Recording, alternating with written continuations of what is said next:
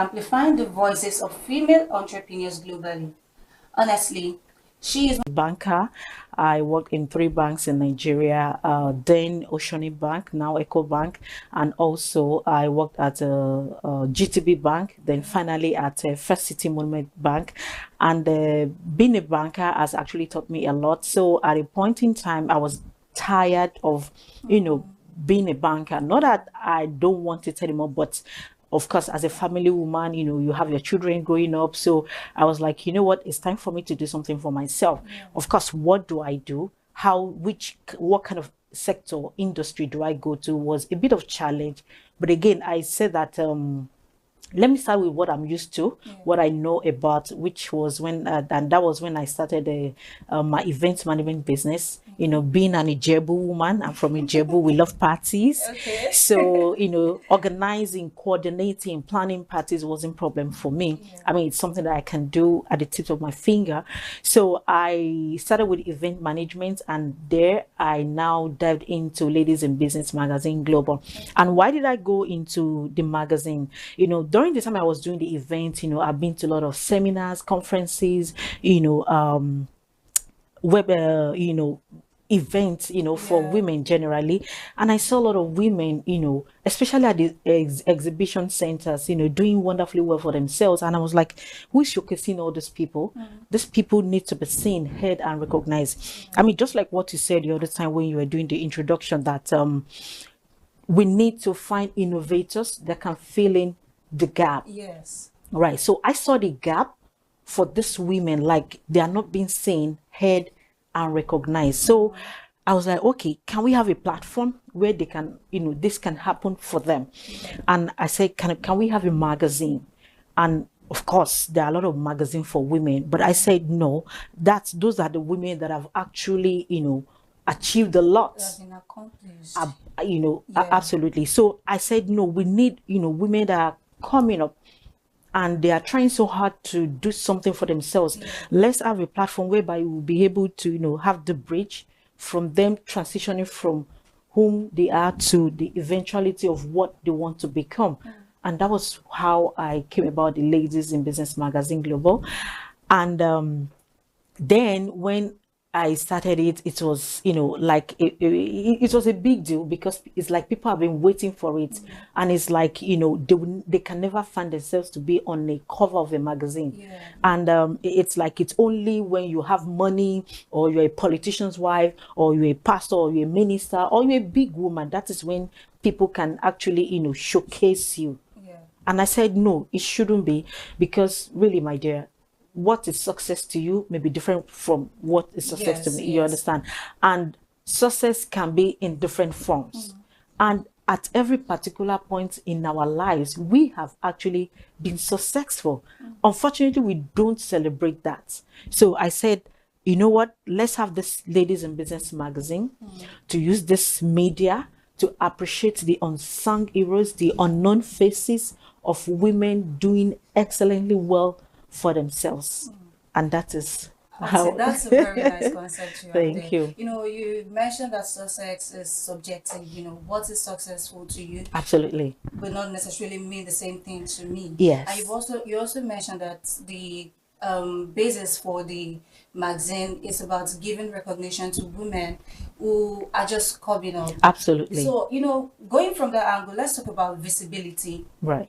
Why is visibility such a big deal for female entrepreneurs, especially in emerging markets?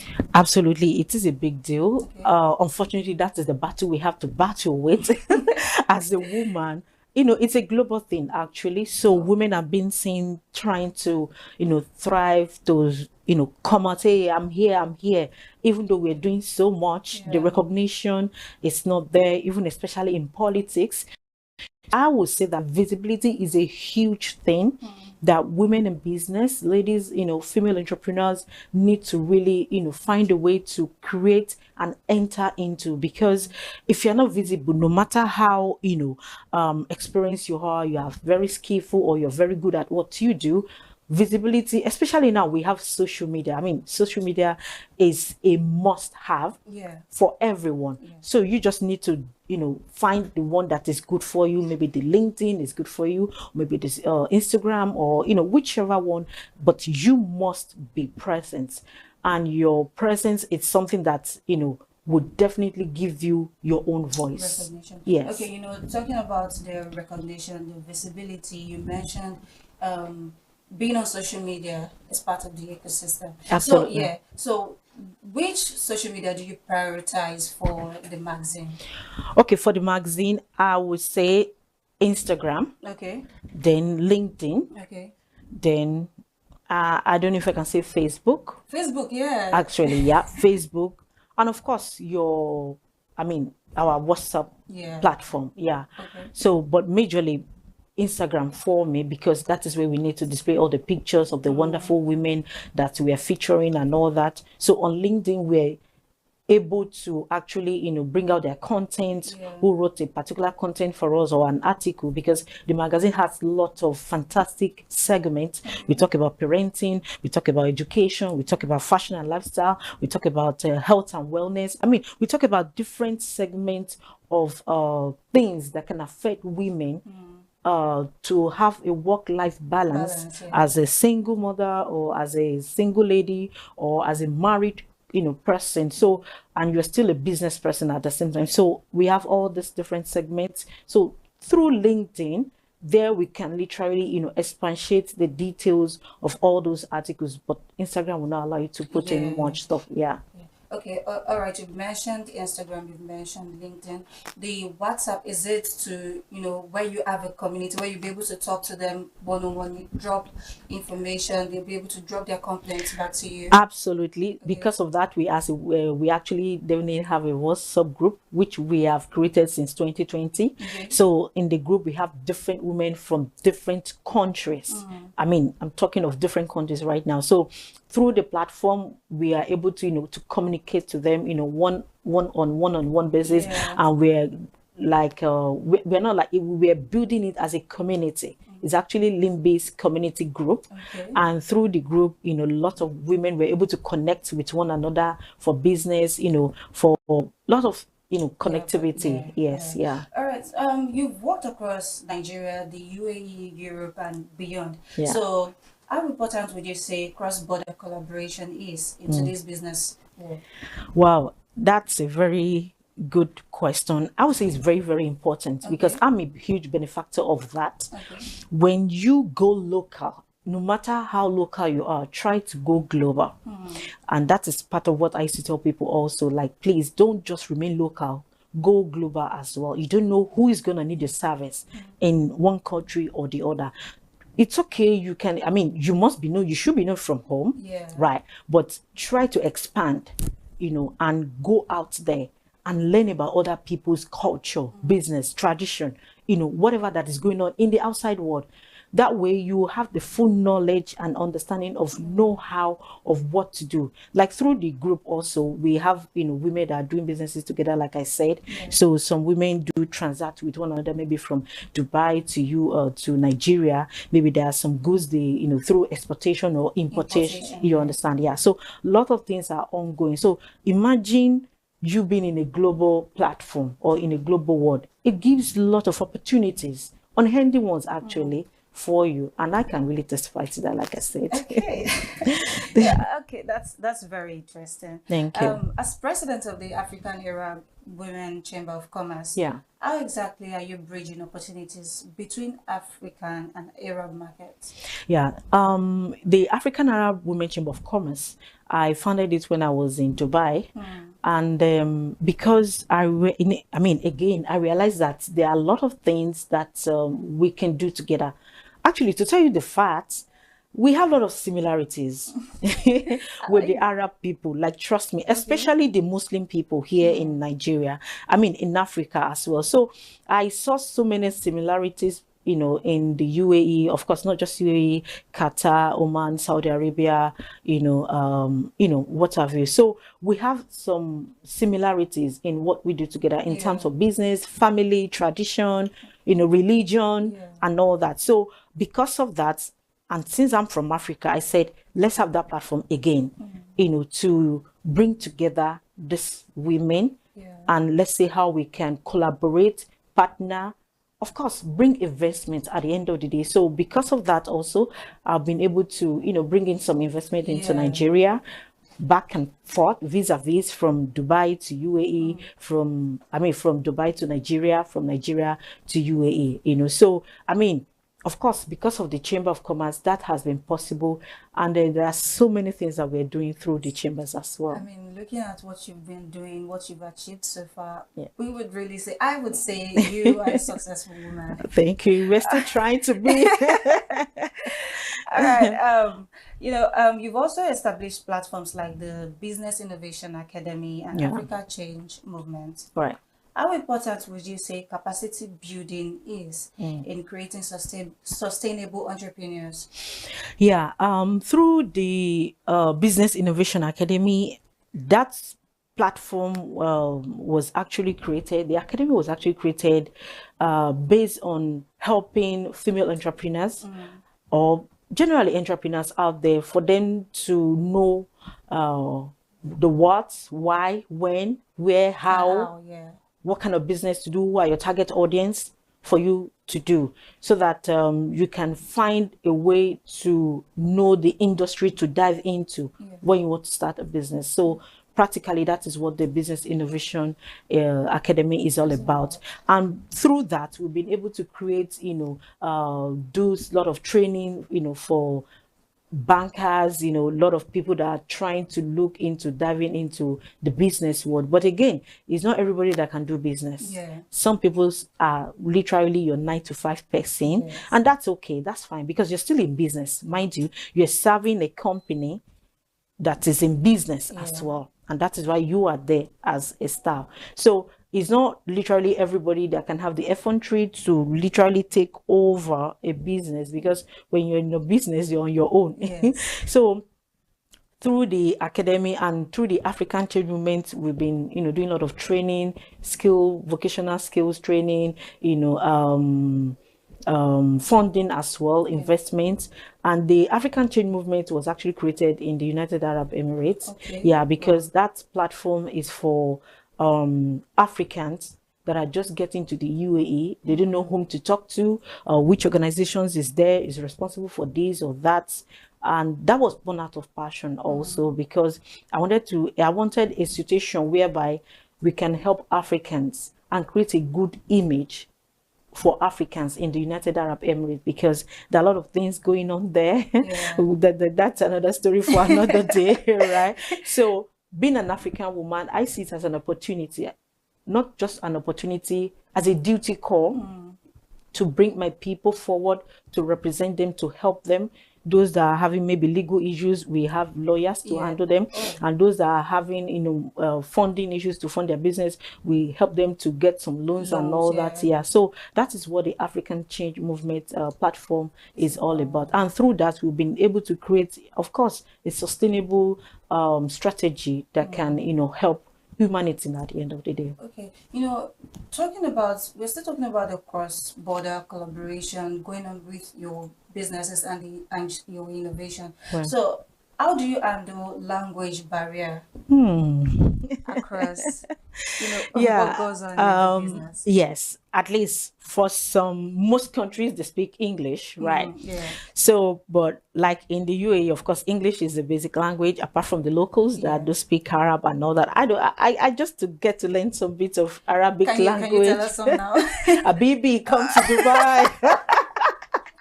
I don't know. Well, Abibi means my love or my dear. Yala means that's okay. So, just some little things. But again, I have a lot of friends that are in Dubai, not just the local Arab. I have people from Russia, from Ukraine, from, different parts of the world. So language is not a barrier, as long as you are able to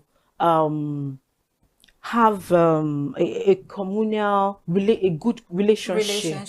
If you have a good relationship with people, language can be the problem. And you yourself, you are a good person, you have good morale, you have good understanding of, how people do things. So for me, especially, language wasn't a problem. Actually, I was able to flow with them directly, and they really like me so much. Like really, because of that, I've been able to enter into a lot of chambers with the local people, like in their inner circle directly.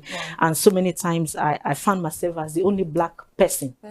Not about woman now, person in the whole of their gathering. So that has told me that once you have good morale, you know what you're doing. And because you'll be tested. Definitely. Exactly. You'll be tested. So once you've been tested and trusted, then the sky is the beginning. Okay, one last question before we go on break. Yeah. What are the biggest challenges women in business face globally, from your experience? You mentioned right now about you being the only Black woman and Black person in that community. In that space, so, yes, in that space. So what are other challenges that women in business face globally, and how will you address these issues? I think the major challenge has always been lack of funding. Okay. But I thank God now that, through a lot of organizations, some governments, governments of other countries, they are actually seeing to that, that funding is being given to women, because with the capacity of the, in the entire world, women are the one that are mostly and largely dealing in, business, what's it called? So I think lack of funding was a problem. Okay. It's still there though. And for that, we still have to continue, to talk about this, to do something, to create a movement that will make us to be represented, and also even in politics. But again, thank God we have the first president in Namibia, and there's another woman president in which other African country. So women are leading the country now, and not just leading, they are leading big organizations. Like for example, in Nigeria, we have a lot of women CEOs in Nigeria banking industries. So that means that we are getting there, but we are not there yet. It's a step. Of course, All right, let's go on a short break now. When we get back, we'll get into some exciting segments and continue the conversation. Don't go anywhere, we'll be right here.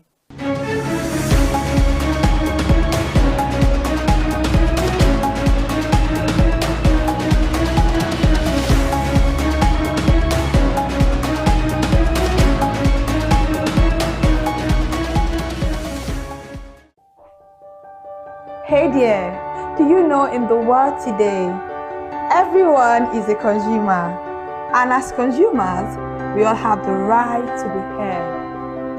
In Nigeria today, as a consumer, you have all right to product information, right to fair pricing, right to return goods, right to product labeling, right to fair dealings, and a lot more. Well then, have you heard about the new media channel? ConsumerHallaTV. ConsumerHallaTV. ConsumerHallaTV. At ConsumerHallaTV, our goal is to inform and educate consumers in Nigeria with insightful news alongside development within the fast-paced world of consumers through well-researched, specialized, and analytical content. Our vision at ConsumerHallaTV is to create an engaging platform that provides right connections for meaningful brands in Nigeria, thus creating a more caring world for consumers where business thrives. And guess what? Our ConsumerHalla brand is the first consumer complaint resolution portal in Nigeria, powered by a 72-hour feedback mechanism. We offer consumer advocacy, informative talk shows, branding promotions, advertising, and lots more. Connect with us via our YouTube channel at ConsumerHallaTV. Follow us on our Facebook page, ConsumerHallaTV, our Instagram page, ConsumerHallaTV, and do well to subscribe to our YouTube channel. Subscription is free. ConsumerHallaTV. At ConsumerHallaTV, you deserve to be heard. At ConsumerHallaTV, you deserve to be heard. My name is Olubukola Ozone, a photographer and a social media enthusiast. You're watching ConsumerHallaTV. It's a consumer advocacy TV. If you have a problem, anything, any consumer related problem, Just holla at them, just like their name implies, and they're going to get it sorted for you. Keep watching, stay tuned. Thank you very much. Hi guys, my name is Joba Jalabi. I'm a marketing communications professional. I currently lead marketing at Flash Change, a fintech startup. Keep watching ConsumerHallaTV, a consumer advocacy channel. Hello, my name is Sharon Rotimi. I am an actor and I am on ConsumerHallaTV. Now, ConsumerHallaTV is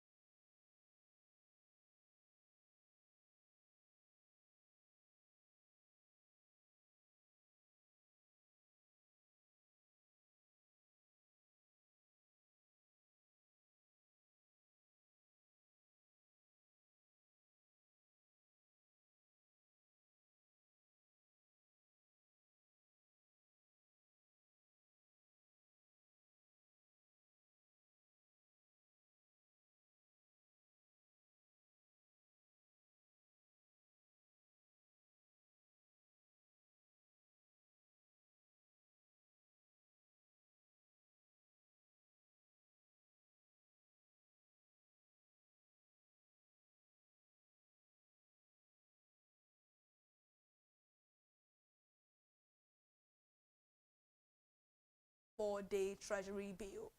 Despite receiving subscription bids exceeding 3,790 billion naira, the regulatory authority lowered the stop rate by 44 basis points to 7.15%.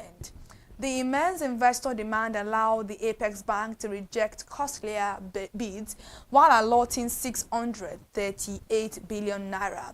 This strong appetite for long-term instruments reflects shifting portfolio strategies among institutional investors within the domestic fixed income market. Financial authorities continue to utilize Treasury actions effectively to manage monetary liquidity and curb inflationary pressures. And right now, the federal government inaugurated a 17-member technical committee to tackle national fish production deficit and reduce import dependency. Minister of Marine and Blue Economy Adegboyega Oyetola charged the committee in Abuja to translate previous strategic recommendations into actionable reforms. Minister Oyetola highlighted that domestic production remains significantly below national demand, impacting food security and foreign exchange reserves. Key challenges identified include exorbitant feed expenses, high post-harvest losses, limited cold storage facilities, and inadequate access to affordable agricultural financing. The newly established body will design a comprehensive implementation roadmap to strengthen the entire aquaculture value chain, and stakeholders expect these coordinated measures to enhance local fish farming,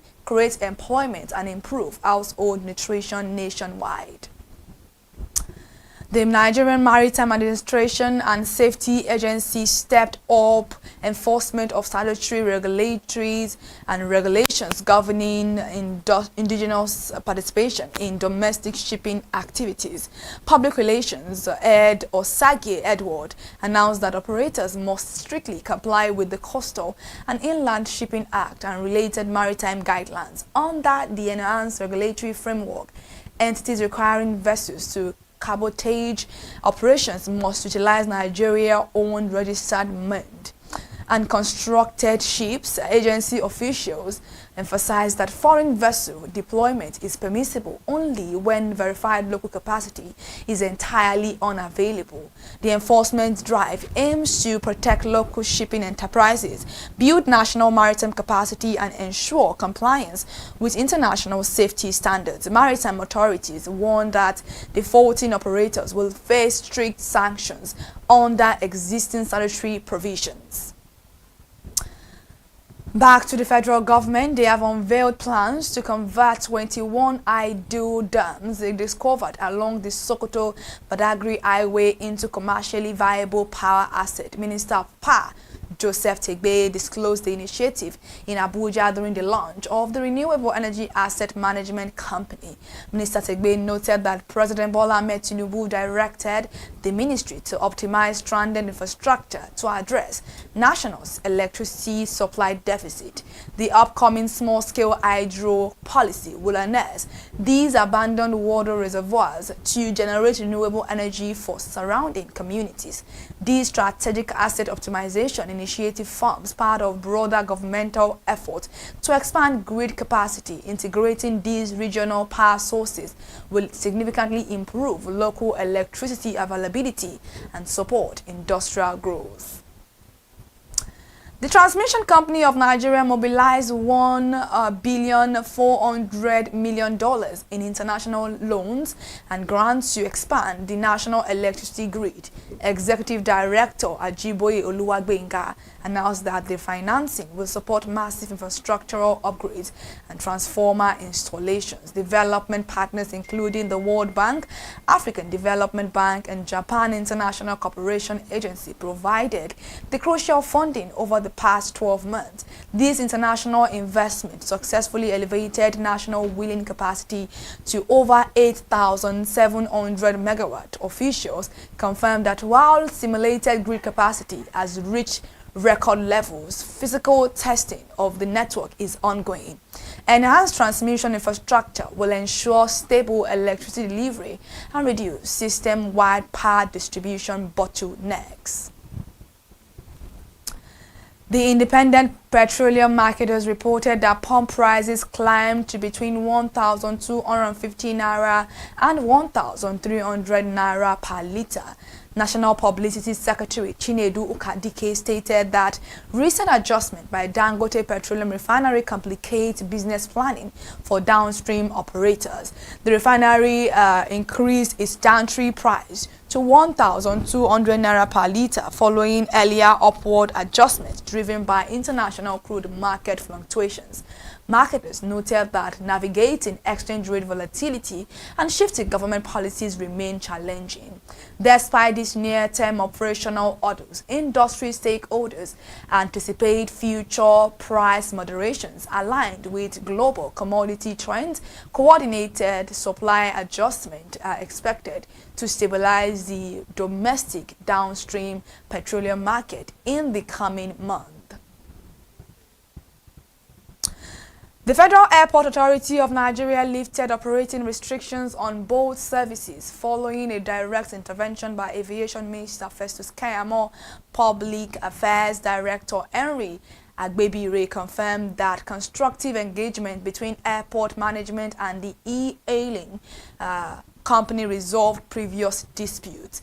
The policy reversal addresses widespread commuter complaints regarding exorbitant taxi fares and transportation inconveniences at major aviation hubs. Under the new operational framework, e-hailing drivers are cleared to resume passenger pickups immediately.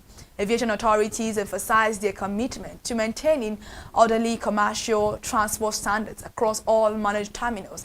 This resolution ensures fair competition and provides travelers with diverse, affordable ground transportation options. And the Manufacturers Association of Nigeria called on the Lagos state government to introduce a unified tax code to eliminate duplicate levies. MAN President Francis Meshioye made the appeal during the Apapa branch annual general meeting. Meshioye emphasized that manufacturers operating within busy trade corridors face excessive financial friction from multiple federal, state, and local revenue agencies. Implementing a single assessment authority and centralized payment portal will significantly reduce compliance expenditures. Business leaders noted that the new national tax legislation provides an ideal opportunity to streamline regional revenue collection. Adopting these digital reforms will enhance industrial productivity and improve the ease of doing businesses across the states. Nigeria has recorded an average of 9,611 registered debtors during the first quarter of 2026. And Central Bank of Nigeria statistics sourced from the National Collateral Registry indicated a significant year-on-year increase in credit activity. Individual borrowers accounted for the vast majority of registered debtors. They're averaging 8,409 individuals during the quarter. Meanwhile, large and medium business borrowers also posted notable growth compared to corresponding periods in previous years. Financial analysts observed that while credit access expanded annually, quarterly debtors volumes declined significantly from late 2025 peaks. Policymakers continue to monitor credit registry data to evaluate financing availability for small and medium enterprises.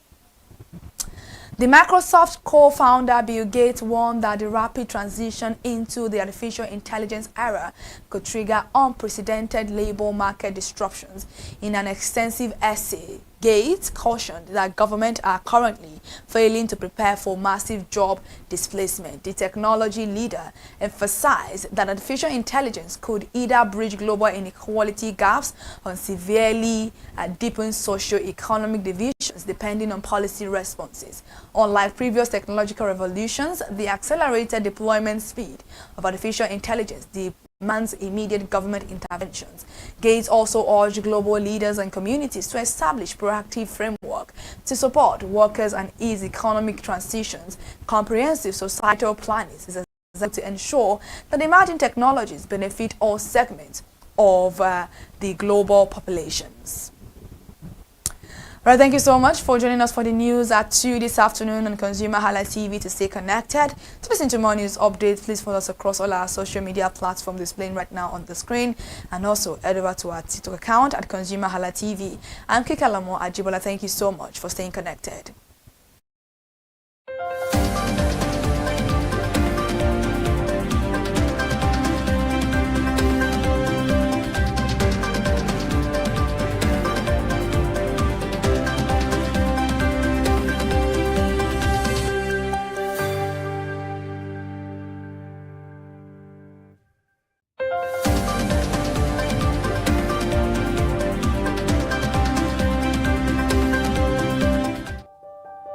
Hey there, do you know in the world today, everyone is a consumer, and as consumers, we all have the right to be heard. In Nigeria today, as a consumer, you have all right to product information, right to fair pricing, right to return goods, right to product labeling, right to fair dealings, and a lot more. Well then, have you heard about the new media channel? ConsumerHalla TV. ConsumerHallaTV. ConsumerHalla TV.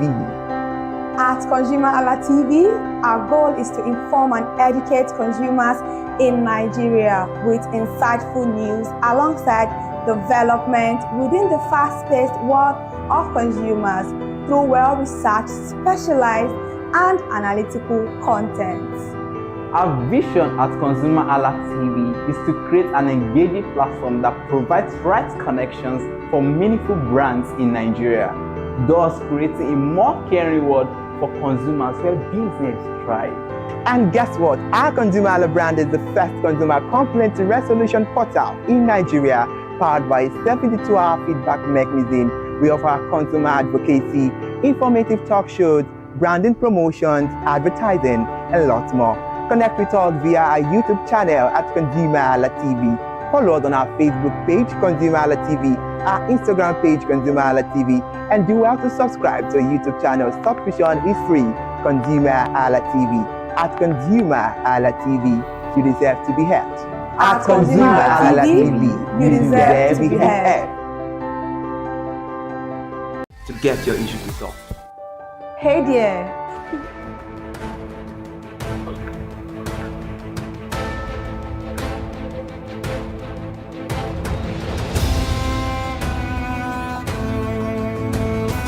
You drop the nylon into the drainage. Relax now, it's just nylon. Rain will fall and carry it away. Ah, God. Exactly my problem. That's the problem. Everyone thinks that rain will carry it away. It's just nylon. Is that an issue with that God. one? Oh, thank God. The office manager is here. What's happening? What's really happening? What's the issue? Good morning, sir. I just nylon. No, I don't know what's the issue. I don't know. You dropped nylon inside the gutter. Yes, no. Just one nylon, you say.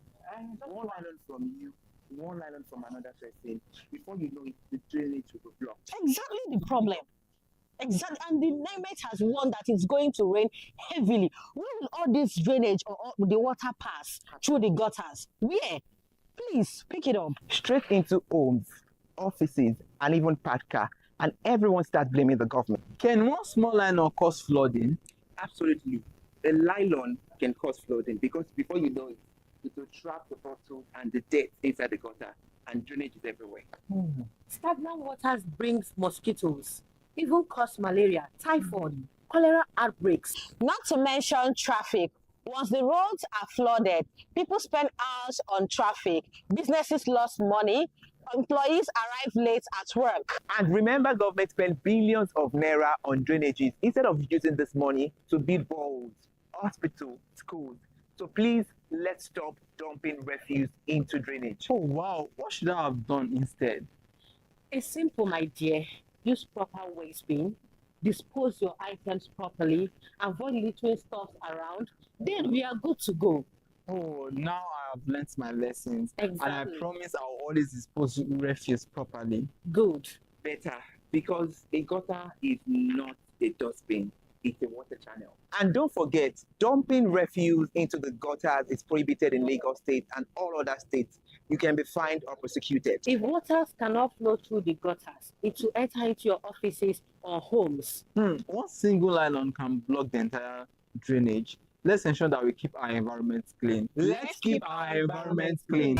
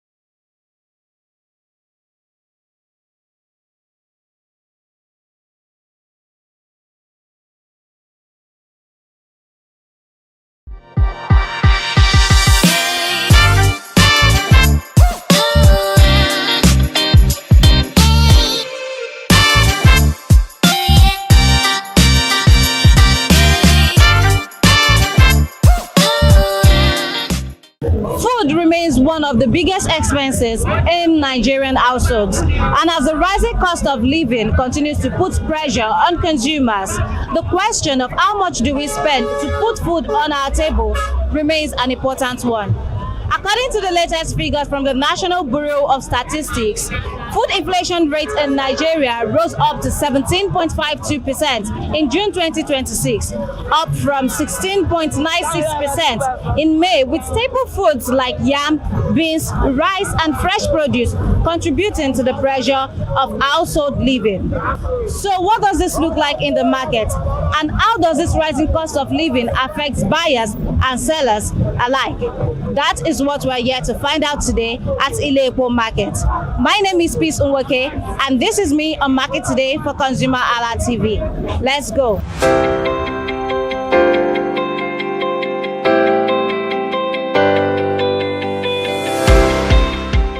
Ile-Epo Market remains a major food trading hub in Lagos, with traders dealing in everything from fresh produce to tubers and other staple food items. But with rising food inflation and the cost of transporting goods, how much are these commodities selling for today? And how are traders coping with the rising cost of doing business? Let's find out. Hello, good morning. Good morning, how are you doing? I'm fine, thank you. How are you?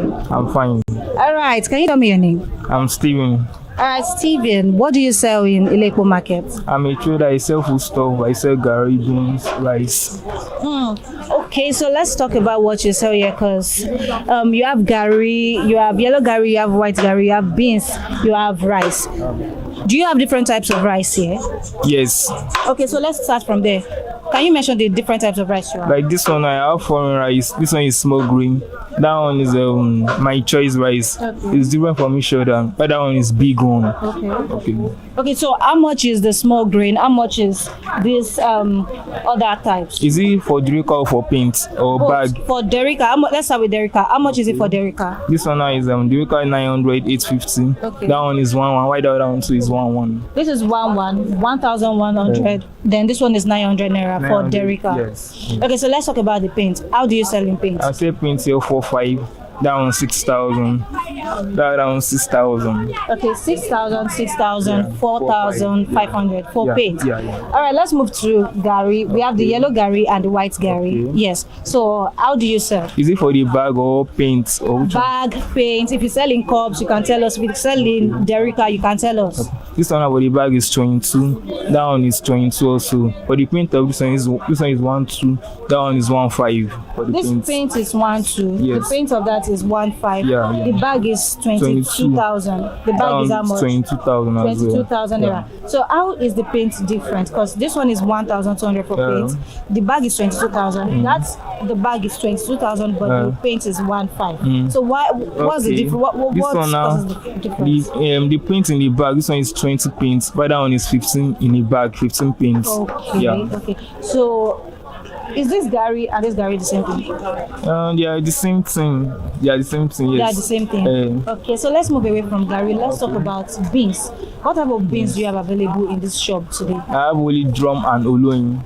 Drum and oloyin. Okay, so how much do you sell drum and oloyin? For the paint, that one is 5,000. While the oloyin is 6,000. 5,000 and 6,000 yes. naira. Yeah. Okay, so let me ask you, that's in amongst the beans, which one do your consumers, your customers buy more? Which one do they like more? The both. Both of them. So they don't have a particular preference. No, except if they want to use it for like akara, they'll just buy this drum. So they don't to like, but I sell both of them mostly. You sell both of them. Yes, okay, yes. so the small grain and the long grain, which one do they like more? The small grain. The small grain. Why? I don't know, maybe it's because it's cheap. I don't know, yeah, I get that. Okay, so let's talk about, based on the food prices. Let me ask you, from June to this present moment, we say that the prices of food items has increased. It has increased, yeah. So how has it increased? The price of this, like beans and gari, it had money on it, so it increased. So did it increase from the supplier, or was it when you transported it to this place? From the supplier direct. From the supplier yes, direct. Yeah, so it increased. That's from June to this period. It was even recently. Recently? Yeah. Oh, how recent? Like this one I increased last month, beans.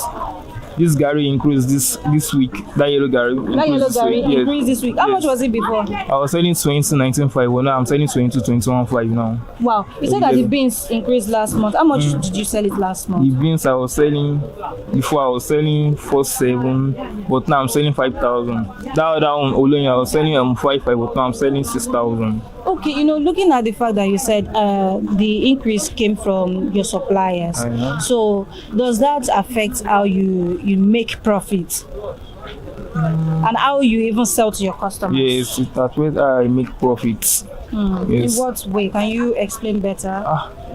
The profit, they decrease, so it does not increase, it just decrease. It's just there, you're not getting as much profit as before. Okay, so my last question for you, are your customers still buying in bulk, or they are just buying in little portions? No, they are still buying the same way they are buying. They are still buying the same way they are buying? Yes. Wow, that's nice. Do you have an idea why they're still buying the same way they're buying? Because you mentioned there's an increase, so no, most of them they used to go and resell at home. So once they go and resell, they'll tell the street people that has increased in the market. So I think those street people they don't have options, so they'll have to buy like that. Buy some, they'll just buy it for like home use. All right. Thank you so much for your time. You're welcome.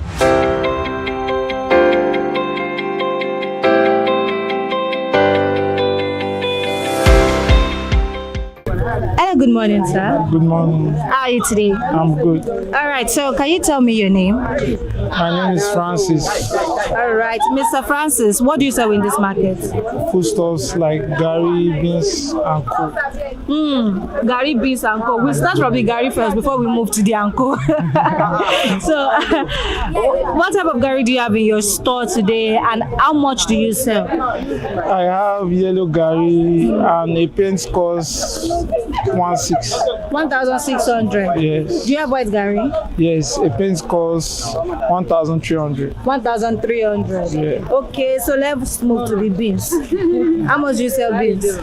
A paint costs 6,000. 6,000 naira. Yes. Okay, so what type of beans are we talking about? Oloyin beans. Oloyin beans. That's the only beans you have right now? No, I have drum also. That one costs 5,500. 5,500 naira. Yes. Okay, so let's move to the other ones. The ones that are anko. What are the ones that are the anko? The co consists of egusi, ogbono, pepper, crayfish. Egusi, ogbono, pepper, crayfish. Let's talk about that. How much do you sell egusi? Egusi costs 9,000 naira. That's for paint? Yes. Do you sell in cup? Yes. A cup costs 1,800. 1,800. Yes. Okay, so let's talk about the ogbono. How much do you sell ogbono? A paint costs 25,000. 25,000 naira. Yes. Do you sell cup?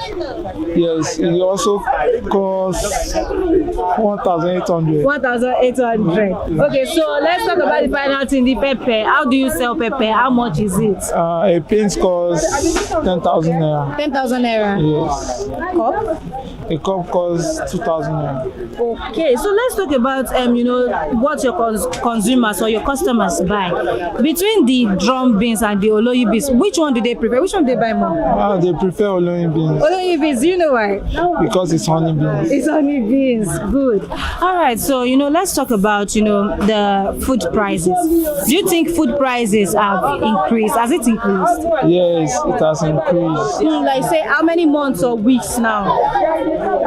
2 months. 2 months. So like from June, it has increased. Yes. Okay, so has it affected how you sell to your customers? Yes. So how did it affect your business? Because the consumers are not coming like before. They buy in smaller quantities. Oh, they don't buy in bulk anymore. Yeah. Wow. So still talking about the food prices. Where do you buy your supply from? Where do you get them from? On the northern side, actually. Okay, will you say that transportation costs also affects your prices, how you sell to your customers? Yes. Or is it also from the supplier? There are so many factors to this. So will you say it's from the suppliers or the transportation cost, or both affect how you sell? Both affect how I sell. Can you explain more? Because the rate of the transportation is high, and we have more consumers, but there's not enough goods. Okay, so there are more consumers, but there are no goods. No production. No production. Wow. Okay, so my last question for you. Do you think that in few months to come that the inflation rate or the prices might increase more than this, or it could be lower? It might increase, but we pray that it should be lower, because so that we sell in bulk. So that you'll be able to sell in bulk. Okay. So what you're saying now is you don't make profit as much as before. Yes. Okay. Thank you so much for your time.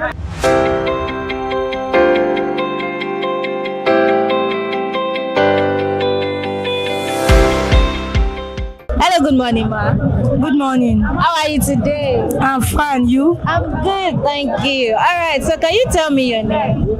My name is Ogochukwu Arochi. Okay, Mrs. Ogochukwu, what do you sell in this market? I sell vegetable. Vegetable. Wow.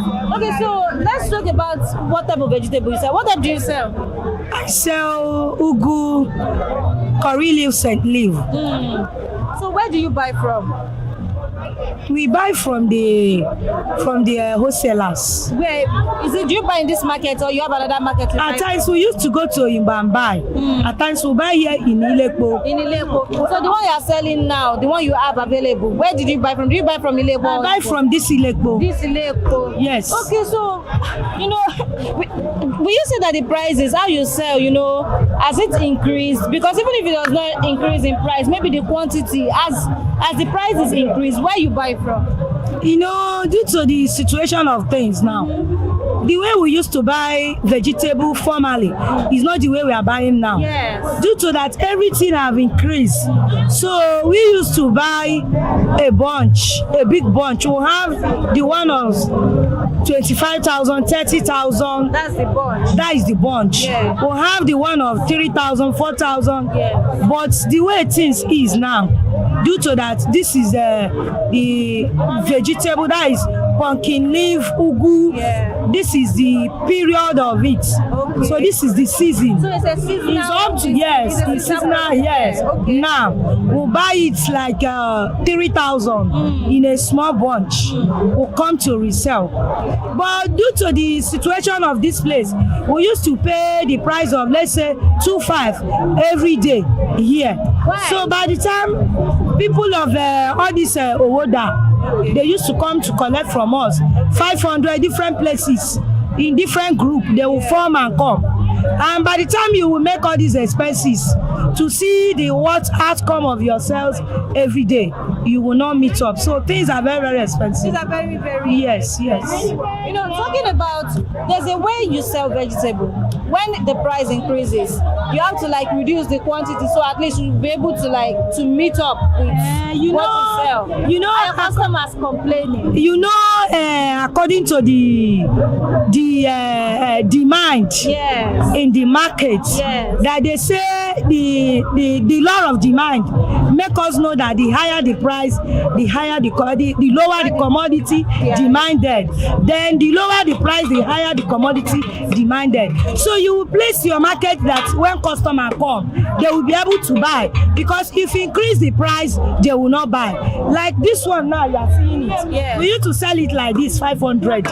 So when people come, they used to ask us 1,000, 300, that's 900 now. So it's not easy for us. So how much do you now sell it now? We sell it like this 500. This is 500. It's 500. But since that's the seasonal produce, why is it not, you know, cheaper or lesser or more affordable? Due to the things is not the way it's supposed to be. Formerly, we used to sell it like this 200. But the price of things is not stable again. Nothing that you can say this is the seasonal something. Nothing like seasonal something again. So everything seems to be up. So it's just vice versa. The way you sell, the way you go and buy. We sell vegetable after selling. We enter market to buy food stuff. They will not reduce money from us for us. So that is why it's like that. All right. Thank you so much for your time.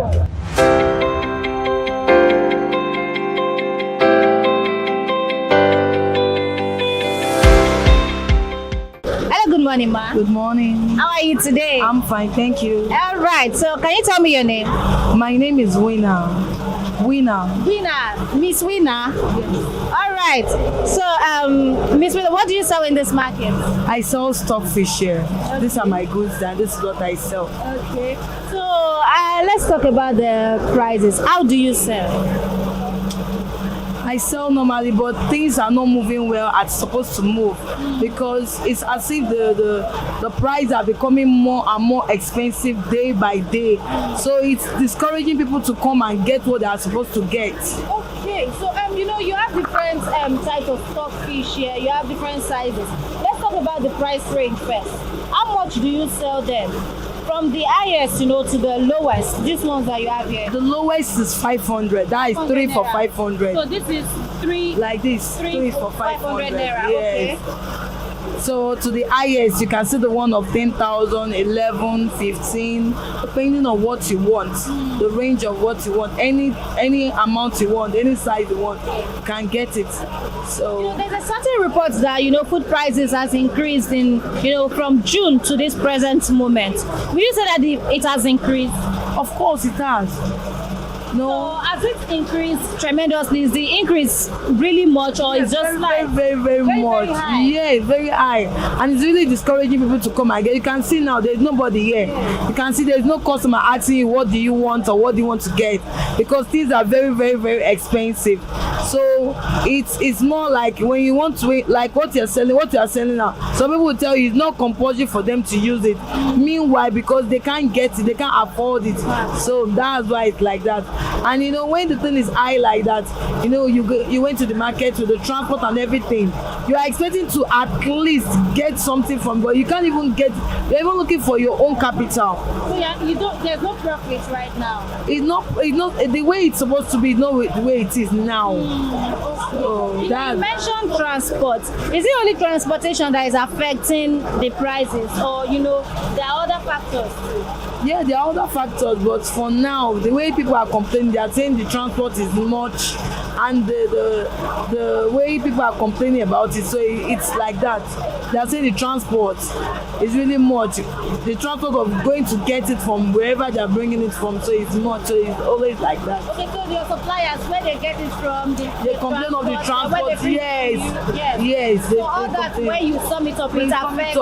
Yes, especially we that goes to Igbo to get. When we go to Igbo to get all these goods now, only the transport from going to Igbo to get all these things. it's very, very expensive. So talk more of them alone, getting it from wherever, and everybody wants to get their own. We will call all these people that carries all these goods. They will charge you, the conductor, everybody will charge you on the same goods they are charging you on. So before you calculate everything, you calculate your money, you calculate whatever you need. So the price is too much for it. Okay, talking about the expensive nature of the fruit prices now, your consumers, your customers, are they still buying in bulk? Are they still buying as before, or their purchasing power has reduced at this moment? It has really, really drastically reduced, more or less like before. People that are getting the one of 1,000 are now going back to the one of 500. So the thing is it has really, really reduced. So it's not like before. It's not encouraging though. So you can't just sit one place and. Would you say that the increase is also seasonal? Is it seasonal? No. What you say now, is it seasonal? Is it a seasonal produce? No. So you wouldn't say the season affects? No. This is not vegetable. It's not vegetable. When you talk of vegetable, that will be a different case. But this one now is not vegetable. That you say is seasonal. Yeah. So that's my own. Okay. Thank you so much for your time. You're welcome. And while the sellers have given us an insight into what is happening on the supply side, what does this mean for the people actually buying these food items? Hello, good morning, ma. Good morning, how are you? I'm fine, thank you. How are you today? I'm fine. All right, so can you tell me your name, ma? Okay, I'm Evangelist Edgar Esther. Evangelist what? Esther Edgar. Okay, so Evangelist Esther, what are you doing in this market today? Okay, I came for shopping. You came to shop. Nice. Hope you're shopping for two. No. All right, so let's get to business. Are you shopping for your household, or you are shopping as a retailer? No, for the household. For the household. Yeah. So do you buy frequently from in this market? Yes, at least once a month. Once in a month. Yes. So you do bulk buying. Yeah. Okay, so let's talk about what you came here to buy today. Can you just mention some of the food items you came here to buy today? Well, from the food stores to some of the household items, like for instance, soap, and other food stuff like. Okay, let's say, did you buy rice? Did you buy No, I don't buy rice. But I bought rice, but that would be the Ofada rice. Oh, the Ofada rice. Yes. Okay, so there's no other food item you bought here today? Gary beans. I bought beans. Okay, so let's talk about that. When you came to this market today, you had a certain budget with you. Yeah. Do you think? No. Let's not say do you think. Have you exceeded your budget today? Yeah. For instance, the beans price went up. But I mean, normally when you come to markets and you discover that there is an increase in the price, you just have to adjust your budget. So I just adjusted the budget slightly. You adjusted the budget slightly, so it wasn't too much than what you can. Yes. Okay, so you said that you are a frequent. You come here once in a month. So let's look back at 2 months ago, from June to this present moment. Would you say that the increase is higher than normal, or as you said, slightly? Not too alarming, just slightly. Yeah.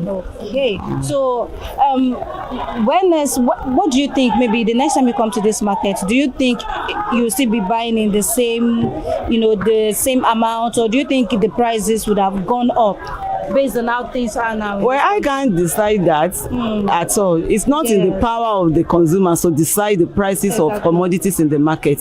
So many things influence the prices of commodities, and I think part of the reason might be the transportation ahead. So the large extent, it is the sellers that can determine that. It is not in the power of the consumer to determine how much a goods or a commodity will be bought. Yes. Thank you. Thank you so much for your time. You're welcome.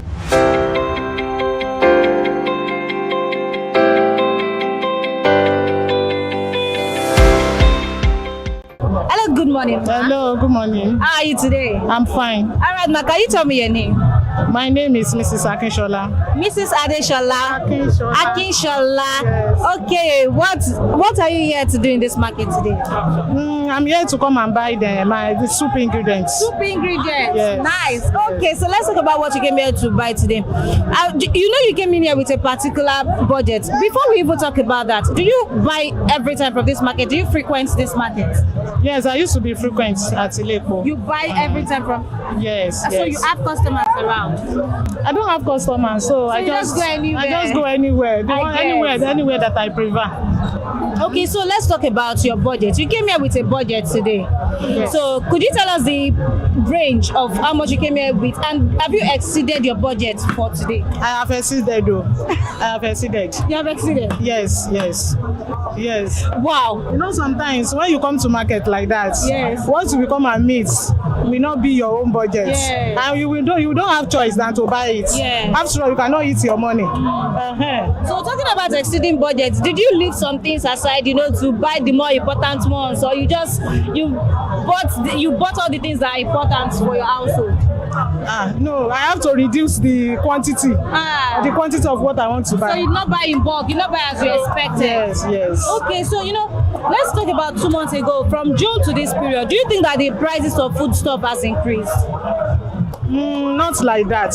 Like pepper. Yes, the pepper that we are buying in the market now is affordable. It's affordable. It's affordable. Okay. But other like meat, like palm oil, they are going up. They are going up. Because it's going up. Okay. But do you think that some things from food items have increased based on the season? Or do you think the season or transportation cost does not affect it too? We cannot blame them, because it is what they bought in the market that they will sell. Yeah. So maybe due to the tea fair. But for the pepper, they make this the season of the pepper and vegetables. Yes. Those ones, they are affordable. All right. Thank you so much for your time. Thank you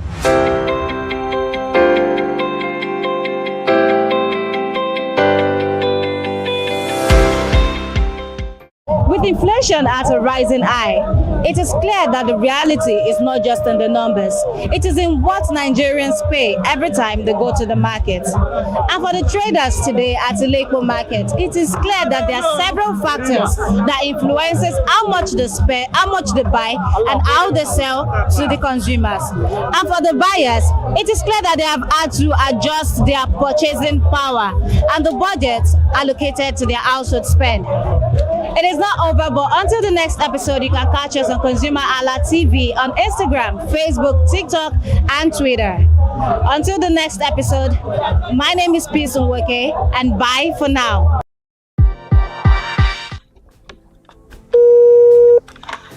Hello consumers, you have the right to be heard, absolutely. So join us on the conversation, share your brand experience, where you tell us all your experiences about brand on the outer world via our YouTube channel every Wednesday from the hour of 4:20 to 5:20.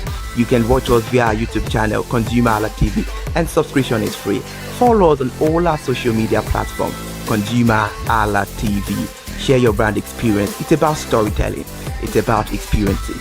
Hello consumers, you're welcome to another exciting episode of Consumer Voice on ConsumerHallaTV. I am Matilda Omenai. As you already know, Consumer Voice is a show where we'll be visiting different places in Lagos to check out people's preferences, hear what the consumers have to say about different leading brands that they make use of. Hello, it's your boy here, Iremofeko Foworola, and you know what? They call me the AUF General Overseer. Every day is a blessing and it is meant to be enjoyed maximally with AUF packages that put a smile on our faces. And guess what? That is why this show AUF is for you. You can get to know about trendy market slashes, promos, offers, and juicy deals that put a smile on your faces, and you can always enjoy them maximally. And you know one thing that's so interesting about this show? It is a blend of English and Pidgin. As I dey run you English, now I go dey marry am with Pidgin, make am spicy. So catch me every time on the show to enjoy more about trendy AUF packages.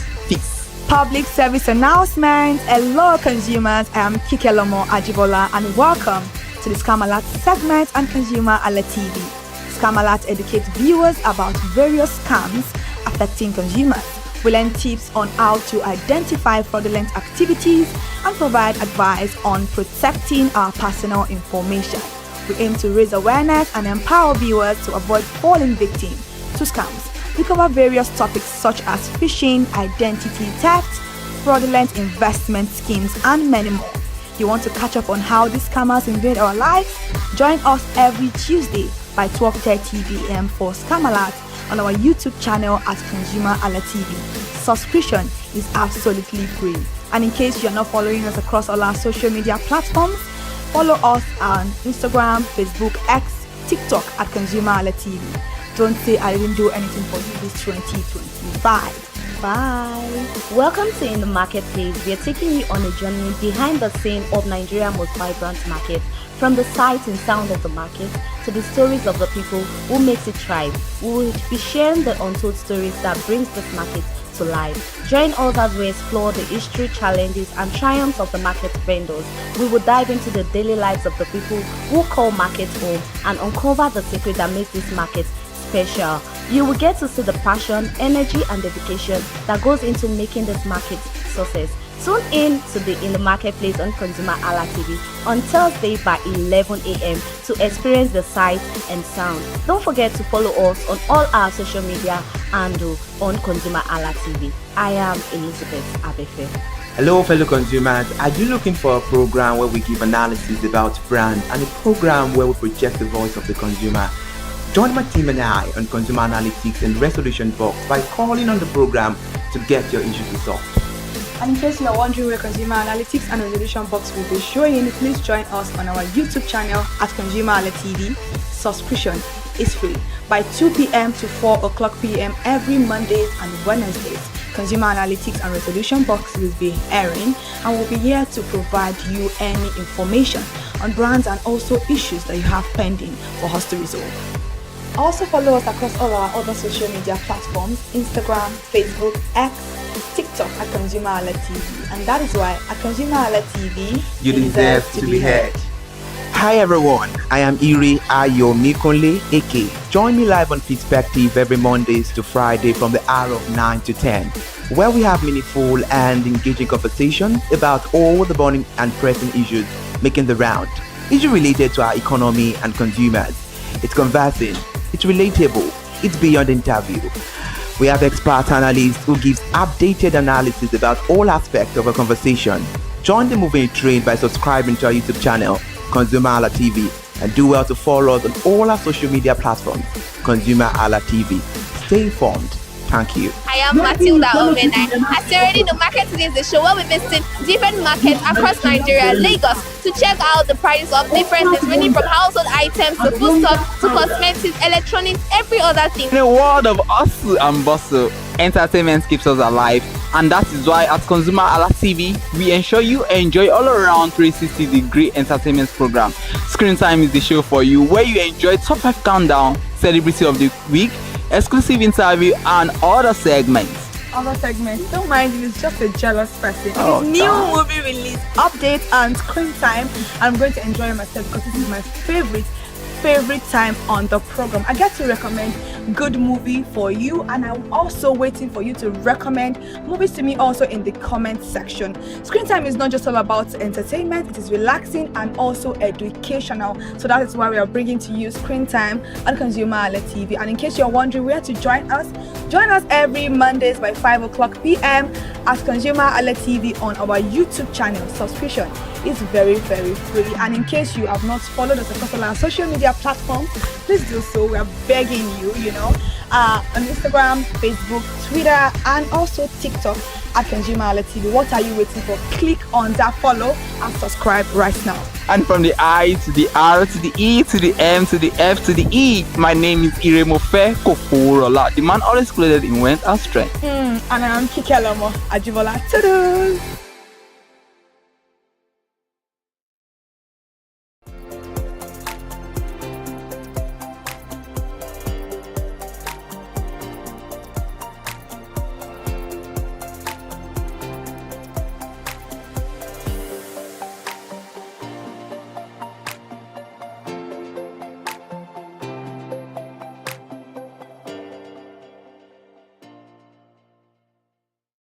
Hi people, my name is Mo Fakorede and I am a filmmaker and a film director, and you're watching ConsumerHalla TV. ConsumerHalla TV is everything consumer advocacy, consumer rights, everything that has to do with consumers. On this TV, you'd watch, you'd learn, you'd be educated, you'd be entertained. Keep watching ConsumerHalla TV. My name is Olubukola Ozone, a photographer and a social media enthusiast. You're watching ConsumerHalla TV. It's a consumer advocacy TV. If you have a problem, any consumer related problem, just holla at them, just like their name implies, and they're going to get it sorted for you. Keep watching, stay tuned. Thank you very much. Hi guys, my name is Joba Jalabi. I'm a marketing communications professional. I currently lead marketing at Flash Change, a fintech startup. Keep watching ConsumerHalla TV, a consumer advocacy channel. Hello, my name is Sharon Rotimi. I'm an actor and I am on ConsumerHalla TV. Now, ConsumerHalla TV is a consumer advocacy channel. So if you have any issues, consumer-related issues with brands and services, you can reach out to them and they'll be sure to handle it or to cater to you. Thank you so much. Hi guys, my name is Iyebiye Adeton. I'm a film poster designer and illustrator. This is ConsumerHalla TV. It's a consumer advocacy channel. We show content on consumers-based news, entertainment, and all of that. So I urge you guys to stay tuned to ConsumerHalla TV. My name is Anoluwapo Alao, a sales consultant for Star Times Nigeria. This is a ConsumerHalla TV, where they discuss anything consumer needs, and you get knowledge about anything about consumer. So keep watching Hi, my name is Adebola Ogushino. I'm a filmmaker and you're watching ConsumerHalla TV. Any consumer related issues, they've got you. Hi, my name is Stephen Olorunshisi. I'm a strategy and sales professional currently working with Obey, and you're watching ConsumerHalla TV. I mean, this is one of the channels that you don't want to but stay on. Consumer advocacy, brand promotion, everything consumer, what you need to learn for your business to grow. This is a channel where you learn, where you experience entertainment too, but it's good for businesses, for brands, and for an entrepreneur. If you want to know more about businesses, want to know more about brands, please stay watching. Alright, thank you so much, ConsumerHalla TV. Keep watching. Hello, good day. My name is Tunde Balogun. I'm the lead pastor at the Kingsborough Church in London. And you're watching ConsumerHalla TV, which is a new initiation into the TV industry in Nigeria, the first of its kind in Nigeria. And I know that it's going to bring value and quality into the service industry. ConsumerHalla TV is here to offer value to service industry and to give a voice to consumers, bring awareness to the brand industry, and also bring education to what it is to have quality for what you paid for. I know that through ConsumerHalla TV, you are going to be able to get what you have paid for quality-wise, and also give a voice to you in wherever it is that you do. I am here to support and give a shout out to say that keep watching ConsumerHalla TV, and we'll have a better quality for value in Nigeria and in the global space. Please continue to watch ConsumerHalla TV, because it is here to make things work better for you. It is on this note that I would like to say a big congratulations to the chairman and CEO of ConsumerHalla TV, Pastor Tunde Olufowora, and all the staffs of this great organization. Thank you for what you do. You are making things happen for us, and I pray that God bless you. Thank you. Hello people. Hi, my name is Adioye ID Adebola, business entrepreneur, a project manager, and also a business person in Lagos, Nigeria. Keep watching ConsumerHalla TV. My name is Philip Orion. I'm the MD of TQ Global Limited. This is ConsumerHalla TV. We deal with anything consumer related, consumer education, even the real estate sector. You need any. Hey there, do you know in the world today, everyone is a consumer, and as consumers, we all have the right to be heard. In Nigeria today, as a consumer, you have all right to product information right to fair pricing, right to return goods, right to product labeling, right to fair dealings, and a lot more. Well then, have you heard about the new media channel? ConsumerHalla TV. ConsumerHalla TV. ConsumerHalla TV.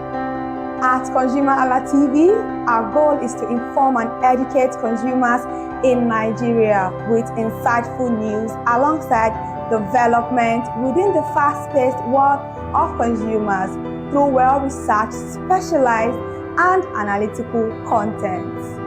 Our vision at ConsumerHalla TV is to create an engaging platform that provides right connections for meaningful brands in Nigeria, thus creating a more caring world for consumers where business thrive. And guess what? Our ConsumerHalla brand is the first consumer complaint resolution portal in Nigeria, powered by a 72-hour feedback mechanism.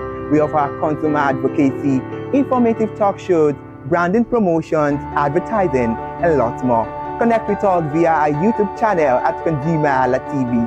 Follow us on our Facebook page, ConsumerHalla TV, our Instagram page, ConsumerHalla TV, and do well to subscribe to our YouTube channel. Subscription is free. ConsumerHalla TV. At ConsumerHalla TV, you deserve to be heard. At ConsumerHalla TV, you deserve to be heard.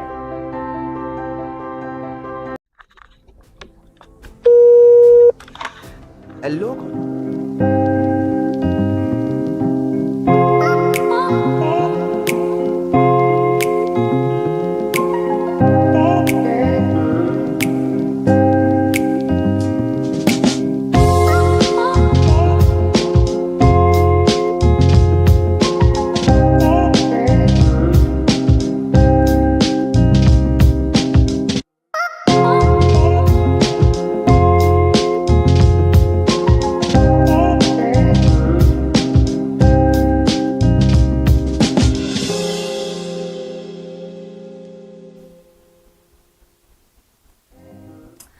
Well, it's season 4 Omble. It is the weekend on ConsumerHalla TV, and I cannot wait for this weekend to kick in. Woo!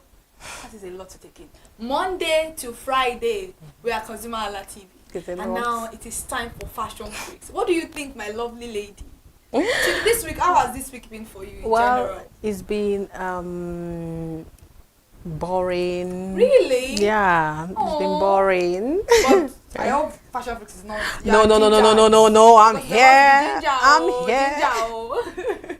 Well, thank you so much for joining us for another beautiful edition of Fashion Freaks on ConsumerHalla TV. I am Kikalamo Ajibola, and whenever it is time for Fashion Freaks, you get to see me and the most beautiful Elizabeth. And obviously, this is ConsumerHalla TV, and you're watching Fashion Freaks. I call it that celebrity program in ConsumerHalla TV, and I am Elizabeth Az.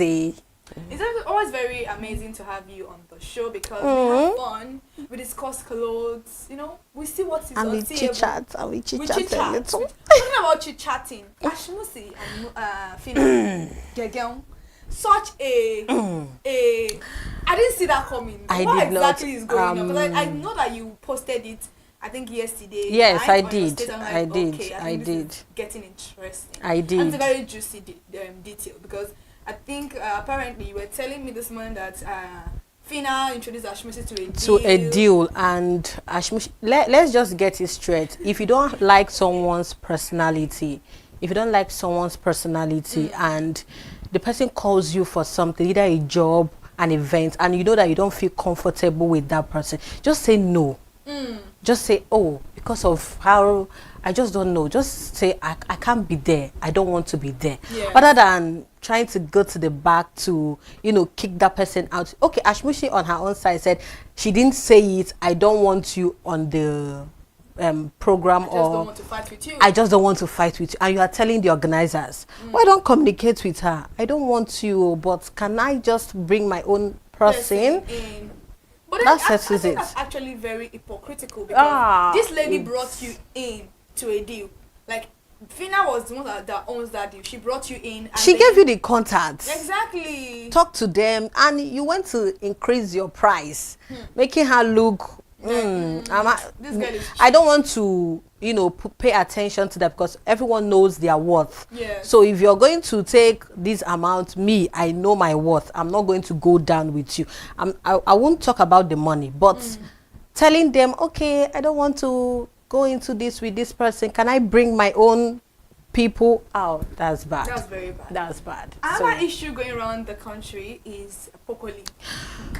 A very sensitive conversation right there, because a very sensitive this one. man has been charged with 5 counts of Allegedly. Allegedly. Oh, Chimo. Let's stick to allegedly. that. And thank you very much, because Pokoli is in court, is currently being charged for an alleged case that he has issues with the police in the UK for. And until proven guilty, Pokoli is innocent. He's Because innocent. Everybody's, you know, talking, chatting online, and that's how they start picking up all of you. They start picking people off, throwing people in Kiriki. They say, oh, celebrity are using their money to shut people up. Because you don't know, this is a legal proceeding. Let them prove him, charge him to court. And when is actually, there's a verdict that, okay, this person is guilty, is innocent, then you can start all your chit-chatting. And this particular conversation of, you know, a sexual assault is a very sensitive one, like you said. Yes, it's a very sensitive one. So, as regards to that one, Pokoli is not in Nigeria. Yes. He's in UK, and that's where the incident happened. So, for me, I'll just say, like you said, we just have to keep it down. When he's being charged, and whatever evidence or the witnesses, when they are out there, then that's when we can, I won't say he's innocent, and I'm not going to say that he's guilty. So we just had to like allow things just go till when they are in court, and the conversations, that's where we can now. We have it. But those are very juicy And details. probably before then, he might just say, okay, I'm guilty, plea bargain. Then, you know, they have situations like that. To take like a lesser sentence. Yes, Oh, yeah. to get, yes. So that's what they call plea bargain. You just have to say, okay, I don't want to go through all those processes. Let's just get done with this. It happens here in Nigeria. If you will have like 10 years and you had to go, your plea bargain, 5 years, yes, to just let, so till then we've not heard from them, and we don't know the situation of things. So But now, Instagram children, Facebook children, let's TikTok, put it down. Yeah, Twitter children, please mind the way you actually interfere in court proceedings, because these things can actually land you in trouble. And now, into the conversation of the day. Rakim clocked 1 year old. Okay. Oh my God, the gist is gisting this week, Elizabeth. What are you thinking? Well, Priscilla and Juma did a very good one there. Yeah. Oh, Rakim is such a beautiful, let me use that, a beautiful boy. Like, so beautiful. He ticked all the boxes, and Glamour took her own photo shoot. Like, I just Everybody had their photo shoot. I just love Iyabo Jo for that. I so much love that woman, because that's my first grandson. Like, the photo shoot self, like, Kike, I will not lie, that one We're going to show the photo shoot now. We are going to rate it. We're going to rate the fact, photo I'm shoot. taking it already. I'm giving it my rating already. Like, it's actually very beautiful. And the party is tomorrow, Yes. 29th. So you guys, You are we are going invited. to rate the outfit from that birthday party Yes. next week. So if you don't want to miss what we are going to bring, stay glued to us next week Friday. Next week Friday. Now let's get straight into the ratings of the day. Okay. Let's see the beautiful fabric, the pictures, the accessories, the bag that our celebrities and beautiful people of the world have put together for us to talk about on the program today. Let's watch the first one.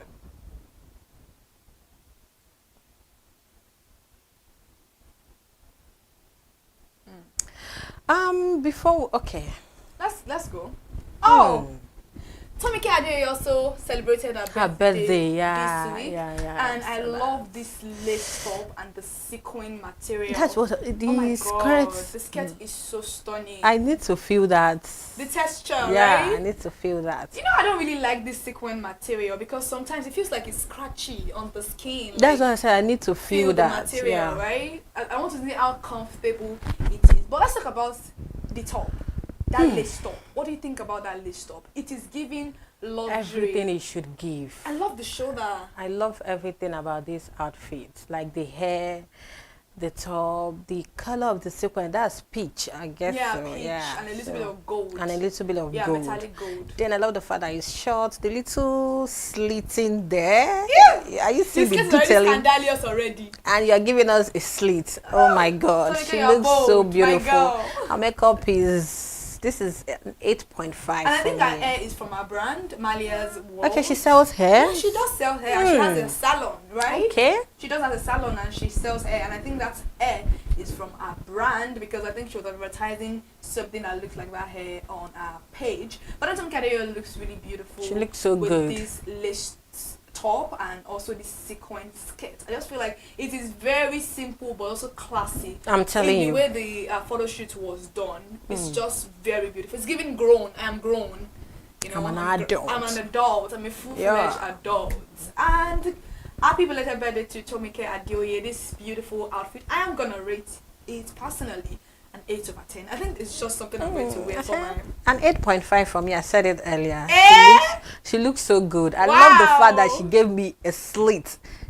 That's what is slitting, Abby. On top of the like, can you see the short skirt and you still gave me a slit? Oh, It's really beautiful. It's she really ate beautiful. with this. Very, so very beautiful. This looks good. Yes, I love everything about this look, honestly. So 8 from me and 8.5 from Elizabeth. Let's move away from Tomike Adeoye and let's see another beautiful, amazing look. Francis Theodore. This is spicy. Ooh, that's a Chanel bag, right? Okay. It's something about designers. It's very sketchy. You need to be very careful because you don't know how many Chanel bags, you know. I'm telling and then you, because this one, I'm just getting to see this Chanel brand is and really this color beautiful, for the yeah. very first time. Mm-hmm. Well, this outfit looks so good, but I just feel like this style is something that I've seen this, Very come on. But because of she's the one wearing it, so let's give it a rating. But this gown is everywhere.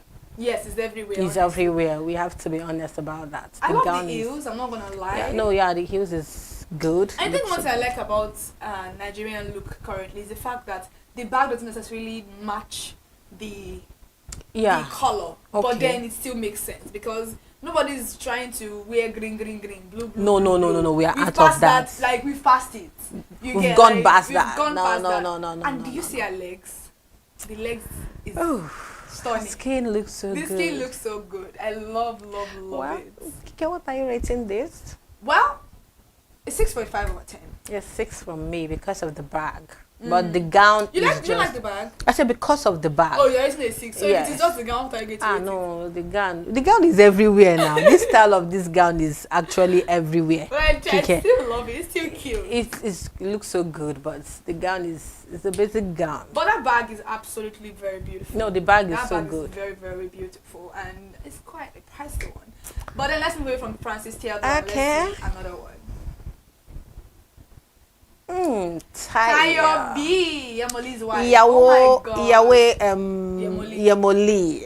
Don't bite your tongue. Oh. I love this. I think I love exaggerated. No, there is one name that they call Yemoli. Oloweko. Aha, that is what I want to. Yeah, that is what I want to. Oloweko. Oh my God, Well, that's also a Chanel bag. A bag. This Chanel bag, I think we've seen it a lot of time. But I love the fact that she paired all of this with her sneakers. Yes. No, Tayo knows her Onions, thing. when it Yeah, comes to she knows dressing. everything. She knows how to put things together, and she looks so beautiful.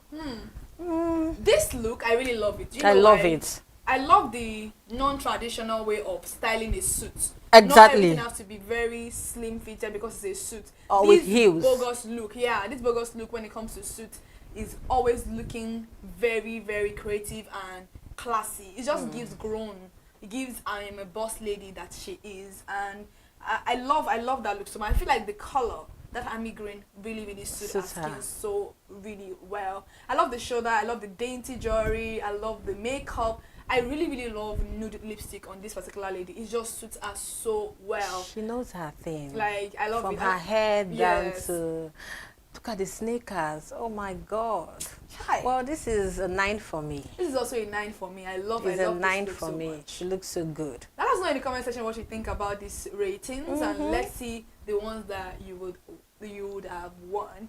But then, do you notice something about this look? What was that?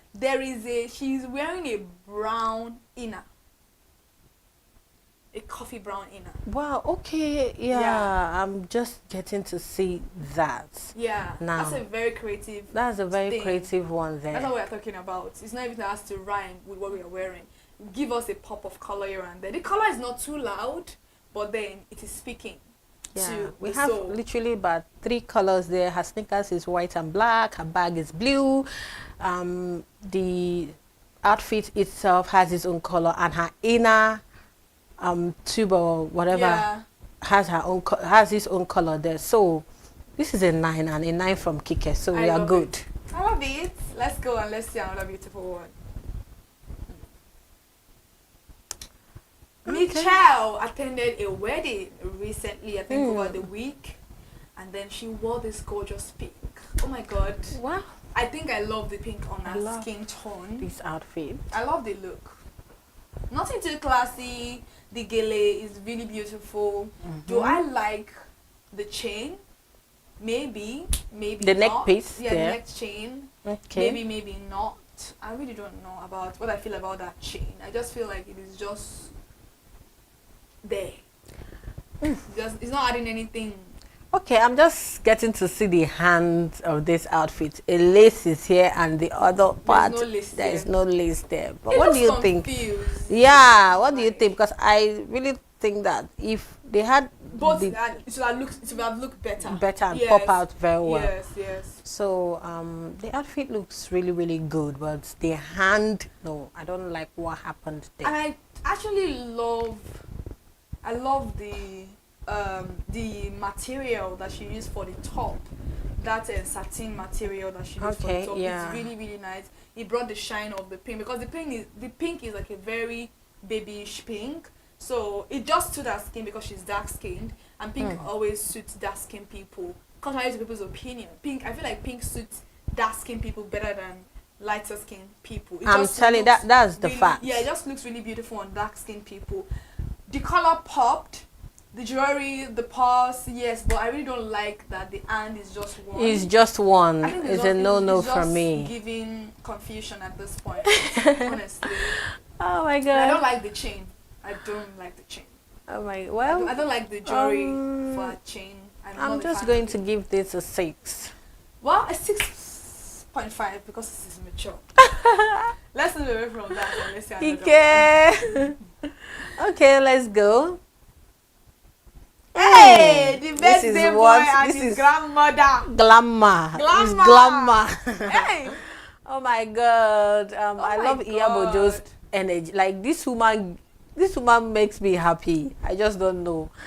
Well, her shoes. Let's start from her shoes. Like, let's start from that heels. Let's start from the heels. Like, really beautiful. I just don't know, but that heels is and the lace inner that she's wearing. I'm telling you, it's just so creative and beautiful. Who would have thought that you could put off something like this with a suit?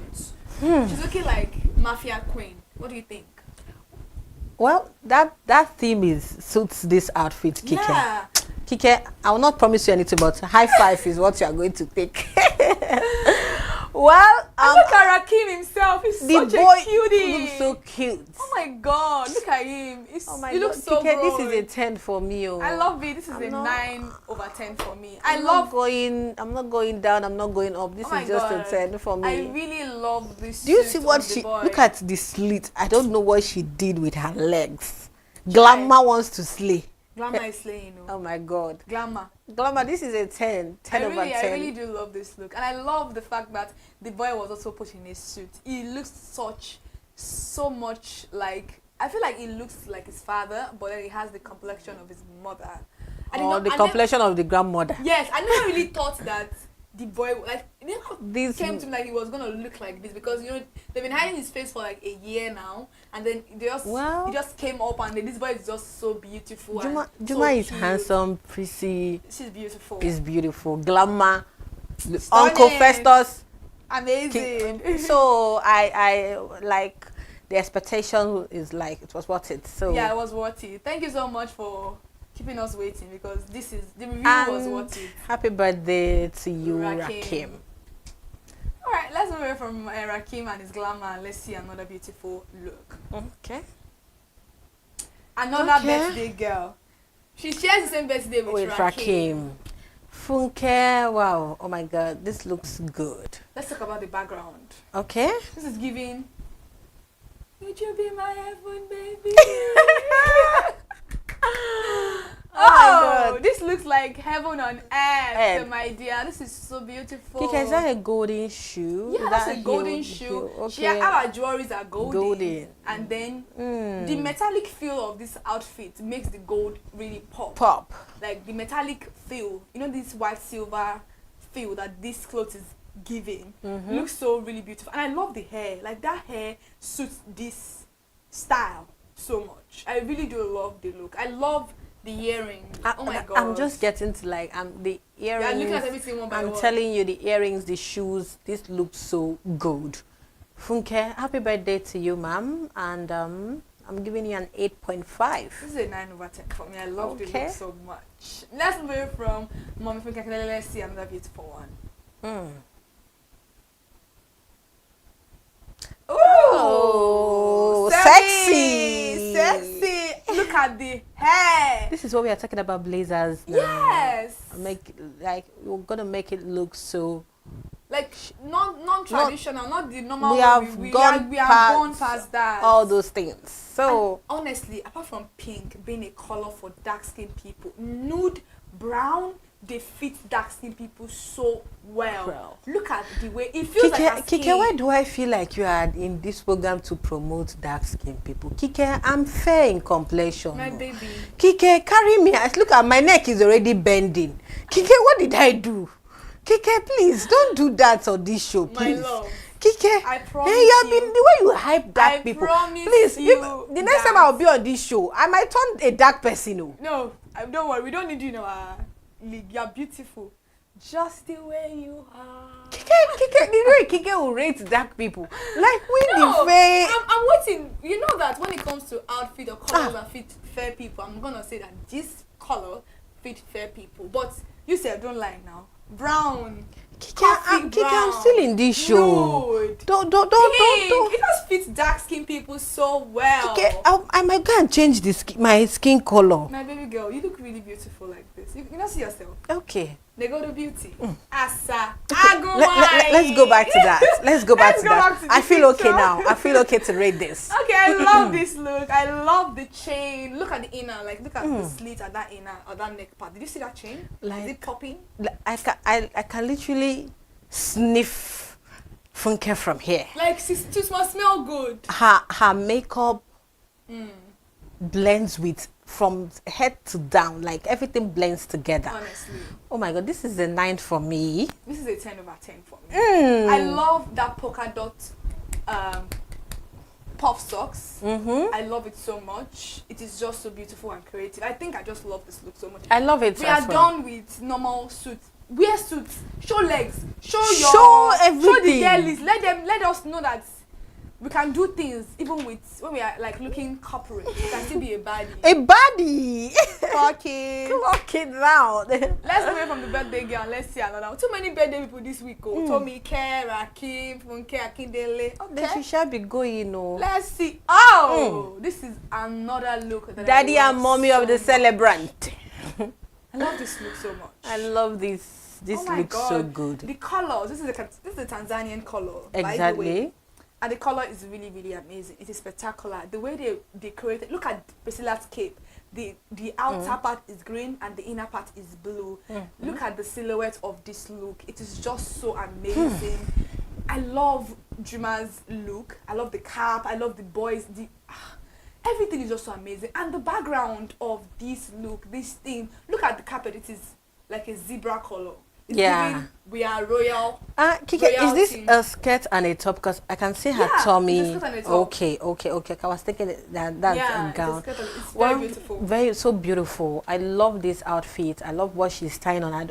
Since I don't know whether it's gele. We are going to It's call not that gele, it's gele. maybe like a fascinator, but- A fascinator. I don't know, but I love the outfit. The outfit looks so good. They try to be creative with their photo shoots. So. Yeah. That's Juma's outfit to take the box. Oh God. Beauty. This for me overall is a 9/10. I really love the look. 9. Well, it's a 9.5 for me. Oh. You're generous today, oh. Well, you are giving me the vibe. Vibe, Abby. Yeah. You see? Your explanations is making me look beyond. That's why you people, please, on the comment sections, still drop your views and reviews there. ratings, Yeah, your yeah. ratings there. We need to see it. But this is a 9.5 for me. I do love it. I don't know. I don't think anybody will say otherwise. It's absolutely beautiful. Wow. Let's move away from that and let's see another one. Okay.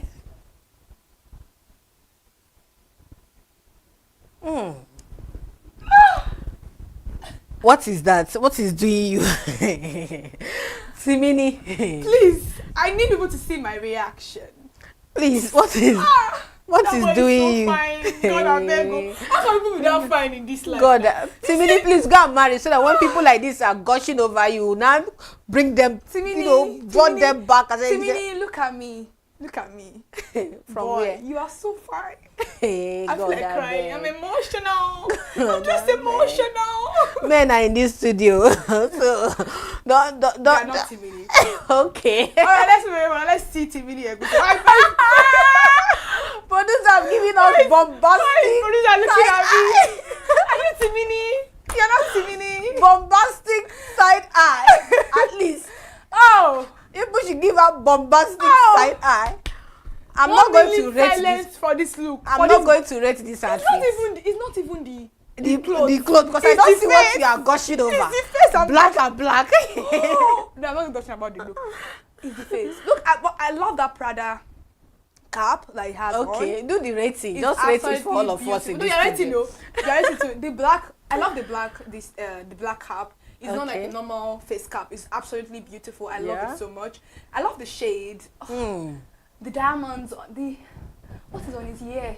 Kikeri rate. The bag. The clothes. Okay. I just feel like it's just a chill vibe. You know? Yeah. Someone that is just all stepping these out. to very chill. go get one or two things But out they're there. still looking smashing. Beautiful. Okay. Gorgeous. Amazing.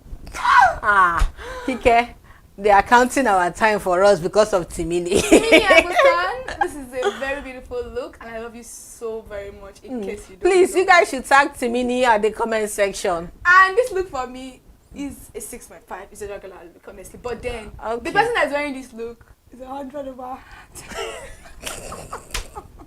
All right, let's move on. I'm done flirting. Are you done? I'm done. That's a 6 for me. Let's just move on. It's not that bad now. Let's move on. Let's move But the on. person that is wearing it in call. This if you know now. Say 100 do. That one is fine. Let's move away from that. Let's see another one.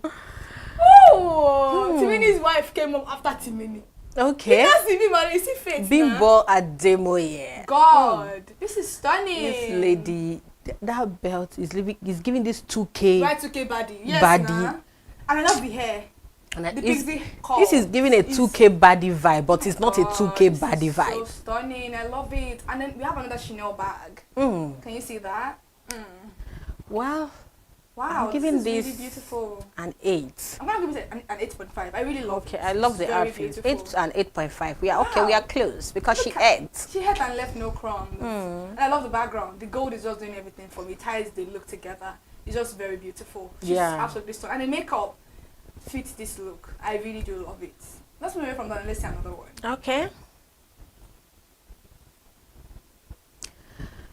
This look, it takes it, that who that you did. It's a We need to. The guy, is it Joseph? I need to get the stylist that normally does this jean. yeah, the denim outfit. This yeah. we need to. The guy is so creative with all of this. I thought it's a Like, gele with that denim. I don't know how he does it, but the guy. And the four cape on this is just absolutely stunning. Like, how do you think of things like these? This is so outside the box. And he tried to give a corset. Yes, like a silhouette Corset look. there. It's just so amazing and beautiful. And look Okay, at oh my God, that this gown looks part good. giving 1,000 pieces. I'm telling. It's just so amazing. Like, It's a oh my 1,000 God, pieces. this is so beautiful. It's so beautiful. Look at the fall. It's giving Met Gala vibe. It's giving I'm the queen. I'm the queen. African queen, but then in the stylish way. Mm. God, people are the way you hate this look. You head and left no. This is a 10/10 for me. Well, this is a 9.5. I really love this, for and I me. love the chain. Whatever is going on there, I love the chain. I love it. It's absolutely stunning. This look, and I look at the background, the feel. Everything is just It blends together with the amazing. vision Yes, it's that he very had in amazing. mind. The top, the corset part, the bra cut, it just sits so beautifully. It feels like it is where it's like is a size. Like it fits so well. Like it's just laid. We need to get the stylist that's usually put up this for them. Yes. He's good. The guy is good. Oh He's my God, good. This is really nice. I love it. Mm. Let's move away from Viva Demoye. And let's see the other one. Let's see if you have other ones. Okay. Do you watch this video online? I didn't too. I did, but I saw it. I saw it, but I didn't. I want you to tell me if you can be telepathically, if that's a word, aligned. Let's see if you get what I love the most about this look. Okay, I know. Well, You always get me. yes, most times, so let's see. I do get you most times. So I need to pay attention to this video. You need to. Okay. Mm. What's my favorite thing on this look? Should I say the bag? No. Okay. Should I say the jean trouser? My love, my baby girl got it. She already said it. She gave the description. What's that? The top? The top. Okay, I was The even about to go the there. The top is a sculpted top. Like, look Okay. at this part. It's not joining here, but then it has a sleeve. Look at it very well. You see? Okay, You yeah, see? yeah, It's like a yeah, sculpted yeah. top. Look at the cow shoe that they call it these days. That's a shoe. That's a shoe. Yeah, but like it's giving cow like moo. You know that. Yeah, cow yeah, leg, yeah. Oh my God, this is absolutely stunning. I love the bag. I love the bag And I love the too. bag too. Yes, I love the bag. Okay, Look yeah, at the now top. I get what you're Look at the saying. top. That Damn. bag is giving Dolce Gabbana. If that's the Dolce Gabbana, that's expensive, baby. Then I love the pop-up scarf that she just had to put there. It's Well, just so beautiful. this looks so good. This is a 9.5 for me. It's 10/10. I love it. It's something I can Kiss. actually wear. I really, really love it. Yeah, no, it's your style. Yeah, So it's my style, my style, my style. Let's move away from Viva Demoye and let's see another one. Chai. Efe, right? Yeah. Okay. People are fine now. I love this wig. I don't know why I just love this type of wig these days. Yeah. I just love them so much. This tweed We are material, done with all this straight too much wig, too much long. curls, Yeah. long. Like, I guess we're done with that. The I love shoes. it. I love it. I love this tweed material with the net at the front. It's just very creative and also giving bits of flexibility when it comes to corporate wears. You Exactly. know? It's absolutely stunning. I don't really think I've seen something like this too common because of the way they did the front of that top. The opening cut is absolutely beautiful. You know? Well, I love the color combo. Yes. Everything going on in this outfit. Look at the shoes, the outfit combination. Everything looks so good. Her makeup looks so nice as well. And I love the eye. I love the blue waterline that they use. It's absolutely stunning, by the way. This is a 7/10 for me. Well, this is a 7.5 because of the shoes. I love the Oh, shoes. she's so stunning. Let's move from Efe really and let's see another one. Okay. This outfit is definitely Semi-defined. Semi-defined. Yeah. God. Well, I love the bag. I'm going I to love start it. from This is there. So beautiful. Well, this is a regular semi-defined outfit, and Mommy Aliana. Simi is actually very good when it comes to boo-boo. Yeah. She's the best. The cook. We need to give her the queen of boo-boos because She's the best. her kind of boo-boos can hide a 9 months pregnancy. You will not see You will not it. see it. Though. You won't see it. So this outfit looks so good. I'm going to give this a 7. It's a simple outfit, I'm gonna give it an 8 over 10. I love the hair, I love the makeup. I just feel like everything just fits and blends together. It's absolutely stunning. Alright, let's move away from Vicky James and let's see if you have other ones.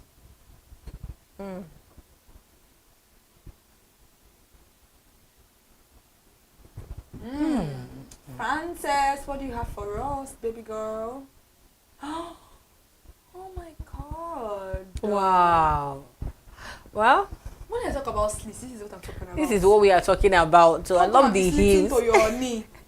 Kike will Close not the clothes. Close it, my dear sister. What are you slitting? That's not a slit. Well, I love the heels. I love the heels. Oh my god. I love the color combination on that look. So Kike, it fits her skin tone very well. Because if I say black people now, you say try it now. Kike, so this kind of outfit, on your own rating, where do you think one can put this outfit to? A 7 over 10. I know. So where can they wear it to? Like a dinner date, you know, you're going to a dinner with your friend. Okay. Maybe like a beach front. Exactly. Now you get it. Yeah, it's always very cool. This kind of mesh materials always look really, really beautiful. And I love that bag. That purse is very, very nice. That purse is actually like everywhere these days. It's everywhere, but it it's looks so classy looks so every good. time somebody carries it. And I love the hair. Her hair is absolutely stunning. Very beautiful look. What are you going to rate it? Well, a 7. Yeah, I don't think it's 7. that bad. So let's It's not move that away from bad. that and let's see another one.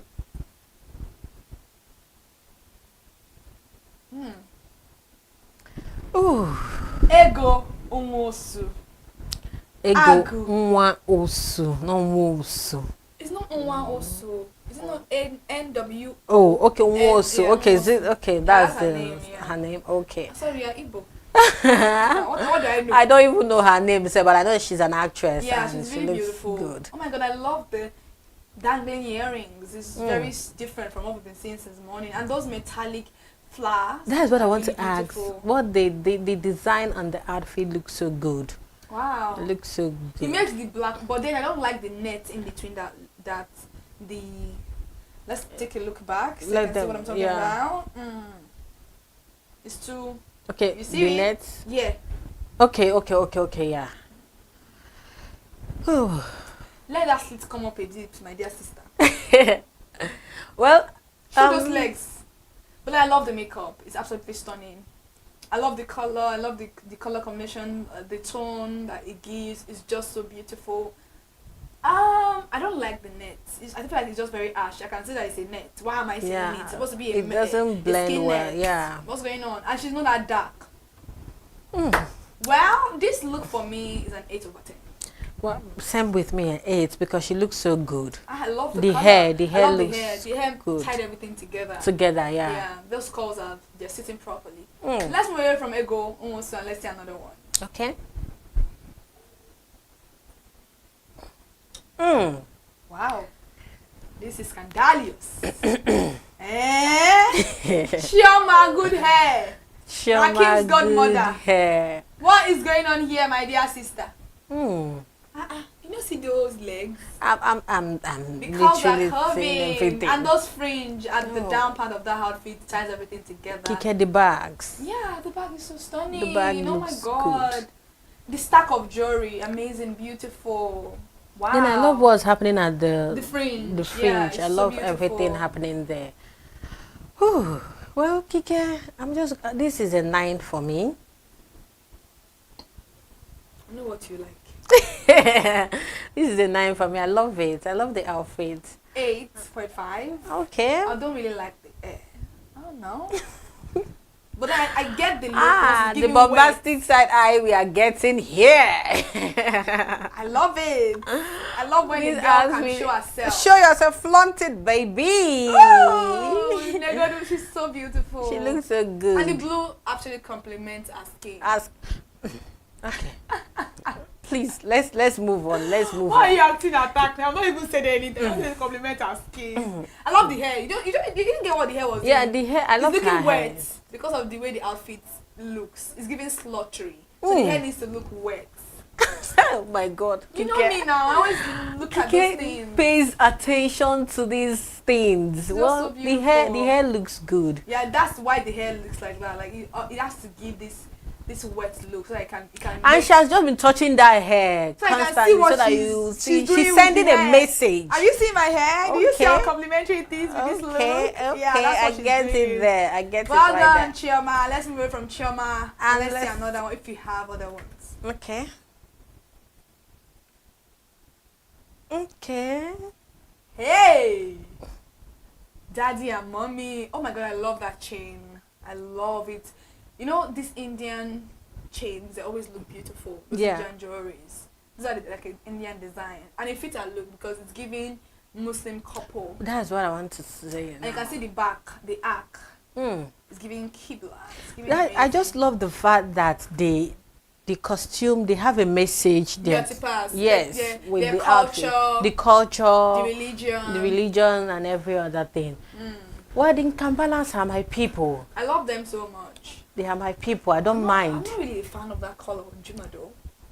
Well, he has to put it on because the wife is on it, and But I love that color on Prissy. Rakim. You see yourself.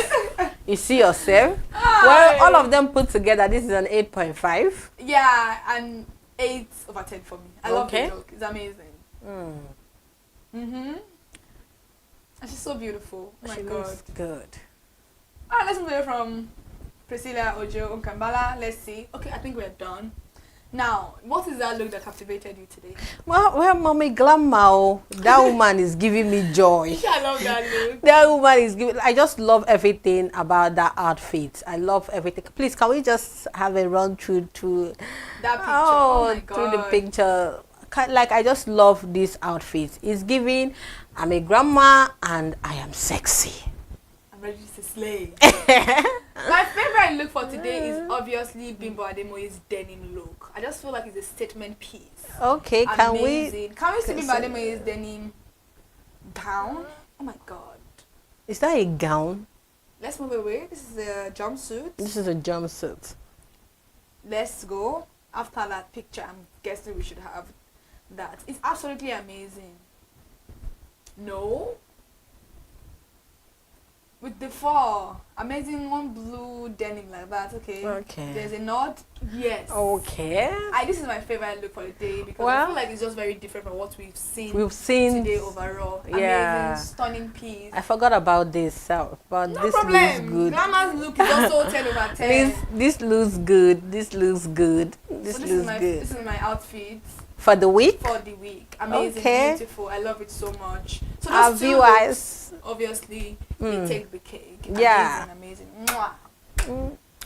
Elizabeth, how did I do with the pictures, with the videos? Well, Kike, I just trust your judgment. I trust you. I trust everything that you're doing on this particular show. I was, guys, can you see how I look? I look good. This is all thanks to Kike. All thanks to Kike. All thanks to Kike. The makeup looks so good. It's tea. You know what? It's always very amazing when we come here to talk about people's look and then it's You don't amazing. look and you don't look yourself. Like, you know when there's now who are you? You get like, but then we're here to rate and we're here to stay, and it's now down for you as viewers to let us know what you feel in the comment section. Let us know if you think our ratings align with your own. My dear, it's a free space. You're allowed to say whatever you want to say. Just be very respectful to other people in the comment section because we don't want to create a toxic space. Thank you so much for joining us for today's edition of Fashion Freaks on ConsumerHalla TV. I am Kike Ajibola and I am Elizabeth AZ. See you guys next week.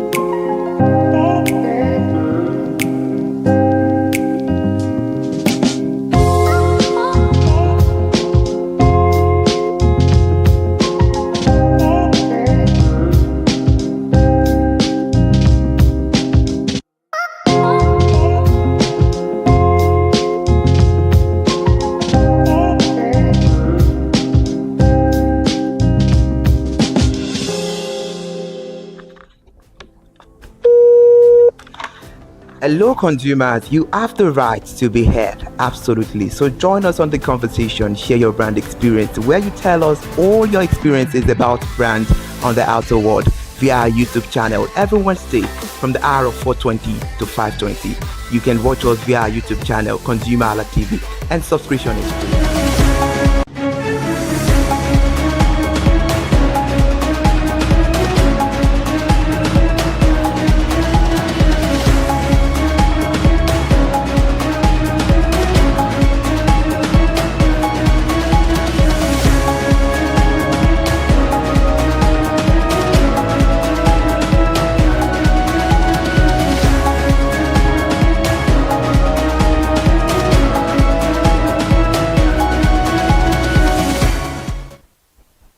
Good afternoon and welcome to Market Innovators on ConsumerHalla TV, where we bring to your screen innovative ideas, solutions and creative individuals that are solving everyday problems and changing the Nigerian landscape in innovation.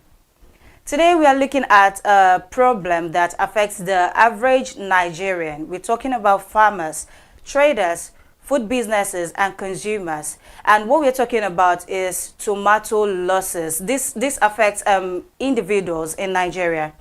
Now, Nigeria is the second largest producer of tomatoes in Africa, and that is behind Egypt, and it is the 10th largest producer of tomatoes in the world, and this is according to the World Population Review. Nigeria produces about 2.3 million tons of tomatoes yearly, but combined total of direct consumption and industrial processing rounds it up to about 3 million tons. But despite this production, there's a significant portion that is lost, and that is before or after harvest. And this is due to pest erosion, poor storage, transportation, and inadequate processing facilities. So this brings us to the question we are asking today. What if there are solutions to avoid post-harvest losses? At Ahmadu Bello University, Zaria, the Enactors team has been working on agricultural innovations designed to tackle tomato losses at two critical stages. The first is neem pest, an organic biopesticide developed to help farmers fight Tuta absoluta, also known as tomato Ebola, a destructive tomato pest. So the second is Tempa, a food processing brand designed to convert fresh tomatoes into longer lasting products, including tomato powder and fresh puree. So how did a group of students identify this problem, develop solutions, and turn them into commercially viable ventures? Joining us today is Onoja Augustine Uja, representing the Enactors team from Ahmadu Bello University, Zaria. Augustine, hello, how are you today? Good afternoon, ma'am. I'm fine. Thank you. I'm good, thank you. Welcome to Market Innovators. All right, thank you very much. I'm All happy right. to be here. Yes. So let's start from here. When did you realize that the problem of tomato production and waste is something you wanted to dive into? And what observations did you get or did you notice when you engaged with the farmers? All right. So at we are problem solvers, or basically, Enactors is a student organization where we as students get to solve problems that are affecting different communities. So over the years, different teams across the country have identified different problems in different communities and come up with solutions to those particular problems. So for we at Enactors Ahmadu Bello University, this year we were in search of problems that are currently affecting the country, and then that search led us to a place called Kukami in Katsina State, and we realized that these people are tomato farmers, and they are one of the largest tomato farming communities in northern Nigeria. So we picked an interest in that, in the whole tomato value chain, because we realized that Nigeria produces a very high amount of tomatoes because we are the second largest tomato producers. And then we got to realize that there are a lot of challenges that are facing the tomato value chain. And when we engage with these farmers in Katsina State, we got to realize that the problem is not just a single problem, but different problems gathering together to affect the effort of these farmers. So there is the part of the pre-harvest loss, and then there is the part of the post-harvest loss. So we did a comprehensive needs assessment, and we interviewed about 300 farmers in that community. And from what they mentioned as the major problems they're facing in it was all revolving around tomatoes, and then it was all about the pre-harvest and the post-harvest losses. And then for the pre-harvest loss, we got to find out that their major challenge is Tuta absoluta. So Tuta absoluta is a pest that got into the African soil around 2015, and since then it has been causing a lot of destruction to tomato farmland. So one thing about the pest is that it has a unique nature in that it lives within the mesophyll of the leaves or within the leaves. So it makes it difficult for conventional pesticides to be very effective on those particular pests on the farm. So there is a lot of inconsistency in results. And then we also realized that during our whole list assessment and our interaction with these farmers, we realized that most of these local farmers, they do not have the knowledge on pest management and then how to use the right solution for different kinds of pests. So these were different problems we identified. And then from the aspect of the post-harvest loss, we also realized that a lot of tomatoes, about 40 to 50% tomatoes, goes to waste in Nigeria. And then we thought about it that if we are currently the second largest producers of tomatoes, and then we lose this high amount of tomatoes to waste, then solving the problem of pre-harvest loss alone would not necessarily be the solution that can totally solve the whole problem. But then we need to find a way to be able to attack these problems in different angles, because when you solve the problem of pre-harvest loss, you have excess tomatoes which still go to waste because of either poor processing, transportation issues, inappropriate facilities to process these tomatoes into forms that can last longer.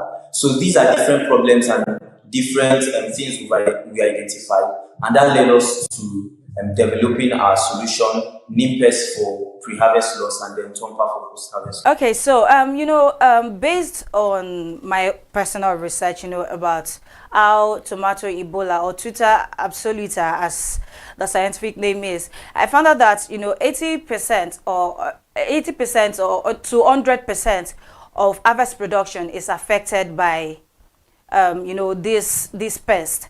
Now, since you produce since the invention of neem pest, as the statistics changed a bit from your end, how has it impacted the post-harvest production?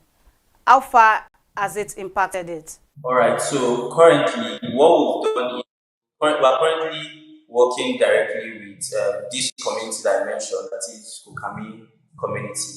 And then we've been working with them time to time, going to their community and then teaching them everything they need to know about this pest, what they already know and then what they need to know. So through what we've developed, we've taught them how to use this particular solution. And in that regard, it has been able to help them in their farming practices to be able to curb this pest when they come to their farm. So far, what we've done from what we've measured so far, these farmers have used it for an approximate land of about 108 hectares from what they have there in their community. And then from what they have told us from the testimonies that they have gotten, it shows that it's very effective. And part of this is because we were able to identify a local material from the environment, which is neem, that's from the neem tree, and then we use that to formulate our biopesticide. I was going to ask you about the name, but since you mentioned it, let's just go into that. What was the specific thing, or what's the specific formulation in the neem plant? You know, the one we also call dongoyaro. What's the specific formulation in it that made you choose neem as the basis of your innovation? All right. So for neem, there is a particular compound that is called azadirachtin. So that is one of our active compound that is in our formulation. Then we combine that with other ingredients, and that's how we're able to produce what we currently have as neem pest. So the major compound there that does some of those work is what we refer to as azadirachtin. So, Augustine, I want you to walk me through your process, you know, while working on this project with your team, from the ideation stage to the action stage. Walk me through your thought process. How did you people, how were you people able to, you know, choose neem, and then how were you people able to walk through it until it became something tangible for usage? All right. So the whole process, we started passion to solve this problem of pre-harvest loss and post-harvest loss. In that process, we're able to partner with a lot of organizations and institutions, the likes of NAILS, that's National Agricultural Extension and License Services. And through them, we're able to gain full access into different communities, like the Kokami community that we started implementing our project. So from there, one thing we do at Enactors, we try to use locally available materials or resources to solve problems that are affecting the local community and probably even global problems as well. So from our research, we were able to discover that neem has a particular effect that it can have on total absoluta, and then also we partnered with the Institute of Agricultural Research, and then through our collaboration we were able to test and then test our product to see how effective it could be compared to other current solutions out there. So we made those research, and then we combined the effect of the neem with other ingredients in our formulation, and then we're able to produce what we have as neem pest. So aside that, we went to the community, we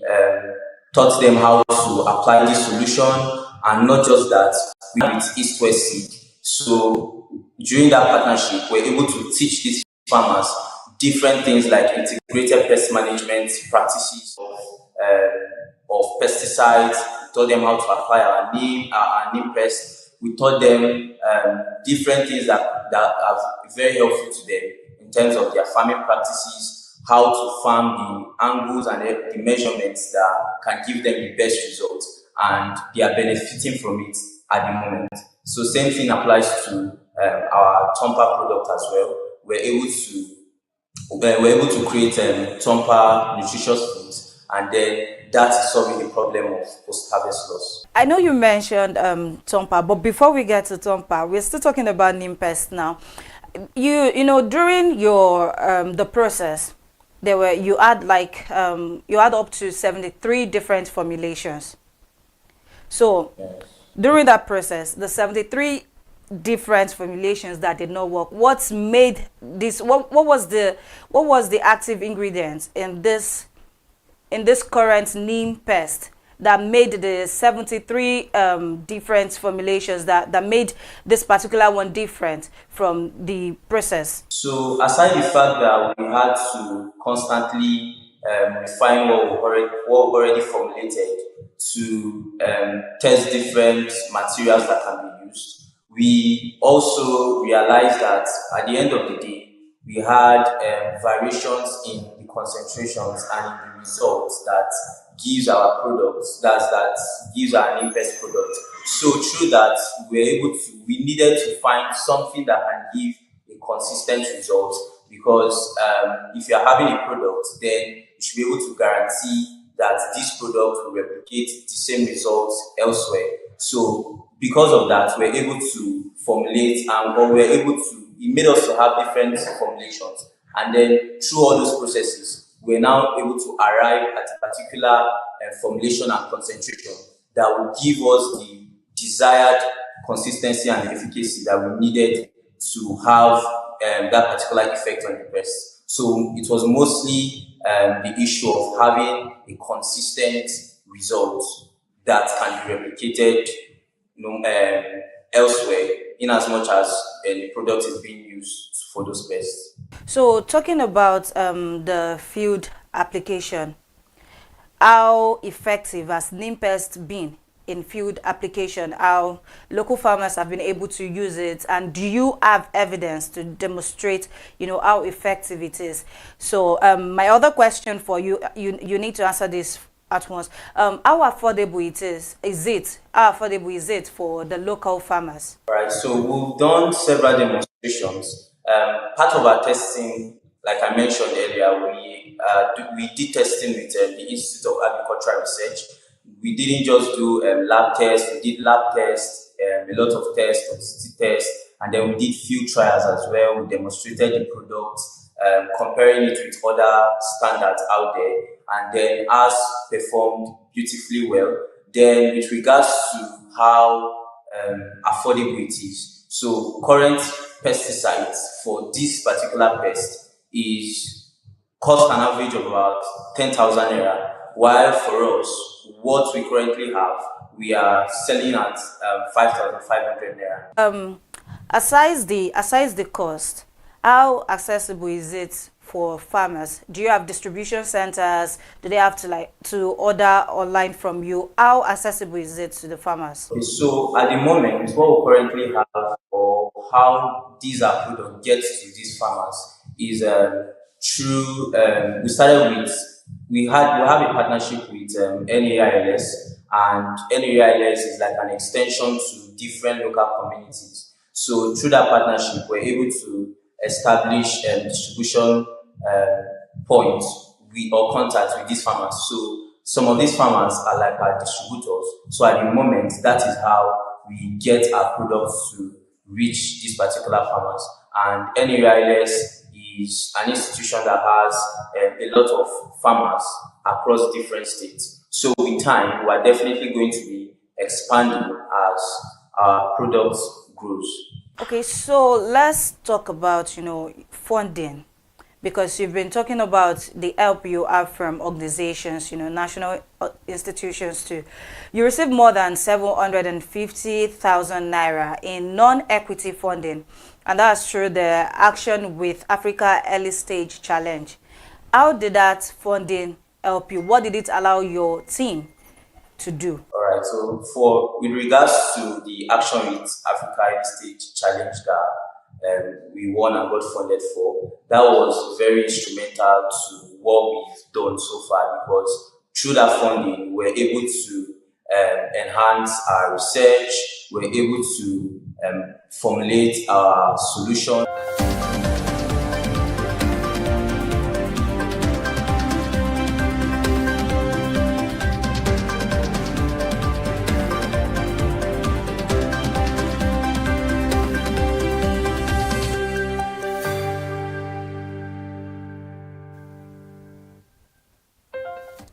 Alright, welcome to the news at 4 on ConsumerHalla TV. Thank you so much for joining us this evening once again for another beautiful update right here from ConsumerHalla TV. And as we speak, Nigeria's external reserves climbed to $53,111 million, marking their highest level in over 17 years.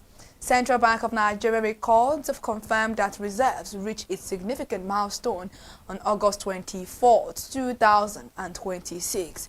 This recent accumulation brings the national liquidity position within $14 million of the record. The record peak achieved in January 2009, sustained foreign exchange inflows and stronger petroleum export earnings drove the steady build-up over recent months. Financial analysts noted that a robust reserve position provides an essential cushion against external economic shocks. This strengthened liquidity also reinforced market confidence and support ongoing stability within the domestic foreign exchange framework. Capital market expert commended President Bola Ahmed Tinubu following Nigeria's official reclassification to FTSE Russell's frontier market status effective September 21, 2026. And stakeholders viewed the restoration as a vital vote of confidence in the nation's financial architecture. The country had previously lost its status in September 2023 due to severe foreign exchange liquidity and capital repatriation orders. Subsequent policy reforms, clearing of historical backlogs, and the central security clearance system transition to a T+1 settlement cycle facilitated the successful reinstatement. City Boy Movement Director General Francis Sugar emphasized that the benchmark restoration validates ongoing structural progress. Industry leaders believe the upgraded classification will attract renewed foreign portfolio investment and enhance overall market efficiency. And investors demonstrated an overwhelming preference for longer-dated government securities during the latest primary market debt auction. Central Bank of Nigeria data revealed that participants submitted 3,630 billion naira for the 364-day Treasury bill. Despite receiving subscription bids exceeding 3,790 billion naira, the regulatory authority lowered the stop rate by 44 basis points to 17.15%. The immense investor demand allowed the Apex Bank to reject costlier bids while allotting 638 billion naira. This strong appetite for long-term instruments reflects shifting portfolio strategies among institutional investors within the domestic fixed income market. Financial authorities continue to utilize treasury auctions effectively to manage monetary liquidity and curb inflationary pressures. Talking about the federal government, they have inaugurated a 17-member technical committee to tackle national fish production deficit and reduce import dependency. Minister of Marine and Blue Economy Adegboyega Oyetola charged the committee in Abuja to translate previous strategic recommendations into actionable reforms. Minister Oyetola highlighted that domestic production remains significantly below national demand, impacting food security and foreign exchange reserves. Key challenges identified include exorbitant feed expenses, high post-harvest losses, limited cold storage facilities, and inadequate access to affordable agricultural financing. The newly established body will design a comprehensive implementation roadmap to strengthen the entire aquaculture value chain. Stakeholders expect these coordinated measures to enhance local fish farming, create employment, and improve household nutrition nationwide. The Nigerian Maritime Administration and Safety Agency stopped and stepped up enforcement of statutory regulations governing indigenous participation in domestic shipping activities. Public Relations Head Osage Edward announced that operators must strictly comply with the Coastal and Inland Shipping Act and related maritime guidelines. Under the enhanced regulatory framework, entities requiring vessels for cabotage corporations must utilize Nigerian-owned, registered, manned, and constructed ships. Agency officials emphasize that foreign vessel deployment is permissible only when verified local capacity is entirely unavailable. The enforcement drive aims to protect local shipment enterprises, build national maritime capacity, and ensure compliance with international safety standards. Maritime authorities warn that the 14 operators will face strict sanctions under existing statutory provisions. And back to the federal government, they have unveiled plans to convert 21 idle dams discovered along the Sokoto-Badagry Highway into commercially viable power asset. Minister of Power Joseph Tegbe disclosed the initiative in Abuja during the launch of the Renewable Energy Asset Management Company. Minister Tegbe noted that President Bola Ahmed Tinubu directed the ministry to optimize stranded infrastructure to address national electricity supply deficit. The upcoming small-scale hydro policy would harness these abandoned water reservoirs to generate renewable energy for surrounding communities. This strategic asset optimization initiative forms part of broader governmental effort to expand grid capacity. Integrating these regional power sources will significantly improve local electricity availability and support industrial growth. The Transmission Company of Nigeria mobilized over $1.4 billion in international loans and grants to expand the national electricity grid. Executive Director Ajiboye Oluwagbenga announced that the financing will support massive infrastructural upgrades and transformer installations. Development partners including the World Bank, African Development Bank, and Japan International Cooperation Agency provided a crucial funding over the past 12 months. These international investments successfully elevated a national wheeling capacity to over 8,700 megawatts.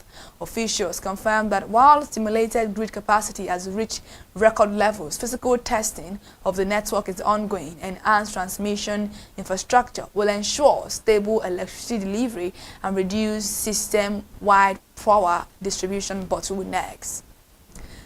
The independent petroleum market has reported that pump prices climbed to between 1,250 naira and 1,300 naira per litre. National Publicity Secretary Chinedu Kadike stated that recent adjustment by Dangote Petroleum Refinery compliance complicate business planning for downstream operators. The refinery increased its entry price to 1,200 naira per litre following earlier upward adjustment driven by international crude market fluctuations. Marketers noted that navigating exchange rate volatility and shifting government policies remains challenging. Despite these near-term operational hurdles, industry stakeholders anticipate figure price moderations aligned with global commodity trends. Coordinated supply adjustment are expected to stabilize the domestic downstream petroleum market in the coming month. The Federal Airport Authority of Nigeria lifted operating restrictions on boat services following a direct intervention by Aviation Minister Festus Kayamo. Public Affairs Director Henry Agbebire confirmed that constructive engagement between airport management and the e-hailing company resolved previous disputes. The policy reversal addresses the widespread commuters' complaints regarding exorbitant taxi fares and transportation conveniences and major aviation hubs. Under the new operational framework, e-hailing drivers are cleared to resume passenger pickups immediately. Aviation authorities emphasize their commitment to maintaining orderly commercial transport standards across all managed terminals. This resolution ensures fair competition and provides travelers with diverse, affordable ground transportation options.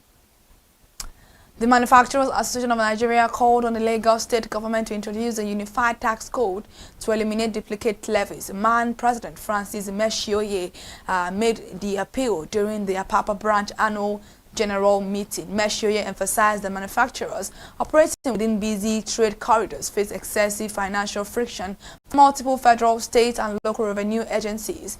Implementing a single assessment authority and the centralized payment portal will significantly reduce compliance expenditure. Our business leaders noted that the new national tax legislation provides an ideal opportunity to streamline regional revenue collection. Adopting these digital reforms will enhance industrial productivity and improve the ease of doing business across the states. Nigeria recorded an average of 9,611 registered debtors during the first quarter of 2026. Central Bank of Nigeria statistics sourced from the National Collateral Registry indicated a significant year-on-year increase in credit activity. Individuals, borrowers, accounted for the vast majority of registered debtors, averaging 8,409 individuals during the quarter. Meanwhile, large and medium business borrowers also posted notable growth compared to a corresponding period in previous years. Financial analysts observed that while credit access expanded annually, quarterly debtors volumes declined significantly from late 2025 peaks. Policymakers continue to monitor credit registry data to evaluate financing availability for small and medium enterprises. And Microsoft co-founder Bill Gates warned that the rapid transition into the artificial intelligence era could trigger unprecedented labor market disruptions. In an extensive essay, Gates cautioned that the government are currently failing to prepare for massive job displacement. The technological and leader emphasized that artificial intelligence could either bridge global inequality gaps or severely deepen socio-economic divisions depending on policy responses. Unlike previous technological revolutions, the accelerated deployment speed of artificial intelligence demands immediate government intervention. Gates urged global leaders and communities to establish proactive frameworks to support workers and ease economic transitions. Comprehensive societal planning is essential to ensure that emerging technologies benefit all segments of the global population. Thank you so much for joining us for the news at 4 once again this evening on ConsumerHallaTV. To stay connected, to listen to more news updates, please follow us across all our social media platforms: Instagram, Facebook, X, YouTube, ConsumerHalla, and also head over to our TikTok account at ConsumerHallaTV to give us a follow. I am Kike Lomo Ajibola. Thank you so much for joining the news once again. Good afternoon.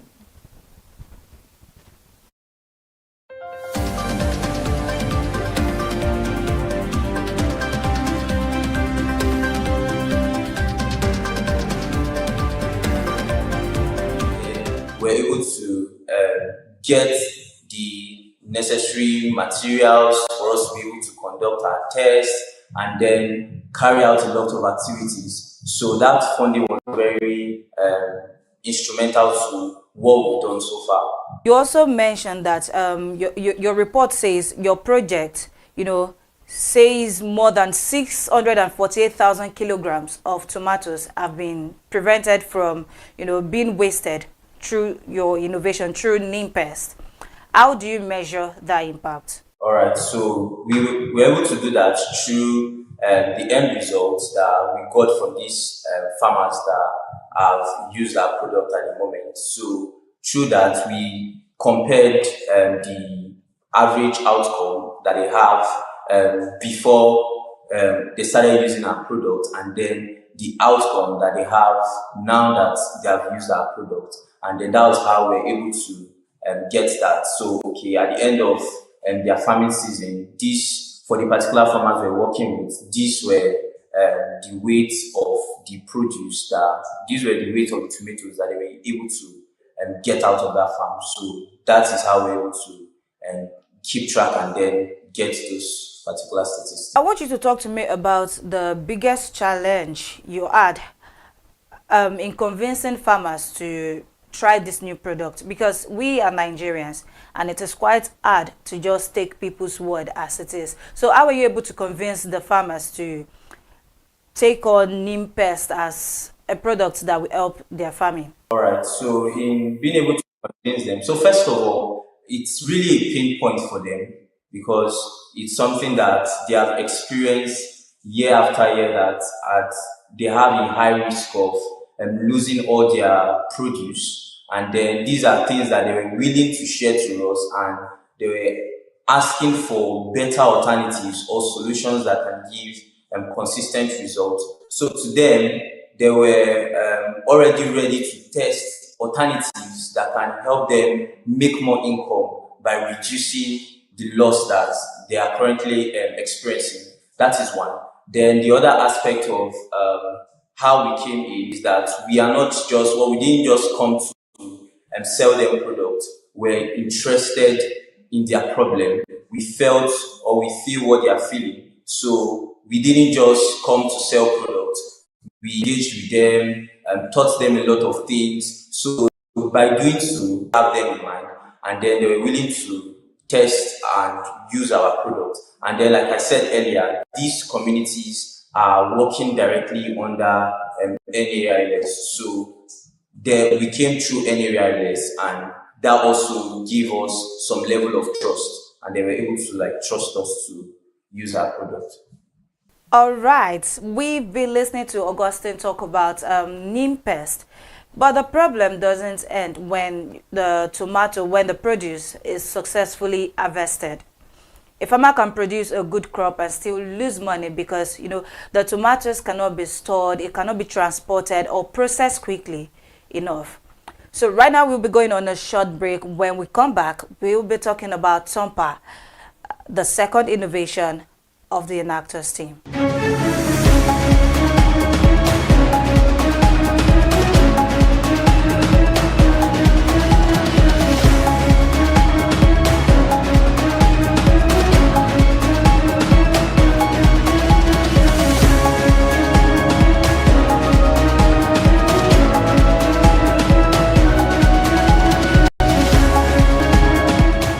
Welcome back to Market Innovators. I am still your host, Peace Nweke, and we are still on this conversation with Augustine. Right now, we're going to be talking about, is the second innovation of the Enactors team in Abu Zaria, and that is Tompa. All right, so let's talk about Tompa. What is Tompa, and what problem in the tomato value chain were you trying to solve with this product? Right. So for Tompa, what we do at Tompa is that we convert fresh tomatoes or we transform fresh tomatoes into long-lasting form. So Tompa has two product lines: the Tompa Fresh Puree and then the Tompa Classic, which is Tompa powder. So what we saw there is that a lot of tomatoes, after being harvested, especially in Nigeria, last about 3 to 7 days. And then after that, these tomatoes begin to rot and spoil. So most times what these farmers get to do is that they find the buyer that wants to buy these tomatoes very fast. And then most times they sell in prices that are not favorable to them. That is one. And then we also have the aspect of the tomatoes not lasting long. So what we saw them doing in communities like Okami and then other communities was that they slice these tomatoes on the floor and then dry them on the floor. You can see a very large piece of land having dried tomatoes on the floor, and then these are shipped into the market and being sold to people or to places that have a limited amount of tomatoes in the market. And if you look at that whole process, these are things that are not hygienic, and then these are things that do not, it gives products that we cannot export out of the country. So these are different problems that were identified at the post-harvest loss fees, and then it prompted us to come up with Tompa Nutritious Foods. And like I said, it has two product lines where we have the Tompa Fresh Puree and then the Tompa powder. Okay, so let's talk about the Tompa powder. How does the dehydration process work? Also, for consumers, for people who may wonder if the tomato powder can really replace fresh tomatoes, if it's a good substitute for fresh tomatoes. So what are the advantages of the Tompa Classic in terms of convenience, in terms of cooking, and in terms of shelf life? All right, so in terms of convenience and cooking, so one thing that is unique about Tompa Classic is that it's, number one, it's dehydrated, right? So it's the tomato itself, and we dehydrate it at a temperature that makes sure that the nutritional value is not being lost. Yes, and then so this is packaged, and when you want to use it as a consumer, it takes a lesser time for you to be able to prepare this into stew or whatever you want to use it to cook. So at an average, 10 to 15 minutes, you can use it to cook something.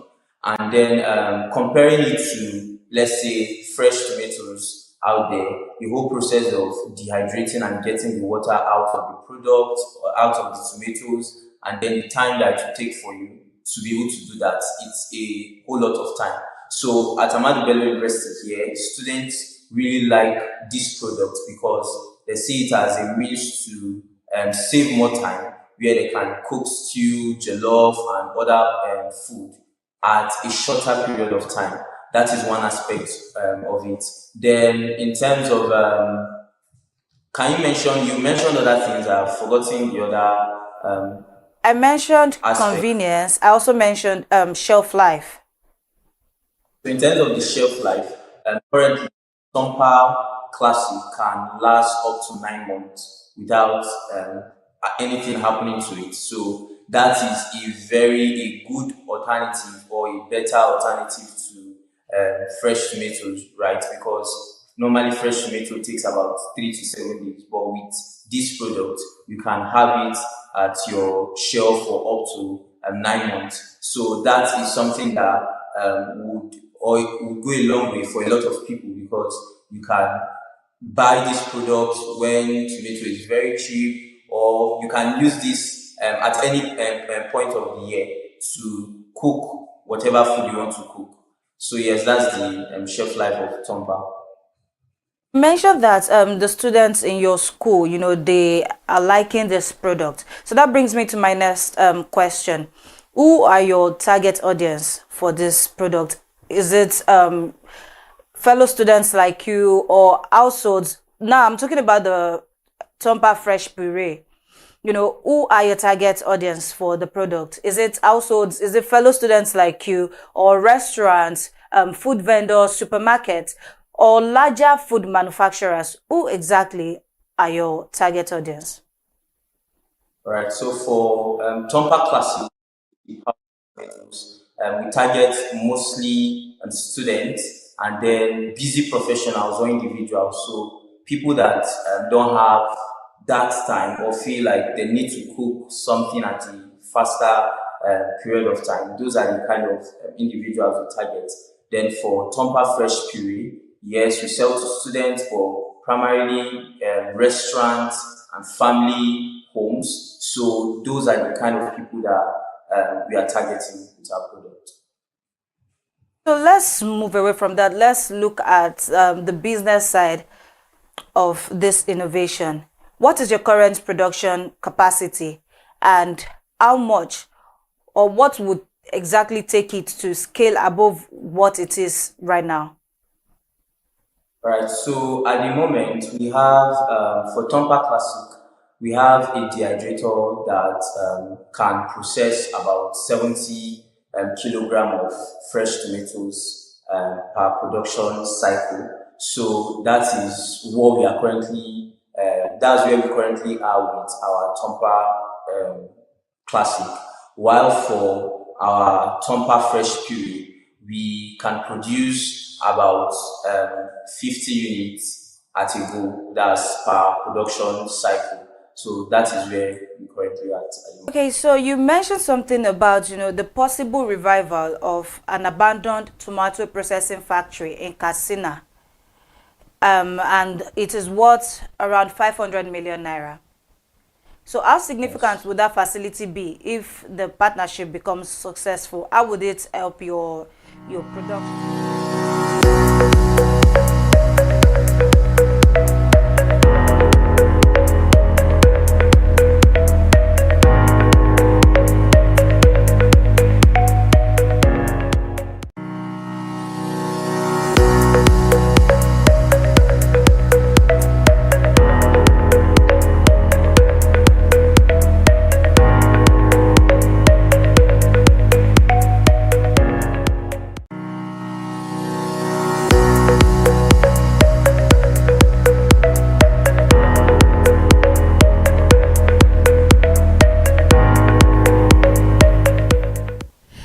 Best weekend deals is here this Friday evening, where we'll give you all the weekend deals happening from shopping, entertainment, hotel, name it.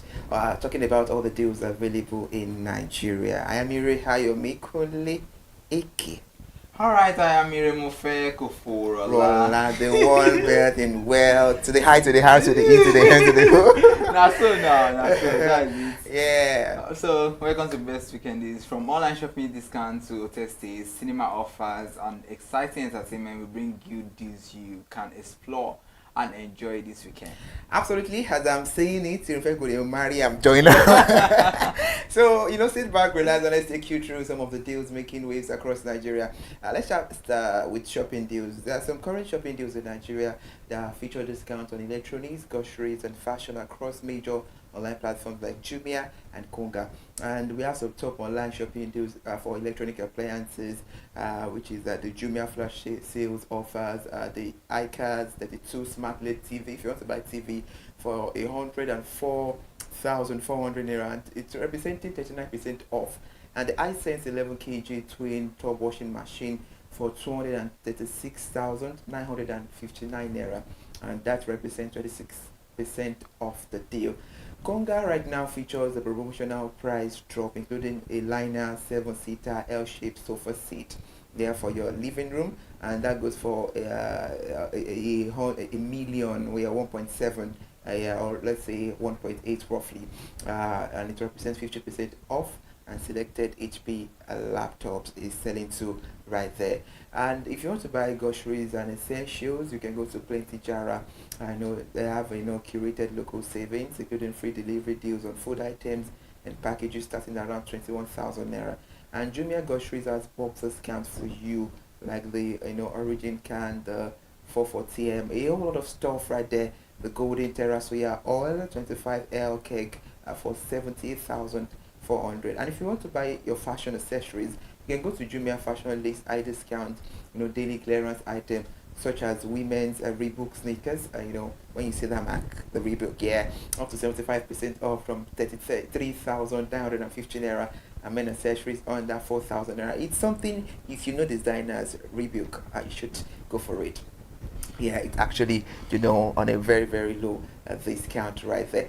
We are still talking about market. We're still talking about, shopping deals. Some people prefer, to go to the open market. So if you're in Lagos and you prefer the physical market, some of the best markets by category that you can go, and you actually get deals because you will bargain on Tagjato, on Raja. You talk about it. So my 12 international market, the largest and cheapest hub for bulk foodstuff, vegetables and perishable items, and Oigbo Market, Ilepo, excellent for the alternative major spots for wholesale and retail food items and grains. And if you want to, buy your clothes, fashion accessories, Balogun Market, Lagos Island, you know there now. It's the premier destination for wholesale and retail clothing, for shoes, bags, and fabrics. And also the market as well, highly affordable for Ankara and ready-to-wear fashion pieces. We're talking about home appliances, electronics, Alaba International Market, Ojo, the biggest hub for brand new and wholesale electronics and home appliances. We also have the trade fair market, Ojo, Odolo Market. That Odolo Market, at the Oshodimato Expressway, great for affordable foreign groceries, home gadget, and both are new for fairly used appliances. You get all the stuff right there. Alright, let's get to the favorite part of the show. So after you've shopped, you've done all of those things, you can decide to, relax. So let's talk about hotels. Top-rated luxury hotels in Nigeria offer world-class amenities with average nightly rates ranging from 250,000 to over 700,000, depending on the location and room available. So top 10 hotels and estimated rates. We have Transcorp Hotel, Transcorp Eating, Abuja, that's in Abuja. Rating 4.6. That's a 5-star, 4.6. So that's so reviews to 29,600 reviews. That's so nice. Online. Category 5-star hotel rates approximately 650,000 naira to 720,000 naira per night. Here you go. Just chicken change, Details are iconic 5-star destination with extensive gardens, multiple restaurants, and vast conference facilities. So if you want your conference meetings and all that, you can see a beautiful one, big building. Wow, this is nice. Older. One is very good. Then let's talk about Lagos Continental Hotel. The rating 4.7, which is very nice. The reviews 90,700. Oh, producer is doing something to me this evening because this is colorful and I'm trying to. I love this because I'm thinking about just lodging in this hotel. This category for this hotel is 5-star hotel. approximately 400,000 and 450,000 per night. Ooh. Just this is the tallest hotel in West Africa, featuring a rooftop pool, spa, and panoramic Atlantic views. The deal team Sunday brunch with sparkling wine starts around 65,000 per person. Very, very good and affordable. It is. Yeah, so the George Lagos Hotel, rating 4.5, reviews 3,500 reviews, category 5-star hotel. Rates approximately 470,000 to 600,000 per night. The details, it's exclusive independent boutique, luxury hotel offering private residential style serenity. Deal 15% early bird discount on selected suites booked 4 days in advance. Interesting. I mean, there's something. That's a beautiful deal. Yeah, you know, when you are planning your. You want to put me for talk? I'm just to help you now. You're saying I want to put you for talk. Okay. Don't worry, that time has passed. Let me go on. Then let's talk about the Delboro Hotel. That is in Lagos. Reviews 4.6. Ratings then 572 reviews. 5-star hotel. Oh, this is the hotel. Approximately 380,000 naira to 450,000 naira per night. It has ultra luxury high-end boutique property known for elite security, fine dining, and pristine finishes. Absolutely nice. Here we have the Whitbaker Hotel, rating 4.5, reviews 5,500 reviews, category 5-star hotel. Interesting, nice. There's no way you see this picture you know to lodge there. 250,000 naira approximately to 430,000 naira per night. Sophisticated contemporary hotel celebrated for top tier spa services, fine art displays, and quiet elegance. So what are you waiting for? Jump on it. Then let's talk about Lagos Marriott Hotel in Ikeja. Here, the commercial hub of Lagos State.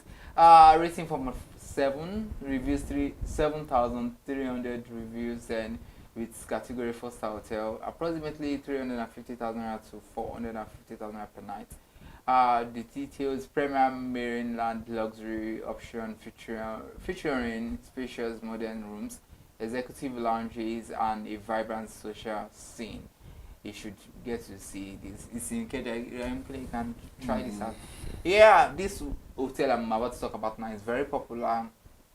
Eco hotel and suite with 4.5 rating, 28,000 reviews. Categories 5-star hotel, approximately 260,000 to 400,000 naira per night. Massive entertainment and hospitality complex overlooking the Koramo Lagoon. Then let's talk about Radisson Blu Hotel, Lagos Ikeja, with 4.6 rating, over 15,000 reviews. 5-star hotel, and rates approximately 280,000 to 330,000 per night. Details: stylish design forward property situated in the heart of Ikeja's business district. Then let's talk about Legend Hotel, Lagos Airport, Curio Collection by Eaton. 4.7 rating with over 2,000 reviews. Category 5-star hotel, and approximately 350,000 to 540,000 per night. High-end airport adjacent luxury with direct aviation views and premium executive amenities. Still talking about hotel, the last one but not the least, as they say, Radisson Blu Anchorage Hotel with 4.7 rating, over 22,000 reviews. Category 5-star hotel. Rates approximately 270,000 to 320,000 per night, and you know, serenic waterfall location offering relaxing lagoon views and outdoor terraces. Amazing one. So that's for hotel deals.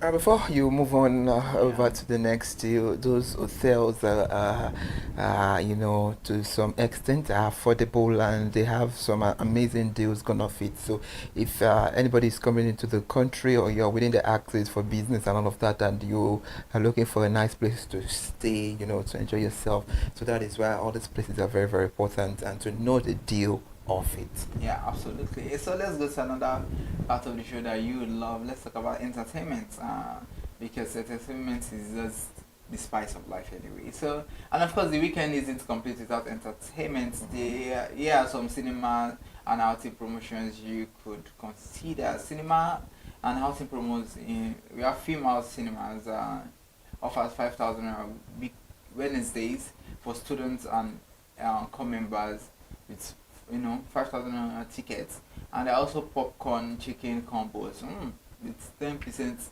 off, and movie ice cream bundles around 9,000. Then Silverbird Cinemas also offers regular movie tickets range from 6,000 naira to 7,000 naira with flat popcorn and drink bundles starting around 12,700 naira. So Chai Tang in Lagos offers an ultimate date night package with dinner, drinks, and a movie experience for 80,000 naira. That sounds interesting, and those are the deals right now that are happening. We're moving to the Ember Month, so definitely when it comes to entertainment, you should expect more deals. But before we go, to back up what Irene first said, Black Market is coming, and congratulations. 30,000 plus over 30,000 have been reserved. Yeah. So we're heading to 50,000. So they're about to break the scale right there. And it's a very beautiful movie. They want to do something Guinness World Record. Yeah, can you help me from there? That is going to be groundbreaking because you have like 50,000 viewers watching a particular movie at a time. Understand? So everybody's watching. So that's groundbreaking. I think that hasn't happened before. Yeah, in the history of Nigeria, it hasn't happened. So that's a great. With data like recorded, okay, this is what we want to do, as it stands. Does not happen. So that's interesting, and it's a deal because right now some stars have been buying tickets for people, Don Jazzy boards, a lot of people have been buying. So if you want to see this movie as well, and it starts. How many should you buy for people? We should buy for Candy, Dandy. We should buy for Femi. We should buy for a lot of people. I'll buy for my people. Especially all those CCTV ladies. No put me for talk. Okay, all right. Then Star Lomoto is coming. About that. What are the criteria for someone to produce a cinema movie? Because this movie is produced by Kamo State, and a lot of people, conversations have been sparking that fine, Kamo is doing well, is well recognized as the top 10 highest grossing actor in Nigeria. It falls between the line of 1 to 3. That's a big one because it has featured in some movies that did well in the box office. And a lot of people have said, fine, he's been featured in the cinema movies and he's doing well too as an actor. But he should have waited and been more calm. He should have even studied the market more. And looking at it back, he has been into it like 2-3 years now coming. Is that not enough time to study the market and be like, okay, I want to be a producer, an EP, I want to do this? Because a lot of people have been saying he should have, studied more before doing this. Well, it will be a deal if eventually it's break record. That's the only thing I know I can say. You can't decide when somebody should. You don't know the method, or you don't know how well they have studied his own blueprints to say, okay, you want to come to cinema soon? It's a recommender. Okay. So guys, this movie too is coming very soon. You should watch out for it. And also 4 is coming. 4 is a beautiful movie that is coming to the cinema soon by the legendary queen of box office, Funke Akindele. Yeah, we've been seeing the promotion and it's so colorful. We know that anything she does, the blueprint, let me borrow your the blueprint is valid, and she there is something unique about her. Our latest productions are always beating the last, not in terms of just numbers, in terms of quality, storyline, and we know that 4 is going to be a huge success. So 4 is coming out in the cinemas. December 11 is the date, and we have a lot of your faith in this movie. We have Funke Akindele, we have Chema Chukwuka, we have Uzoaru Kwe, Kola Motor Show, we have a whole lot, Tosiolani or RMD Timini, the star-studded movie. So guys, please watch out for the 4. It's a deal as well because it's coming from the real deal. So it's a deal. Yeah. So that's it on today's edition on Best Weekend Deals. And with that, I think it's a wrap on this edition of Best Weekend Deals. Yeah, that is just it. From shopping, to hotels, to cinemas and entertainment, there's always a deal to discover and a weekend to enjoy. So remember, always check the terms, availability, and current prices before making purchase or booking. Also, until next time, enjoy your weekend. Bye for now.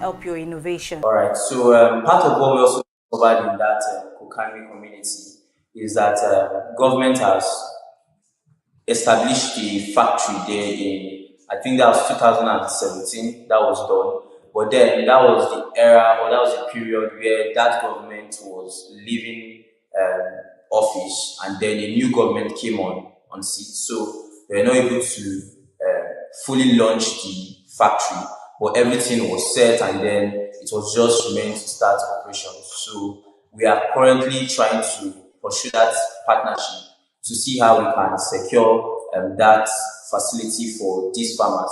Now, that would help us to increase our production capacity to over 1,000%, and that is going to be very instrumental to our growth moving forward, towards the future. So right now we are meant to go on another short break, but before we do that, here's my last question for you. I want you to talk to me about your experience during this whole process. What has the experience taught you about building solutions, team building, team bonding, these solutions for communities, rather than just simply building products? And how has it helped you work in a team of people? All right. So for me personally, this has been very challenging because, first of all, I'm a medical student at Ahmad Bello University here, and then being able to combine my studies with working with the team, and then working on a project where we have to implement it in a state that is different from ours was very challenging for me. So some of the things I got to learn was that impact, when you look at impacts, right, a lot of people might end up wanting to build products without necessarily thinking about the impact it might have on the lives of people. But what I've seen so far is that to build or to work on a project successfully, impact on the lives of those people that are directly that this project directly affects is very, very important. So there is situations where these farmers thanked us for the efforts that we've shown, and then the different things, the opportunities that we've brought to their doorsteps, and the passion that we showed towards the problem that they were facing. Those were some of the things that really touched me the most. And then the aspect of being able to think outside the box as students. How can we get funds to execute this project? Whenever things go wrong, how can we step in? How can we see that we are within our project scope? How can we make sure that we are able to manage our project constraints effectively? So those are things that those were hurdles that we're able to overcome. And working with a team, yes, it's not easy because you have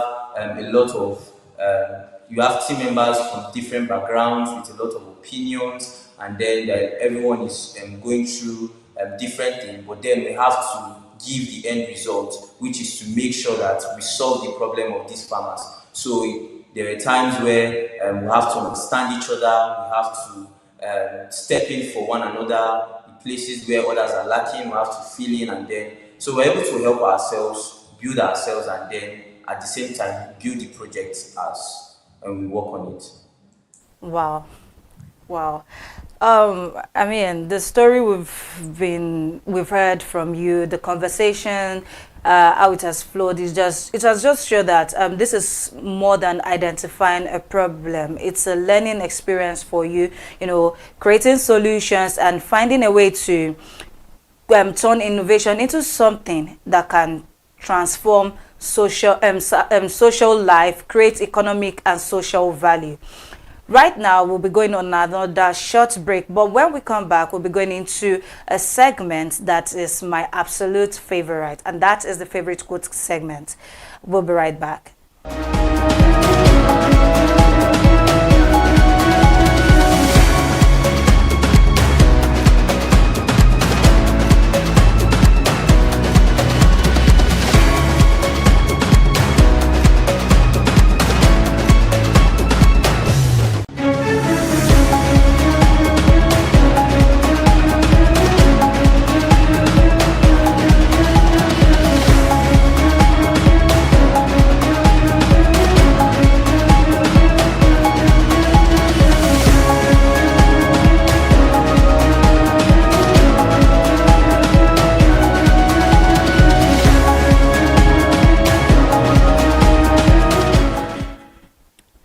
Welcome back to Market Innovators on ConsumerHalla TV. I am still your host, Peace Umweke, and I am still here with Onoja Augustine Uja, and we are talking about agricultural innovation, representing the Enactors team from Ahmadu Bello University, Zaria.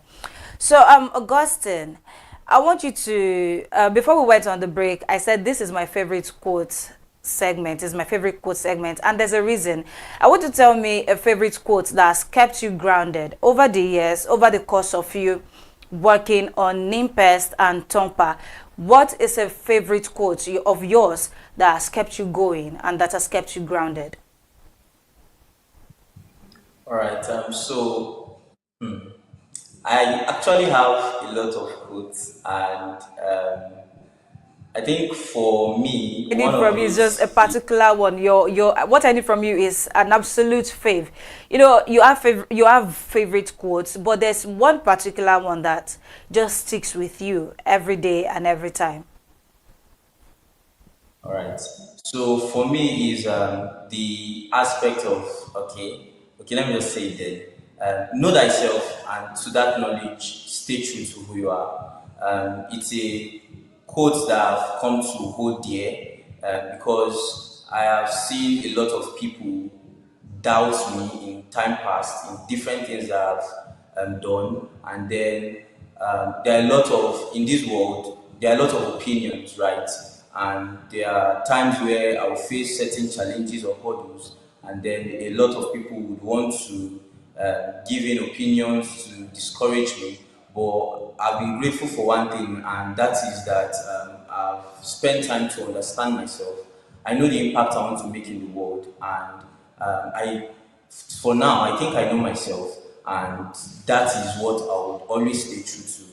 It will keep pushing me to keep making impact, to keep changing lives, and it's something I'm passionate about. So, to every other person listening to me, I'll advise you to know thyself, and to that knowledge, stay true to who you are. And I would also like to add this. I might not have the opportunity to, so it's better I just say it now. I will encourage any Nigerian who is currently a student at any university in Nigeria to, not just Nigeria, probably in other countries, to join Enactors. So Enactors has given me this platform to express myself. Enactors has given me this platform to be able to make meaningful impact in the lives of people. So this is me telling everyone that there is Enactors Nigeria. You can reach out to them to know how the process is like to get an Enactors team in your university. And if there is already an Enactors team in your university, I would advise you to join because there are a lot of benefits that you are going to get from it. So yes. I think it is quite impressive because I was going to ask you for a quick win advice that you would give to young Nigerians, but without asking you, you've already said it all. So before I let you go, my last question for you: should we be looking forward to, you know, you being on future projects that will make impact in your in Nigeria and your local communities? Because you mentioned that you are someone that wants to create impact. You already know yourself and you are staying true to doing that. So should we be looking forward to more projects like this from you and maybe from the Nactus team in your school? All right, so definitely, I'll start from speaking about the team. If there's one thing that we keep saying or telling ourselves is that Enactus is the one, Enactus ABU is the 1% of the 1%. So what that means is that we have a lot of teams out there, we have a lot of organizations out there, but then for us, we see things like innovation, impact as things we hold dear to ourselves. So in time past, we've developed a lot of solutions that are the first of their kind, and they are out there and for people to see. And we are not stopping. The momentum is increasing. We are definitely going to be making more impact and building innovative solutions that would be solving Nigeria's problem and global problems. So for me personally, definitely, I feel like the future holds a lot of great potentials for me, and I am definitely going to be building and innovating in different sectors. I'm particularly also interested in the healthcare space, where I'm going to, or I'm on a mission to bridge the gap in access to healthcare within Africa. So I believe that with time, this will definitely become a reality. Okay, so Enactus Abu Zaria is 1% of the 1%. I hope you people can admit me to being one of you, because I want to be a part of the 1%, even though I'm not a student of Abu Zaria, but I'm a student of life. So thank you so much, Augustine.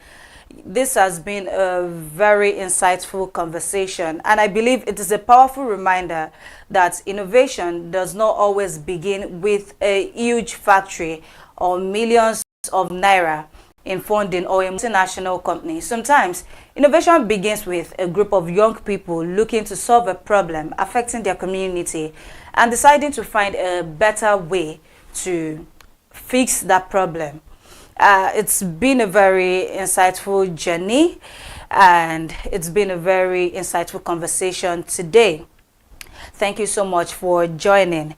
Until the next edition, thank you so much for watching Market Innovators on ConsumerHalla TV. Until next time, remember, every major business opportunity begins with a problem worth solving. I am your host, Peace Nwoke, and thank you for staying with us.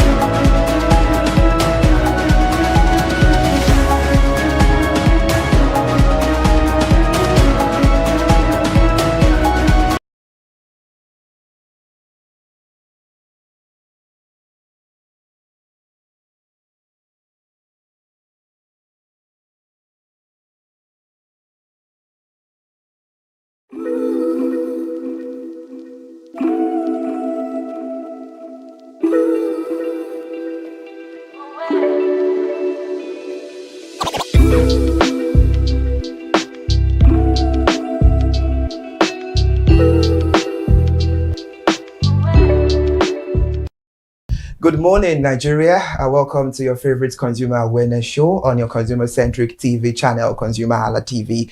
This is Consumer Watchdog, the program where we examine issues affecting consumer rights, public safety, and everyday life. If you're just joining us on the conversation, it's so good to have you there watching us. This is Consumer Watchdog, where we inform consumers about their right. I am Ire Ayomikole Eke. Good morning. Good morning, and I am Elizabeth Eze. And like Ire Ayomikole said, this is a show that we had to discuss probably issues that concerns humans, consumers, and the way you can, achieve a whole lot of things. Absolutely. You're very, very right. All right. Good morning, Elizabeth. Good morning. It's so good to have you on the show. And Thank you look good, I must say. Thank you. Okay. All right. Now let's begin the conversation this beautiful Tuesday morning. A case in Delta State involving the death of a 20-year-old young woman or lady has raised concerns about social media safety, sexual violence allegations, and the risk associated with meeting people through online platforms. The lady reportedly recorded a video making an allegation of rape against the popular Asaba-based content creator before her death. Following the allegation, the suspect was arrested by the Delta State Police Command, which said an investigation was ongoing. At this stage, it is important to emphasize that the rape allegation remains an allegation. The circumstances surrounding the lady's death and the event leading up to it matters for investigators to establish, while criminal responsibility can only be determined by a court of competent jurisdiction. Beyond the intermediate circumstances of the case, the incident raises important questions about Nigerians' use of social media. To find jobs, mentorship, modeling opportunities, content creation opportunities, and professional engagement. What happens when online connections leads to an offline meeting? What legal protection exists when allegations of sexual violence arise? How should evidence from social media and digital devices be handled? And the precautions can individuals take before meeting someone that they first connected online? It's absolutely, Elizabeth, that's a whole lot for us to have on the show this beautiful morning. We have a lot on our plate. Absolutely. But before we get into today's discussion, here are some of the latest consumer-related development making headlines. I'm giving you the headlines about it. The petrol price drop expectations. And there are expectations that petrol pump prices could move towards 800 naira per litre as independent petroleum marketers secure direct supply arrangement with the Dangote Petroleum Refinery, potentially reducing the cost associated with third-party depot arrangement. For consumers, the key question is whether these direct supply deals will translate into sustained reductions at filling stations and provide some relief from high transportation and living costs. Away from that, another headline says the Nigerian Consumer Credit Corporation, Credit Corp, has expanded its consumer financing program with the launch of the CLICK initiative. The program is designed to give working Nigerians and fellow access to flexible credit for purchasing locally assembled laptop and smartphones. The initiative could make essential digital devices more accessible to consumers who may not be able to afford the full cost upfront. And away from that news story, another headline says the fake drug market alarm. And health watchdogs and consumer protection groups are raising renewed concerns about the continued circulation of counterfeit medicines in major European drug markets, including Idumota in Lagos and Onitsha Bridgehead. The concerns some despite previous seizure of counterfeit and substandard medicines running into the billions of naira. For consumers, the warning is clear: buying medicines from unverified sources which can carry serious health risk, making it important to purchase medicines through the legitimate and unauthorized channels. Away from that, those are the latest consumer stories we're tracking on Consumer Watchdog this beautiful morning. And now let's return to today's main discussion. On today's Consumer Watchdog, we examine these questions from the perspective of Nigerian law, public safety, digital evidence, and consumer protection. And to help us examine this tacky issue, we are joined by a Nigerian human rights lawyer, activist, and public commentator, a very respected one at that, Barrister Deji Deyanju. We have him joining us virtually to shed more light about this conversation and to see the legal perspective of this present issue at hand. Good morning, Barrister Deji Deyanju. It's so good to have you on Consumer Watchdog on ConsumerHallaTV.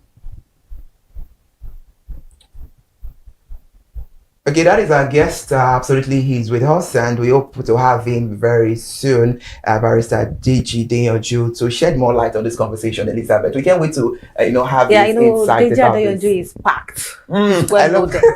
I love that word, packed. He's well loaded, so Absolutely. I can't wait as well to hear what he has to say as regards to this issue, because this issue has to do with a lot of human interest issues. Consumers can be involved in this, and individuals. We have thousands of individuals individuals out there that are seeking mentorship and people that are willing to like go into businesses. And when we need to know if there is a guideline that will guide them into all of this. So that's why we have our experts on ground. Absolutely, Elizabeth, your point, you're right about that. And a lot of, ladies are facing issues like this. And it's so sad that 2026, the issue of rape is still happening. So we need to talk about it. And I'm very sure we have Barrister Deji Deyoju on board. Let's go on a short break. We'll be right back. It's still Consumer Watchdog on ConsumerHallaTV.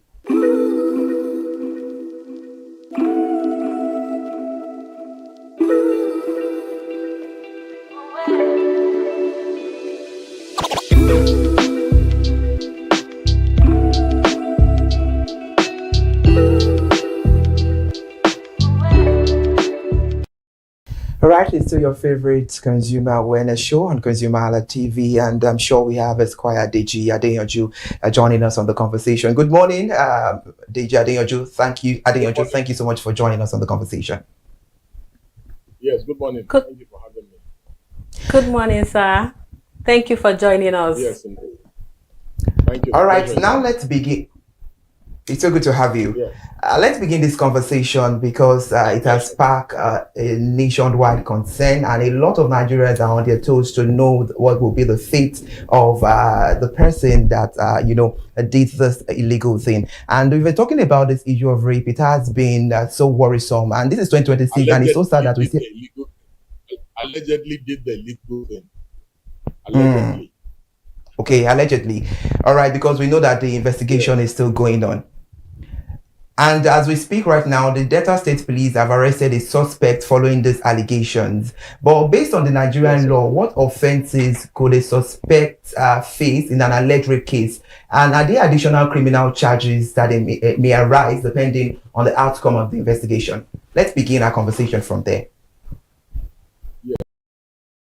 Basically, under the criminal law, which applies in Delta State, the offense of rape can face offense of rape. You can also face under section 357 of the Criminal Code Act, which has been domesticated in Delta State, and that section defines rape. And for there to be rape, there must have been penetration, as defined under the Act itself. Then also indecent assault can also be one of the charges that can be filed against. Then you also know that Delta State has also domesticated the Violence Against Persons Act, that's VAP. So that's the 2015 Act. So since it has been domesticated in Delta State, that's also an offense that he can possibly face.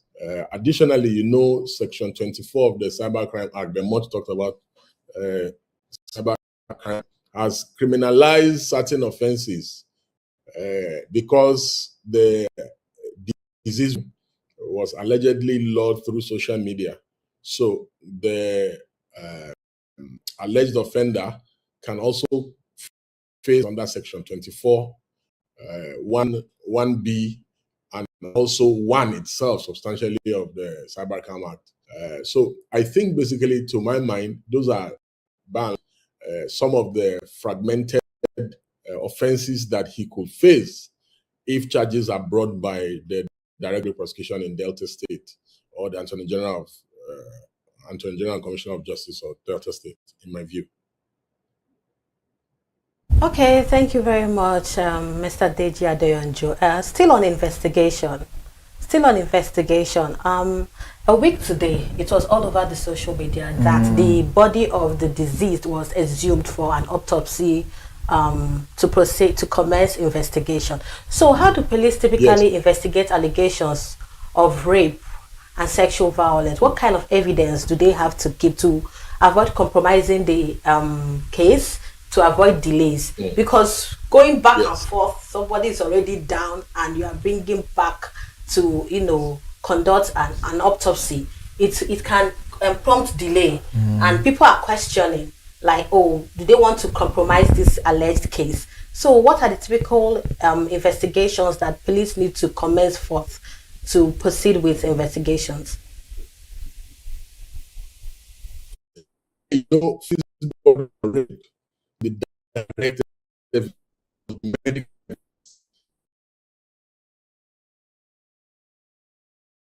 All right, Mr. Deji is no longer here with us, and we hope to have him back on this conversation because the question you asked Elizabeth is a very important question. It's a very important and question. We need his legal insight on it. Yes, because it was stated that, because if you read comment sections there, people are, oh, are they going to delay? Is there going to be delay, bringing back the body for an autopsy? So this should have been done before she had been laid to rest. So that's what we want him to, enlighten us on the typical evidences and investigations that would have been prompted up before that.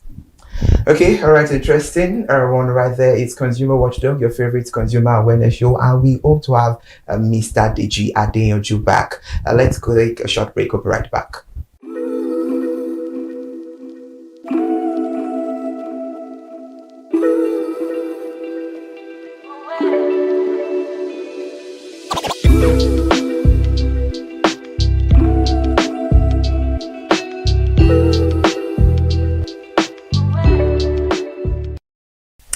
Welcome back, and we still have Deji Adeyanju with us.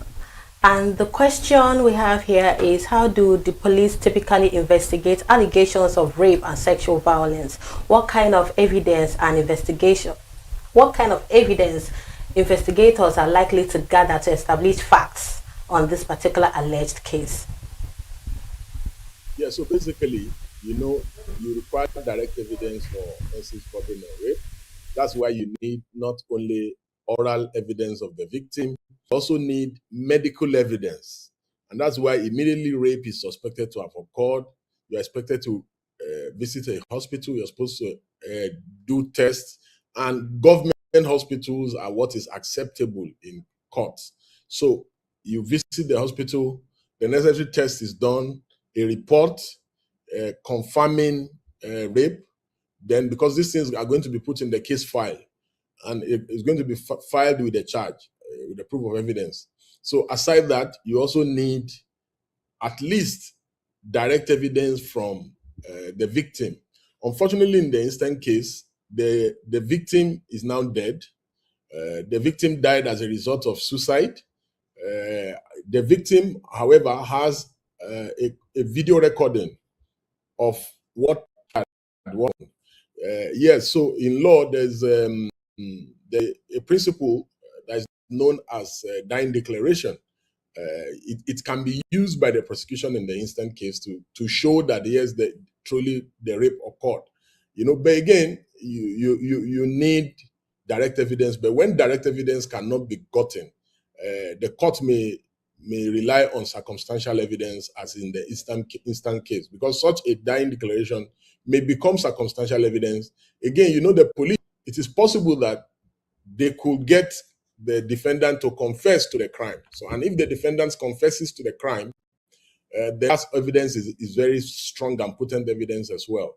So, but these are some of the things that the investigators, the police must look into to make sure that all loose ends are tied, to make sure that the I's are dotted and the T's are crossed, in order to have a watertight case for the prosecution. It's so sad that a life was lost in all of this, but we have to talk about something that's very, very important. Because when someone invites another person through social media for mentorship, content creation, or work opportunities, so what legal duty of care or responsibility do they owe that individual?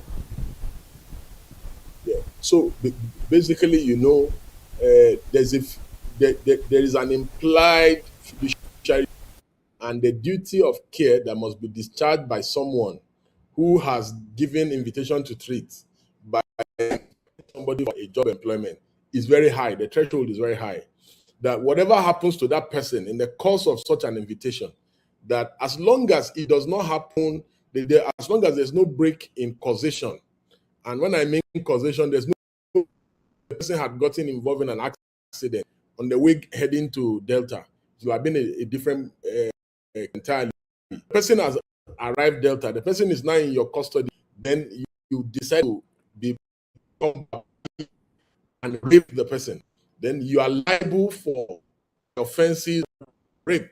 Also, offenses bordering on on assault or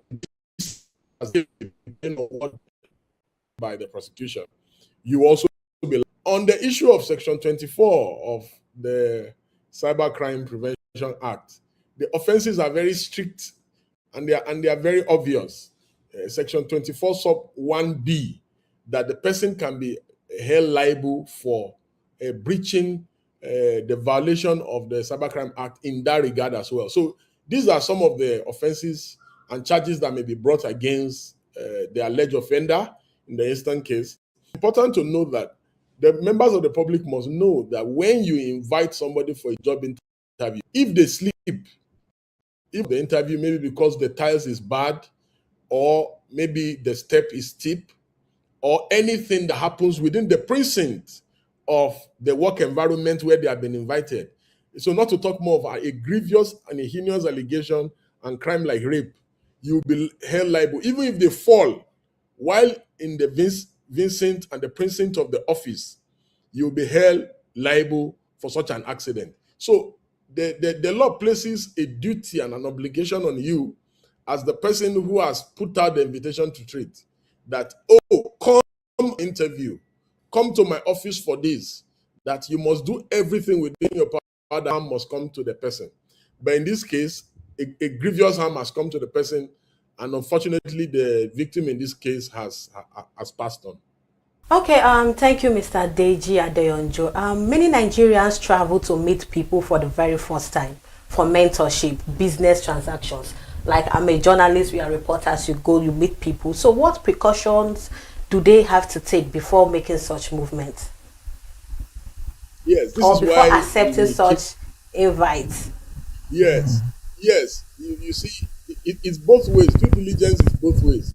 You have to subject the people that are inviting you to scrutiny. You have to subject them to due diligence. You must tell friends, you must tell family members. Sometimes you may even call, the police.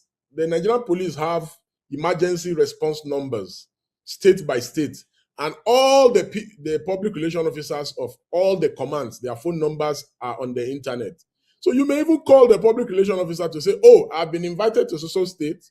I'm going to so state. So you report that, in case I don't call back tomorrow to give update that this is the person, is the detail, is the contact of the person. Also share live location with your lawyer. This is why we tell people, most Nigerians, that they should have a lawyer, a family lawyer, a personal lawyer. You may share the contact with your lawyer. You may even let the person know, the person inviting you, that, oh, I've informed my lawyer, lawyer, that I'm coming here. So the person will be very careful and very cautious. Even if sometimes you may tell them that my family is aware that I'm on this trip. I've told them, I've given them your number, I've given them your details. So it gives safeguard for the person. You cannot just show motor on your own, just go on the frolic of your own, travel without anybody knowing your whereabouts. Then something unfortunately happens, then there will be no recourse. The only option will be for the security agencies to use service providers to track your number. And sometimes the person that is there may not have been the person who made. So the security agencies now have a cumbersome task of going through your phone logs and checking all the people that have spoken to you sequel to your disappearance. But things will have been made more easier. You may even have been rescued if you had told somebody or shared your live location, or you had communicated to your lawyer, and you also told the person that you're going to see that, oh, I've informed my lawyer that I'm going to have this meeting with you. So, when people hear that a lawyer is involved, they become very cautious. When people hear that family members told about, there's not you, somebody you are going to meet, that, oh, I've told my parents, I've even shown number of my parents that I'm coming to meet you. Or I've told my lawyer that I'm coming to have this meeting with you, and I've shared your contact with you. You can even get the lawyer to put a call through to the person that, oh, my client is coming to have a meeting with you.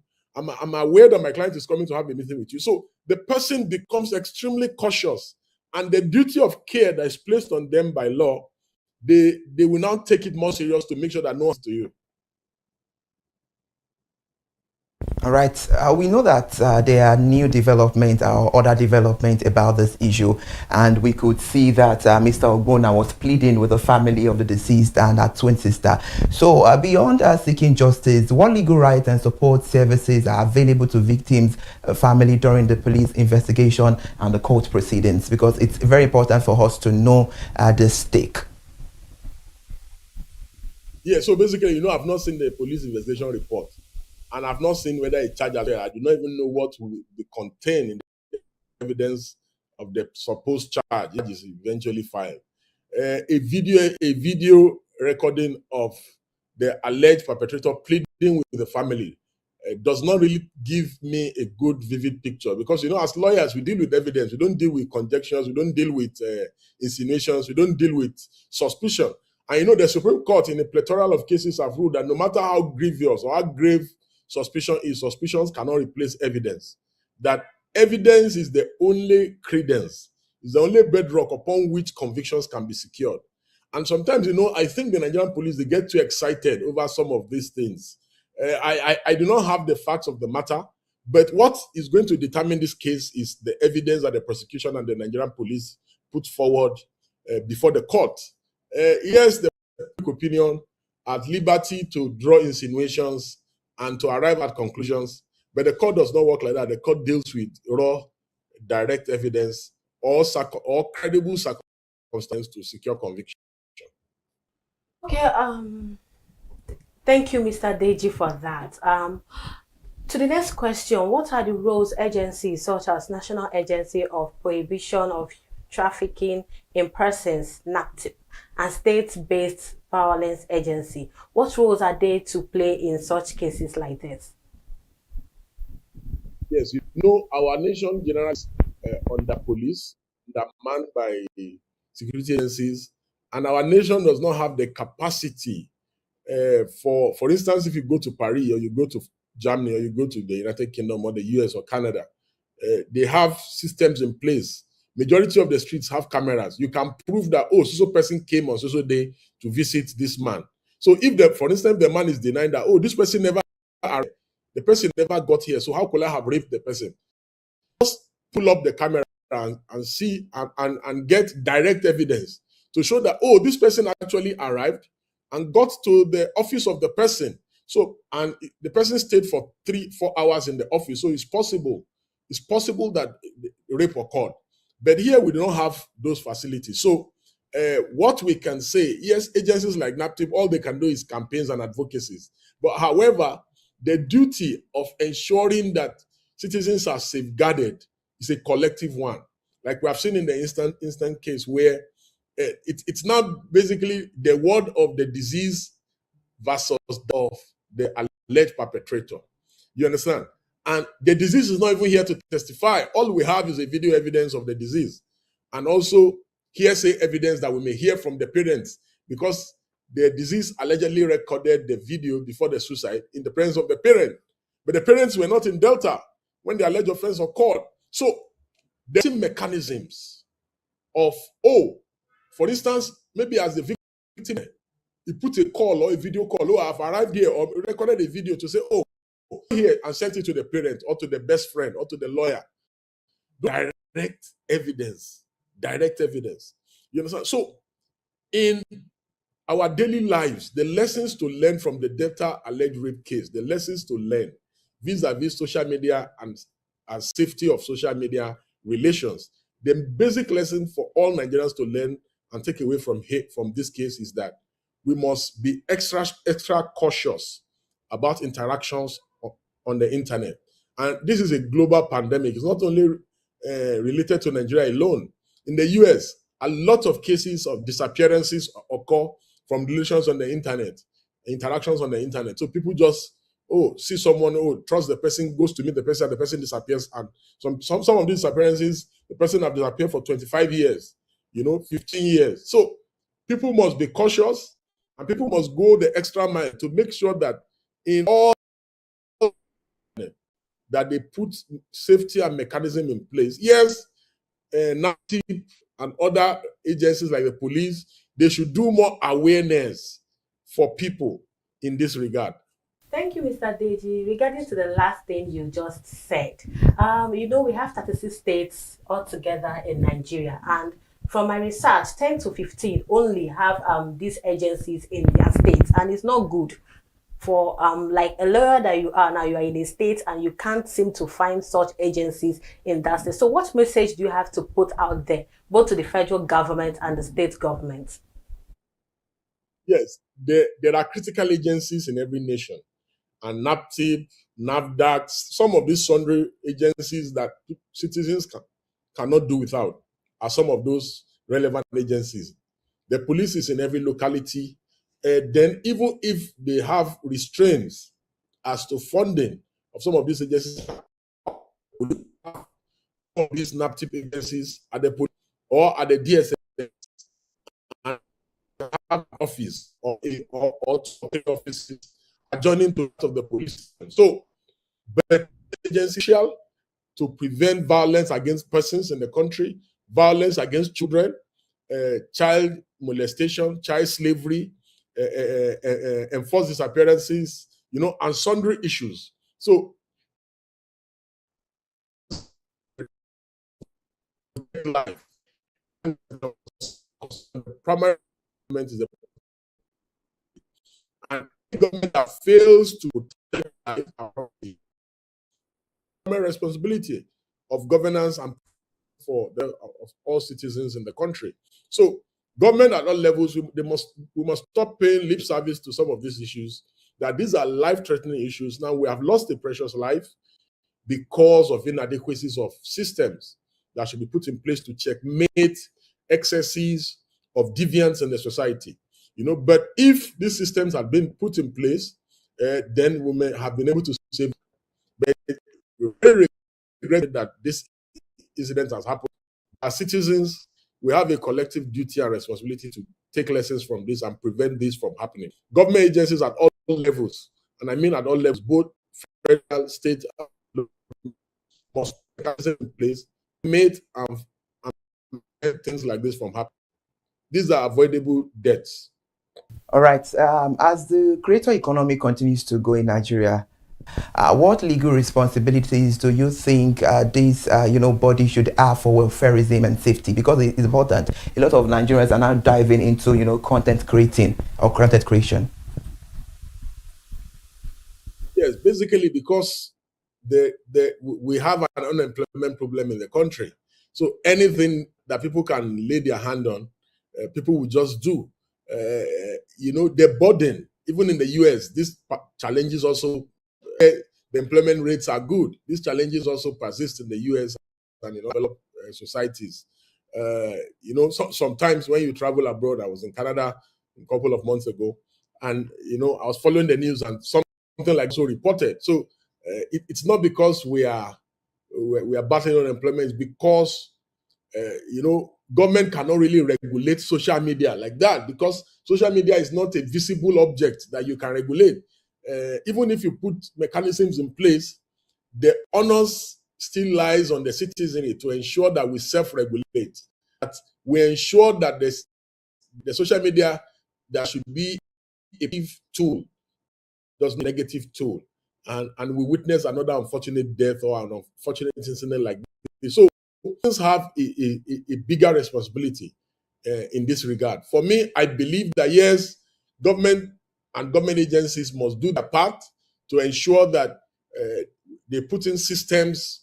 I've given you we can technology country, because for instance, if the cameras commit crime, because they know if they commit crime, it can easily be detected. Aside that, if we have more boots on the ground, to apprehend perpetrators of heinous crimes, then the possibility there'll be a drastic reduction in commission of crime in the.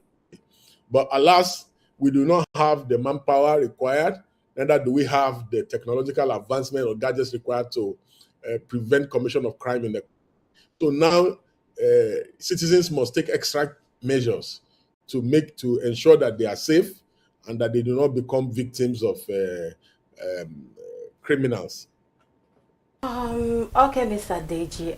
My question again is it important to say that Nigeria should introduce a framework that will, protect people in recruitment and in training? There should be a framework when you see such regulations, you know that, okay, this person is real, for consumers also to protect them. Yeah, yes. You see, because you cannot really regulate social media, yes, we must now find, like in situations like that, where we have companies that can actually fact check whether this is a genuine recruiter or a fake recruiter. So we can have, and there's a large vacuum for innovators, investors to apps that can verify. For instance, there are so many people that order things on Instagram, on Twitter, online, and the goods never get delivered to the buyers because people just open fake accounts and they advertise products that they are not selling. So we must self-regulate because I agree that the FCCPC should be doing more in this regard, but they are not. They are not doing anything significant at all. I also believe that we can have some agencies to try to regulate and maybe we can have mechanism for reporting social media handles that are dubious in nature or are fraudulent in nature, but the responsibility still lies largely with the vast majority of the citizenry, in my view. Okay, thank you, Mr. Deji. I want to ask, can VAPP be applied in these alleged incidents? Violence against person and prohibition. Delta State, it can apply in the instant case. It definitely should apply. And charges can be brought against the alleged perpetrator and offender in this instant case. Also, the Criminal Code Act will also apply. I also believe that Section 24 of the Cybercrime Act should apply in the instant case. At the top of my head, I can see 3 to 4 count charges against the alleged if charges are eventually brought against him.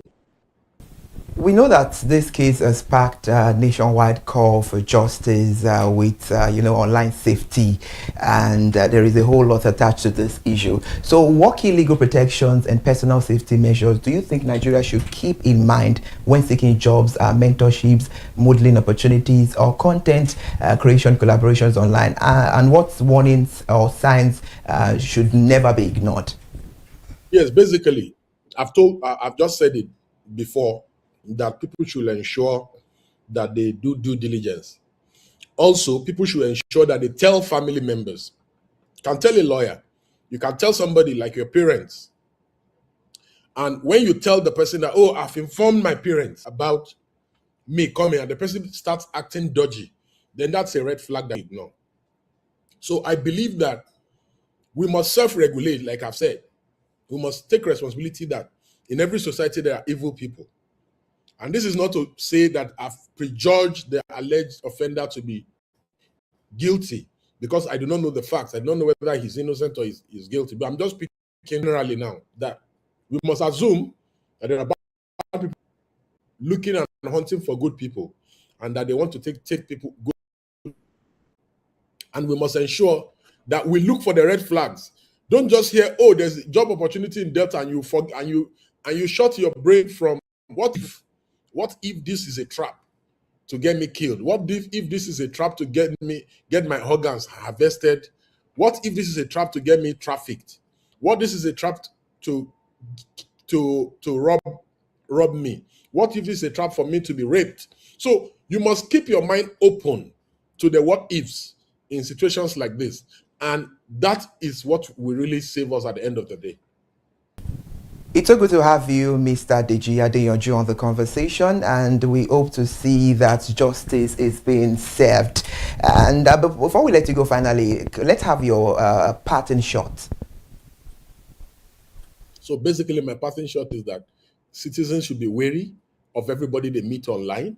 They should consider that everybody they meet online is a potential serial killer, a potential murderer, a potential rapist, a potential armed robber, and they should put mechanism in place to protect themselves. People should stop easily trusting people they meet online because you don't know them. They're not members of your family.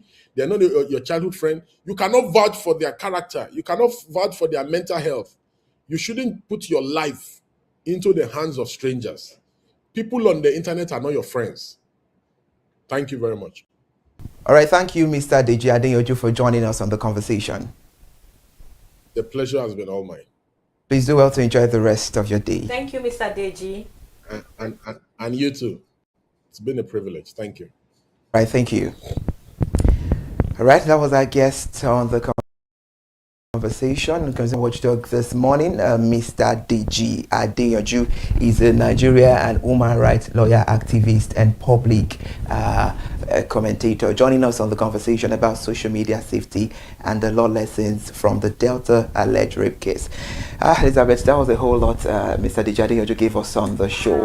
At least people out there will know that the case is ongoing and investigation is under control. But he sent his message that you do not believe people you see on the internet because they are not your family members. Absolutely, I agree with him over and over again. And millions of Nigerians are eager to know where this case will end, and we hope justice has been served. Actually, as the investigation into the Delta State case continue, it is important to distinguish between allegations and established facts. The allegations reported in connection with the case must be properly investigated, and any criminal responsibility must ultimately be determined through due process and by a court of competent jurisdiction. And this case also highlights the importance of understanding the risk that can arise when online relationships, professional opportunities, or invitations move from social media into physical meetings. For Nigerians using social media to seek job opportunities, mentorship, modeling opportunities, content creation, collaboration, or other opportunities, personal safety should remain a top priority. Vary distance and opportunities where possible. Tell trusted family members, like what Mr. Deji Adeyoju said, that people on the internet are not your family members. So you tell people where you're going, trusted family members and friends where you're going, particularly where meeting someone for the very first time. Consider meeting in appropriate places or locations. Warning signs or situations that make you uncomfortable should be put into consideration. When you start saying things that are out of control, you know, when you get there and people start prompting conversations that are not in the same. I'm here for mentorship and you're deflecting. That's the red flag. So where concerns arise, perceive relevant digital communications and other information that may assist a lawful investigation rather than deleting or altering personal relevant evidence.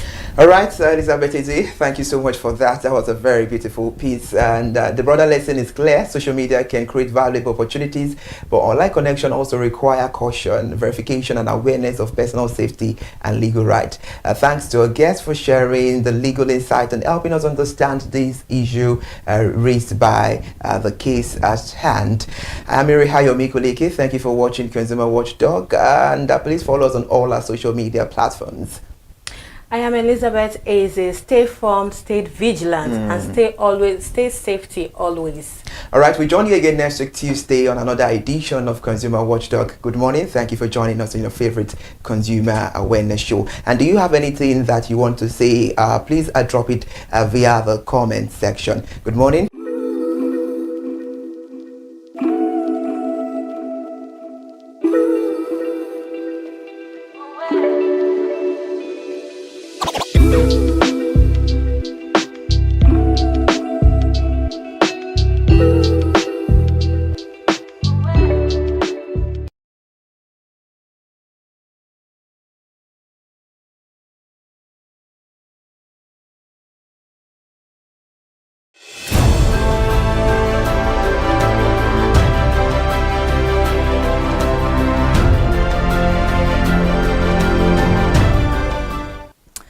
Good morning, Lagos, Nigeria. Welcome to Perspective this morning on ConsumerHalla TV. I am Kikelomo Ajivola, and we are having a beautiful conversation today, and I cannot wait to bring my guest on to have this conversation because the controversy is growing over what Nigerian students are being taught about sexuality, abortion, bodily autonomy, and reproductive rights. A coalition of civil society and religious groups has accused Amplify Change and SCAEF of crossing legal and cultural boundaries. The organization described their work as sexual and reproductive health education. So what do Nigerian laws say, and where should the line be drawn? This is Perspective, and to help us explain this conversation, to help us buttress this topic this morning, we are joined by Gloria Mabane Balosin, Esquire, Principal Partner, Miveil Legals, Balosin Chambers, CEO, House of Justice. That is a well-packed portfolio right there. Thank you so much for joining us, Miss Gloria, this morning on the conversation. Good morning, and it's my pleasure to join the conversation.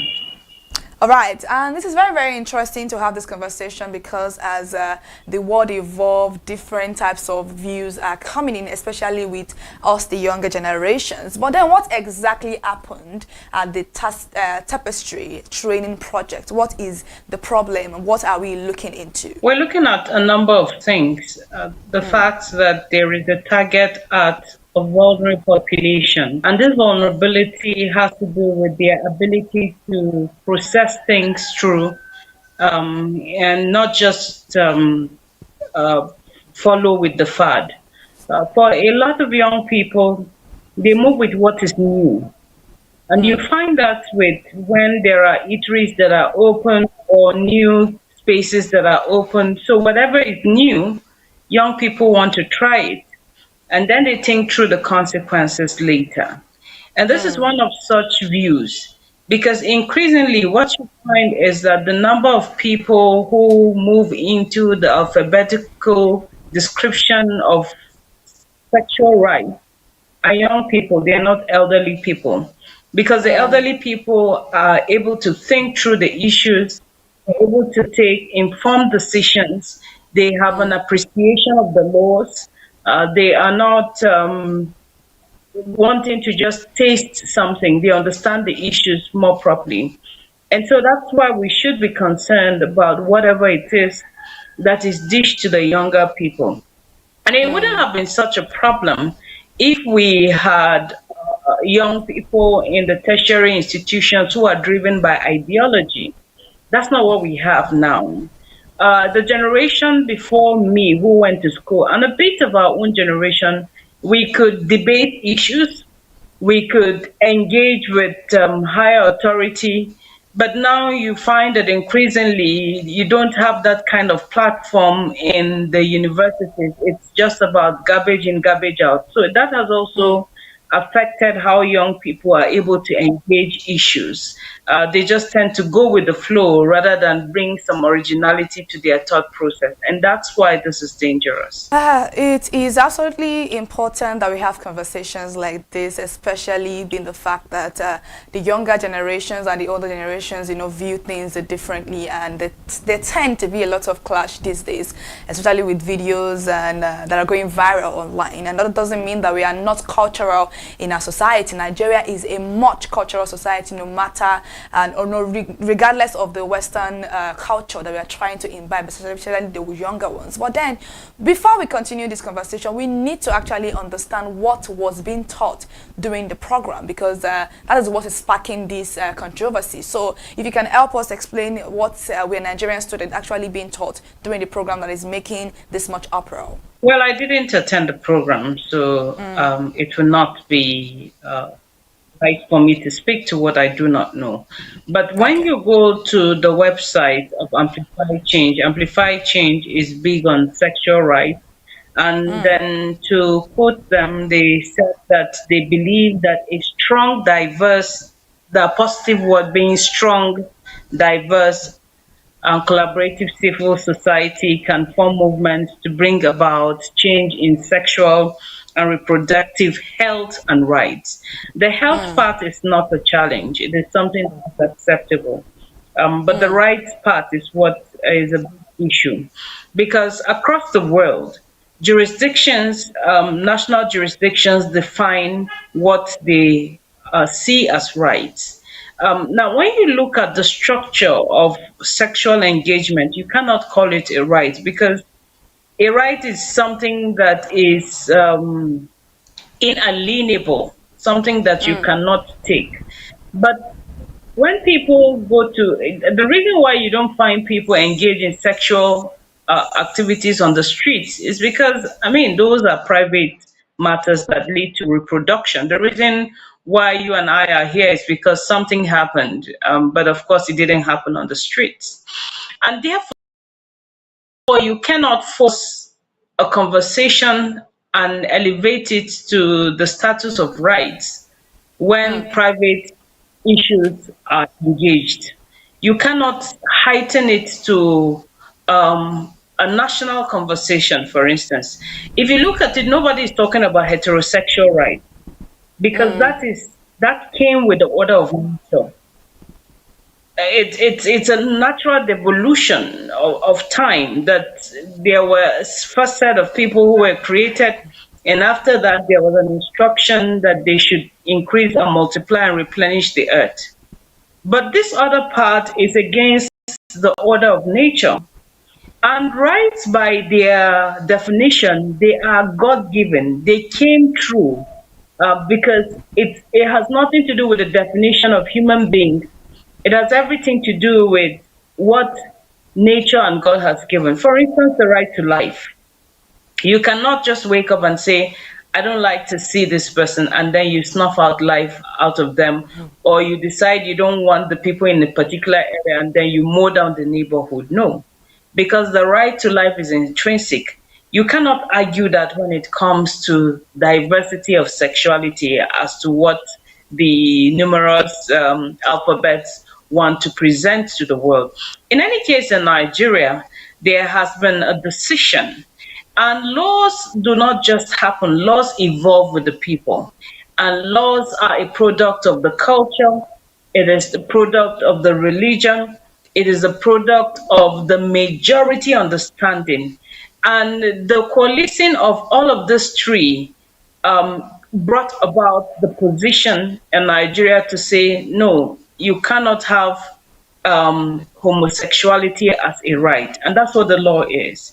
It is punishable by 14 years imprisonment as the country's reprehensive way of saying this is not allowed in our own borders. And so if there are institutions outside of the country who are importing this, what they're doing is that they're violating the sovereignty of a country to decide on its own laws. And that is unacceptable. You cannot go to countries like America or Germany and try to impose polygamy and say, well, in the African culture, that is how we're able to produce our farms. And Africa is the center of civilization, is the home of civilization. You can't start quoting what happened in Egypt and hieroglyphics in Egypt. You can't do that. Why? Because there is the respect of laws. And therefore, you cannot also have, as a reciprocal response to nations, you cannot have institutions, foreign institutions, coming into a nation that has already designed its own laws to violate those laws by any means whatsoever, particularly when it has to do with its young population. What we are dealing with is people who get involved in homosexuality cannot reproduce. So that also creates an inherent contradiction on reproduction rights. Reproduction rights on the one hand, because reproduction means that you multiply, you give birth, and then argue the death of that right in another breath. It doesn't happen that way. So there lies the inherent contradiction in these conversations. But more importantly, we're looking at the continuity of a species, and that can only happen with heterosexual relationships, and which is why now the argument for the reproduction right is valid, but not the argument for homosexual rights.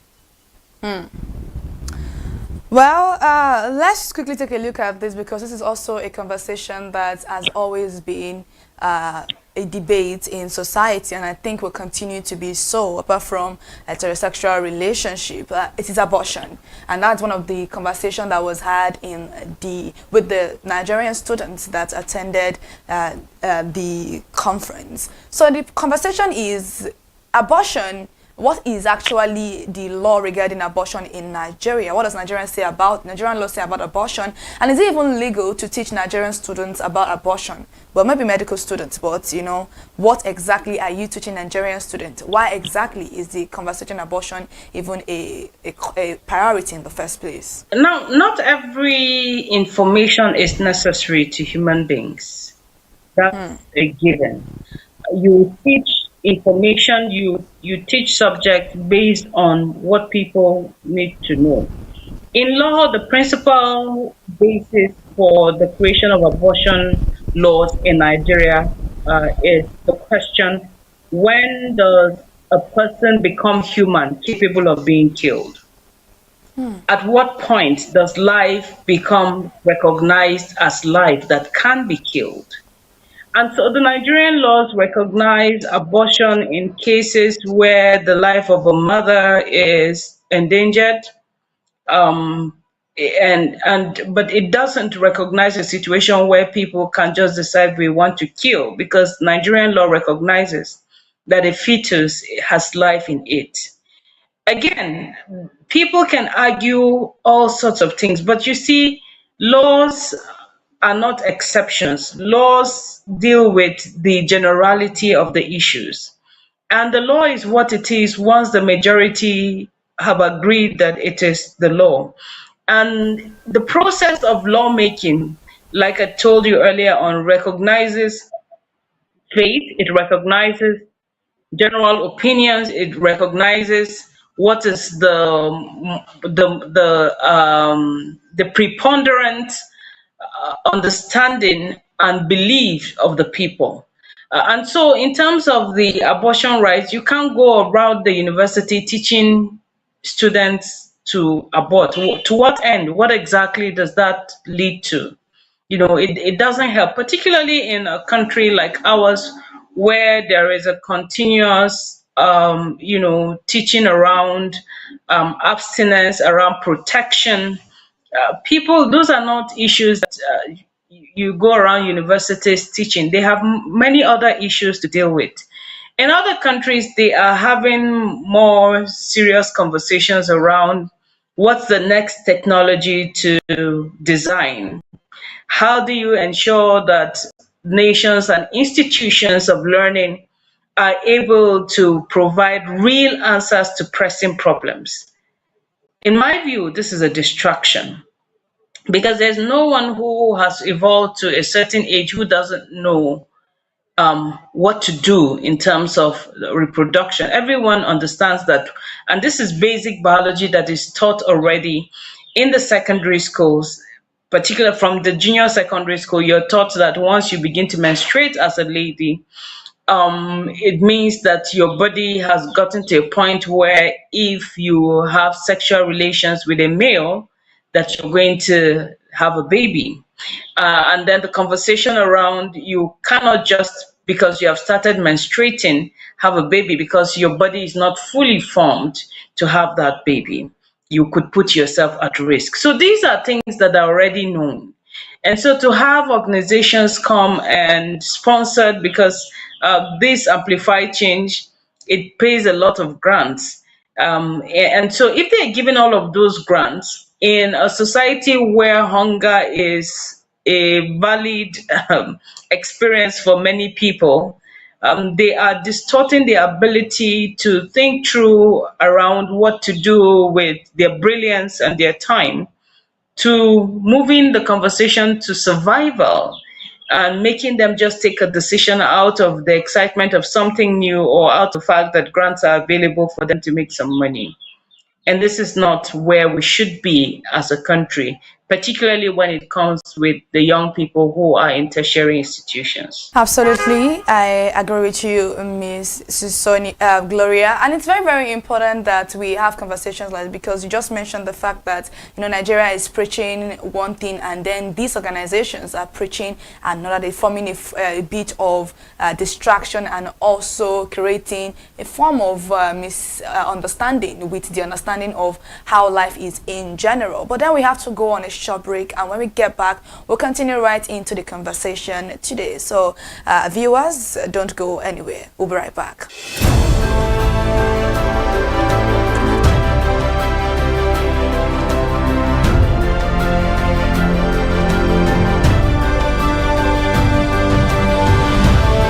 Welcome back from that short break. It is you, ConsumerHalla TV, and we are here on Perspective discussing what is going on with the youth of Nigeria. And this conversation is important. We are joined live in the studio by Mrs. Gloria, and it is very important that we have conversations like this so that we can help, make more understanding of what is going on in the country. So, Mrs. Gloria, we left off of what we were talking about regarding abortions and how this has now been a conversation that is being discussed with tertiary students, and a lot of people are not having it, obviously. So which government agency should investigate or regulate programs like this, since this is a program that is going from one place to another? Is there what government can do about it? Is there a regulation that can better protect our youth from this kind of informations? Yeah, so the youth need to learn to protect themselves by thinking through issues. But again, the Ministry of Information, particularly the Department of the National Orientation Agency Department, has a duty to check in what kind of information circulates and how that either orientates or reorientates the country. And they have statutory mandates to be able to view this. But I also think that we need to raise the consciousness of young people to begin to think through what is expedient. In a world where people are discussing spaceships, in a world where we still have, particularly in Africa, where the challenge of moving from one African state to the other is huge, because it's cheaper for you to fly to Europe than to fly to African countries around. Those are some of the conversations that we should be having.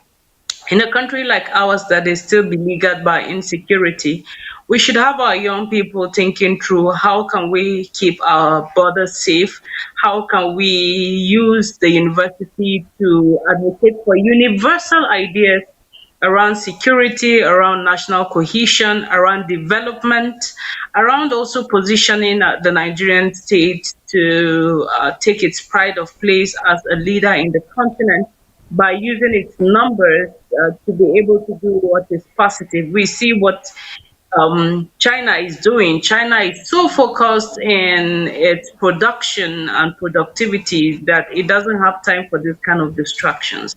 These are the kind of conversations that we should be having in our tertiary institutions. These are the issues that young people should be championing, rather than allow some of these countries bring conversations like this that are non-starters. I mean, what's the business of what happens behind doors? These are not even issues that should come up. So just because it is an agenda in the politics of United States doesn't mean it has to be an agenda in Nigeria, for instance, or indeed in the African continent. But the continent has taken a position concerning these issues. And it is important that their jurisprudence should be respected.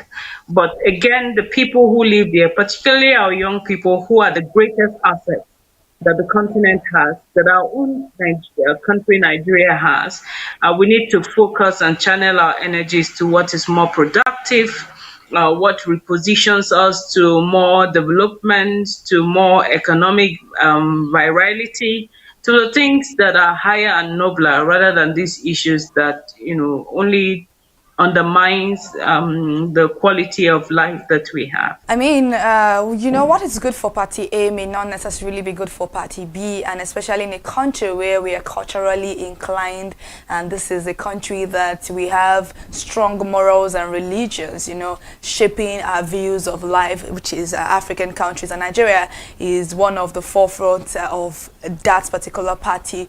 And this conversation is about an organization, you know, moving around and teaching this to our youth, these are children that are, for some parents, even though they are in tertiary institutions, some of them are 16, they are 17, they are 18, so they are still teenagers and not necessarily at that space to think properly for themselves. And that is why in your first answer to a question, you said in a generation where vulnerability is so much in excess, and I quite agree with you. So if these allegations are proven, what action can the Nigerian government take against the organizations involved? And do you think, or is it legally right that parents can sue these organizations for teaching this to their children? Well, to start from the issue of the parents can take action when they view that there are situations that are against their children who are not yet of the age of accountability.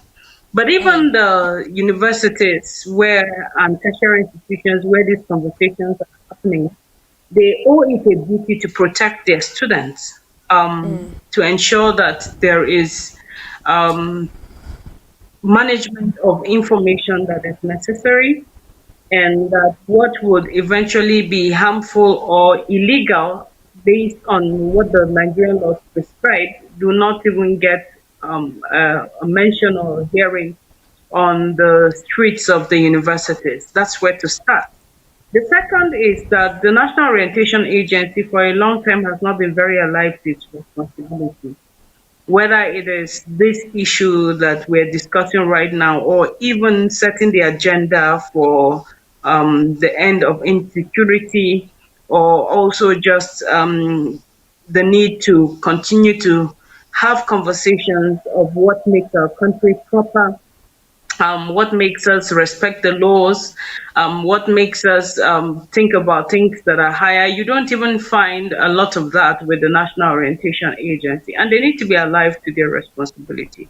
Part of this would require that they engage more young people, because if they are still stuck in the old ways of disseminating information and even curtailing information that may prove to be harmful at the end of the day, they may not have the right target audience. Well, we lost Mrs. Gloria again, and I think it's just network from my end, but she has pretty much done on the conversation, and it's very, very important to know that you cannot just come into an organization or a country to start preaching what the law is you know, against. That is what we are discussing this morning. Let me know what your thoughts are in the comment section, what you think about this program, what you think about the lessons that are being taught as a Nigerian, somebody living in Nigeria. Drop it in the comment section. Let's get the conversation rolling from right there. But then we have come to the end of the conversation with Miss Gloria Mabehem Balasin. It's very important that we understand the fact that she gave us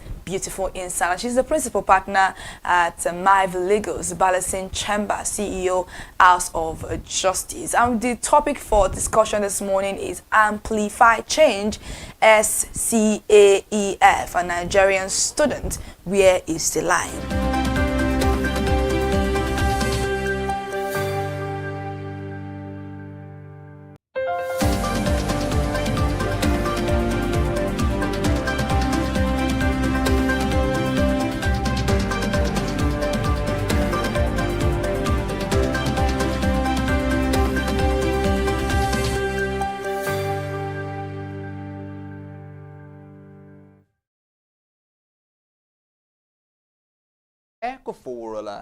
And now to the news highlights.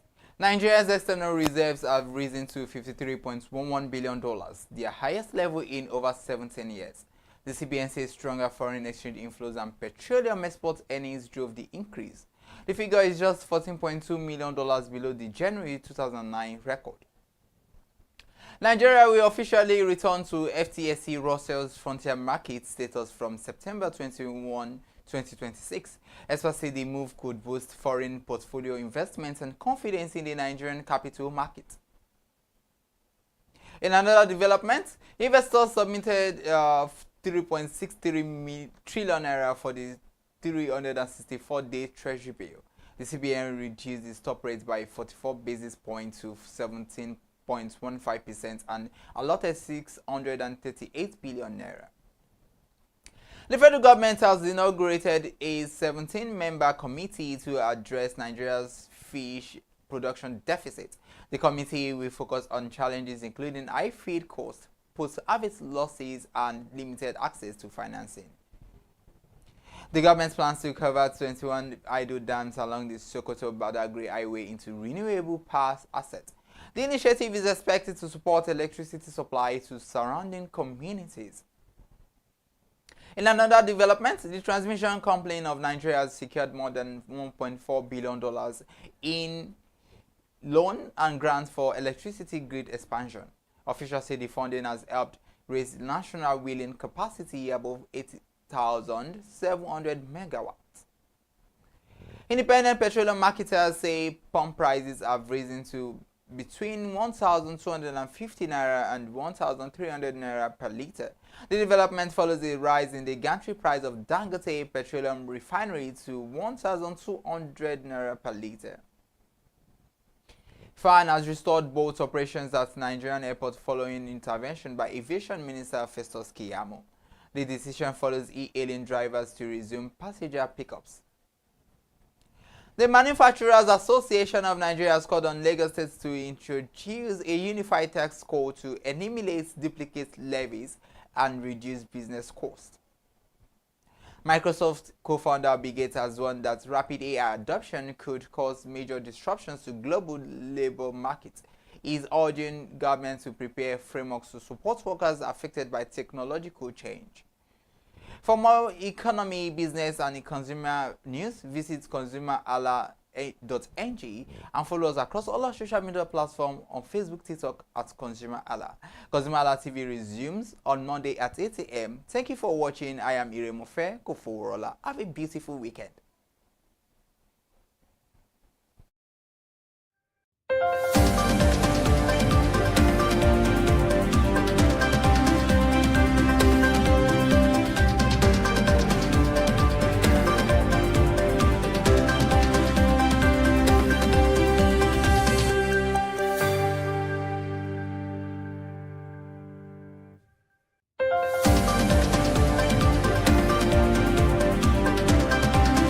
Right, my name is Corey Peters and I am a product manager.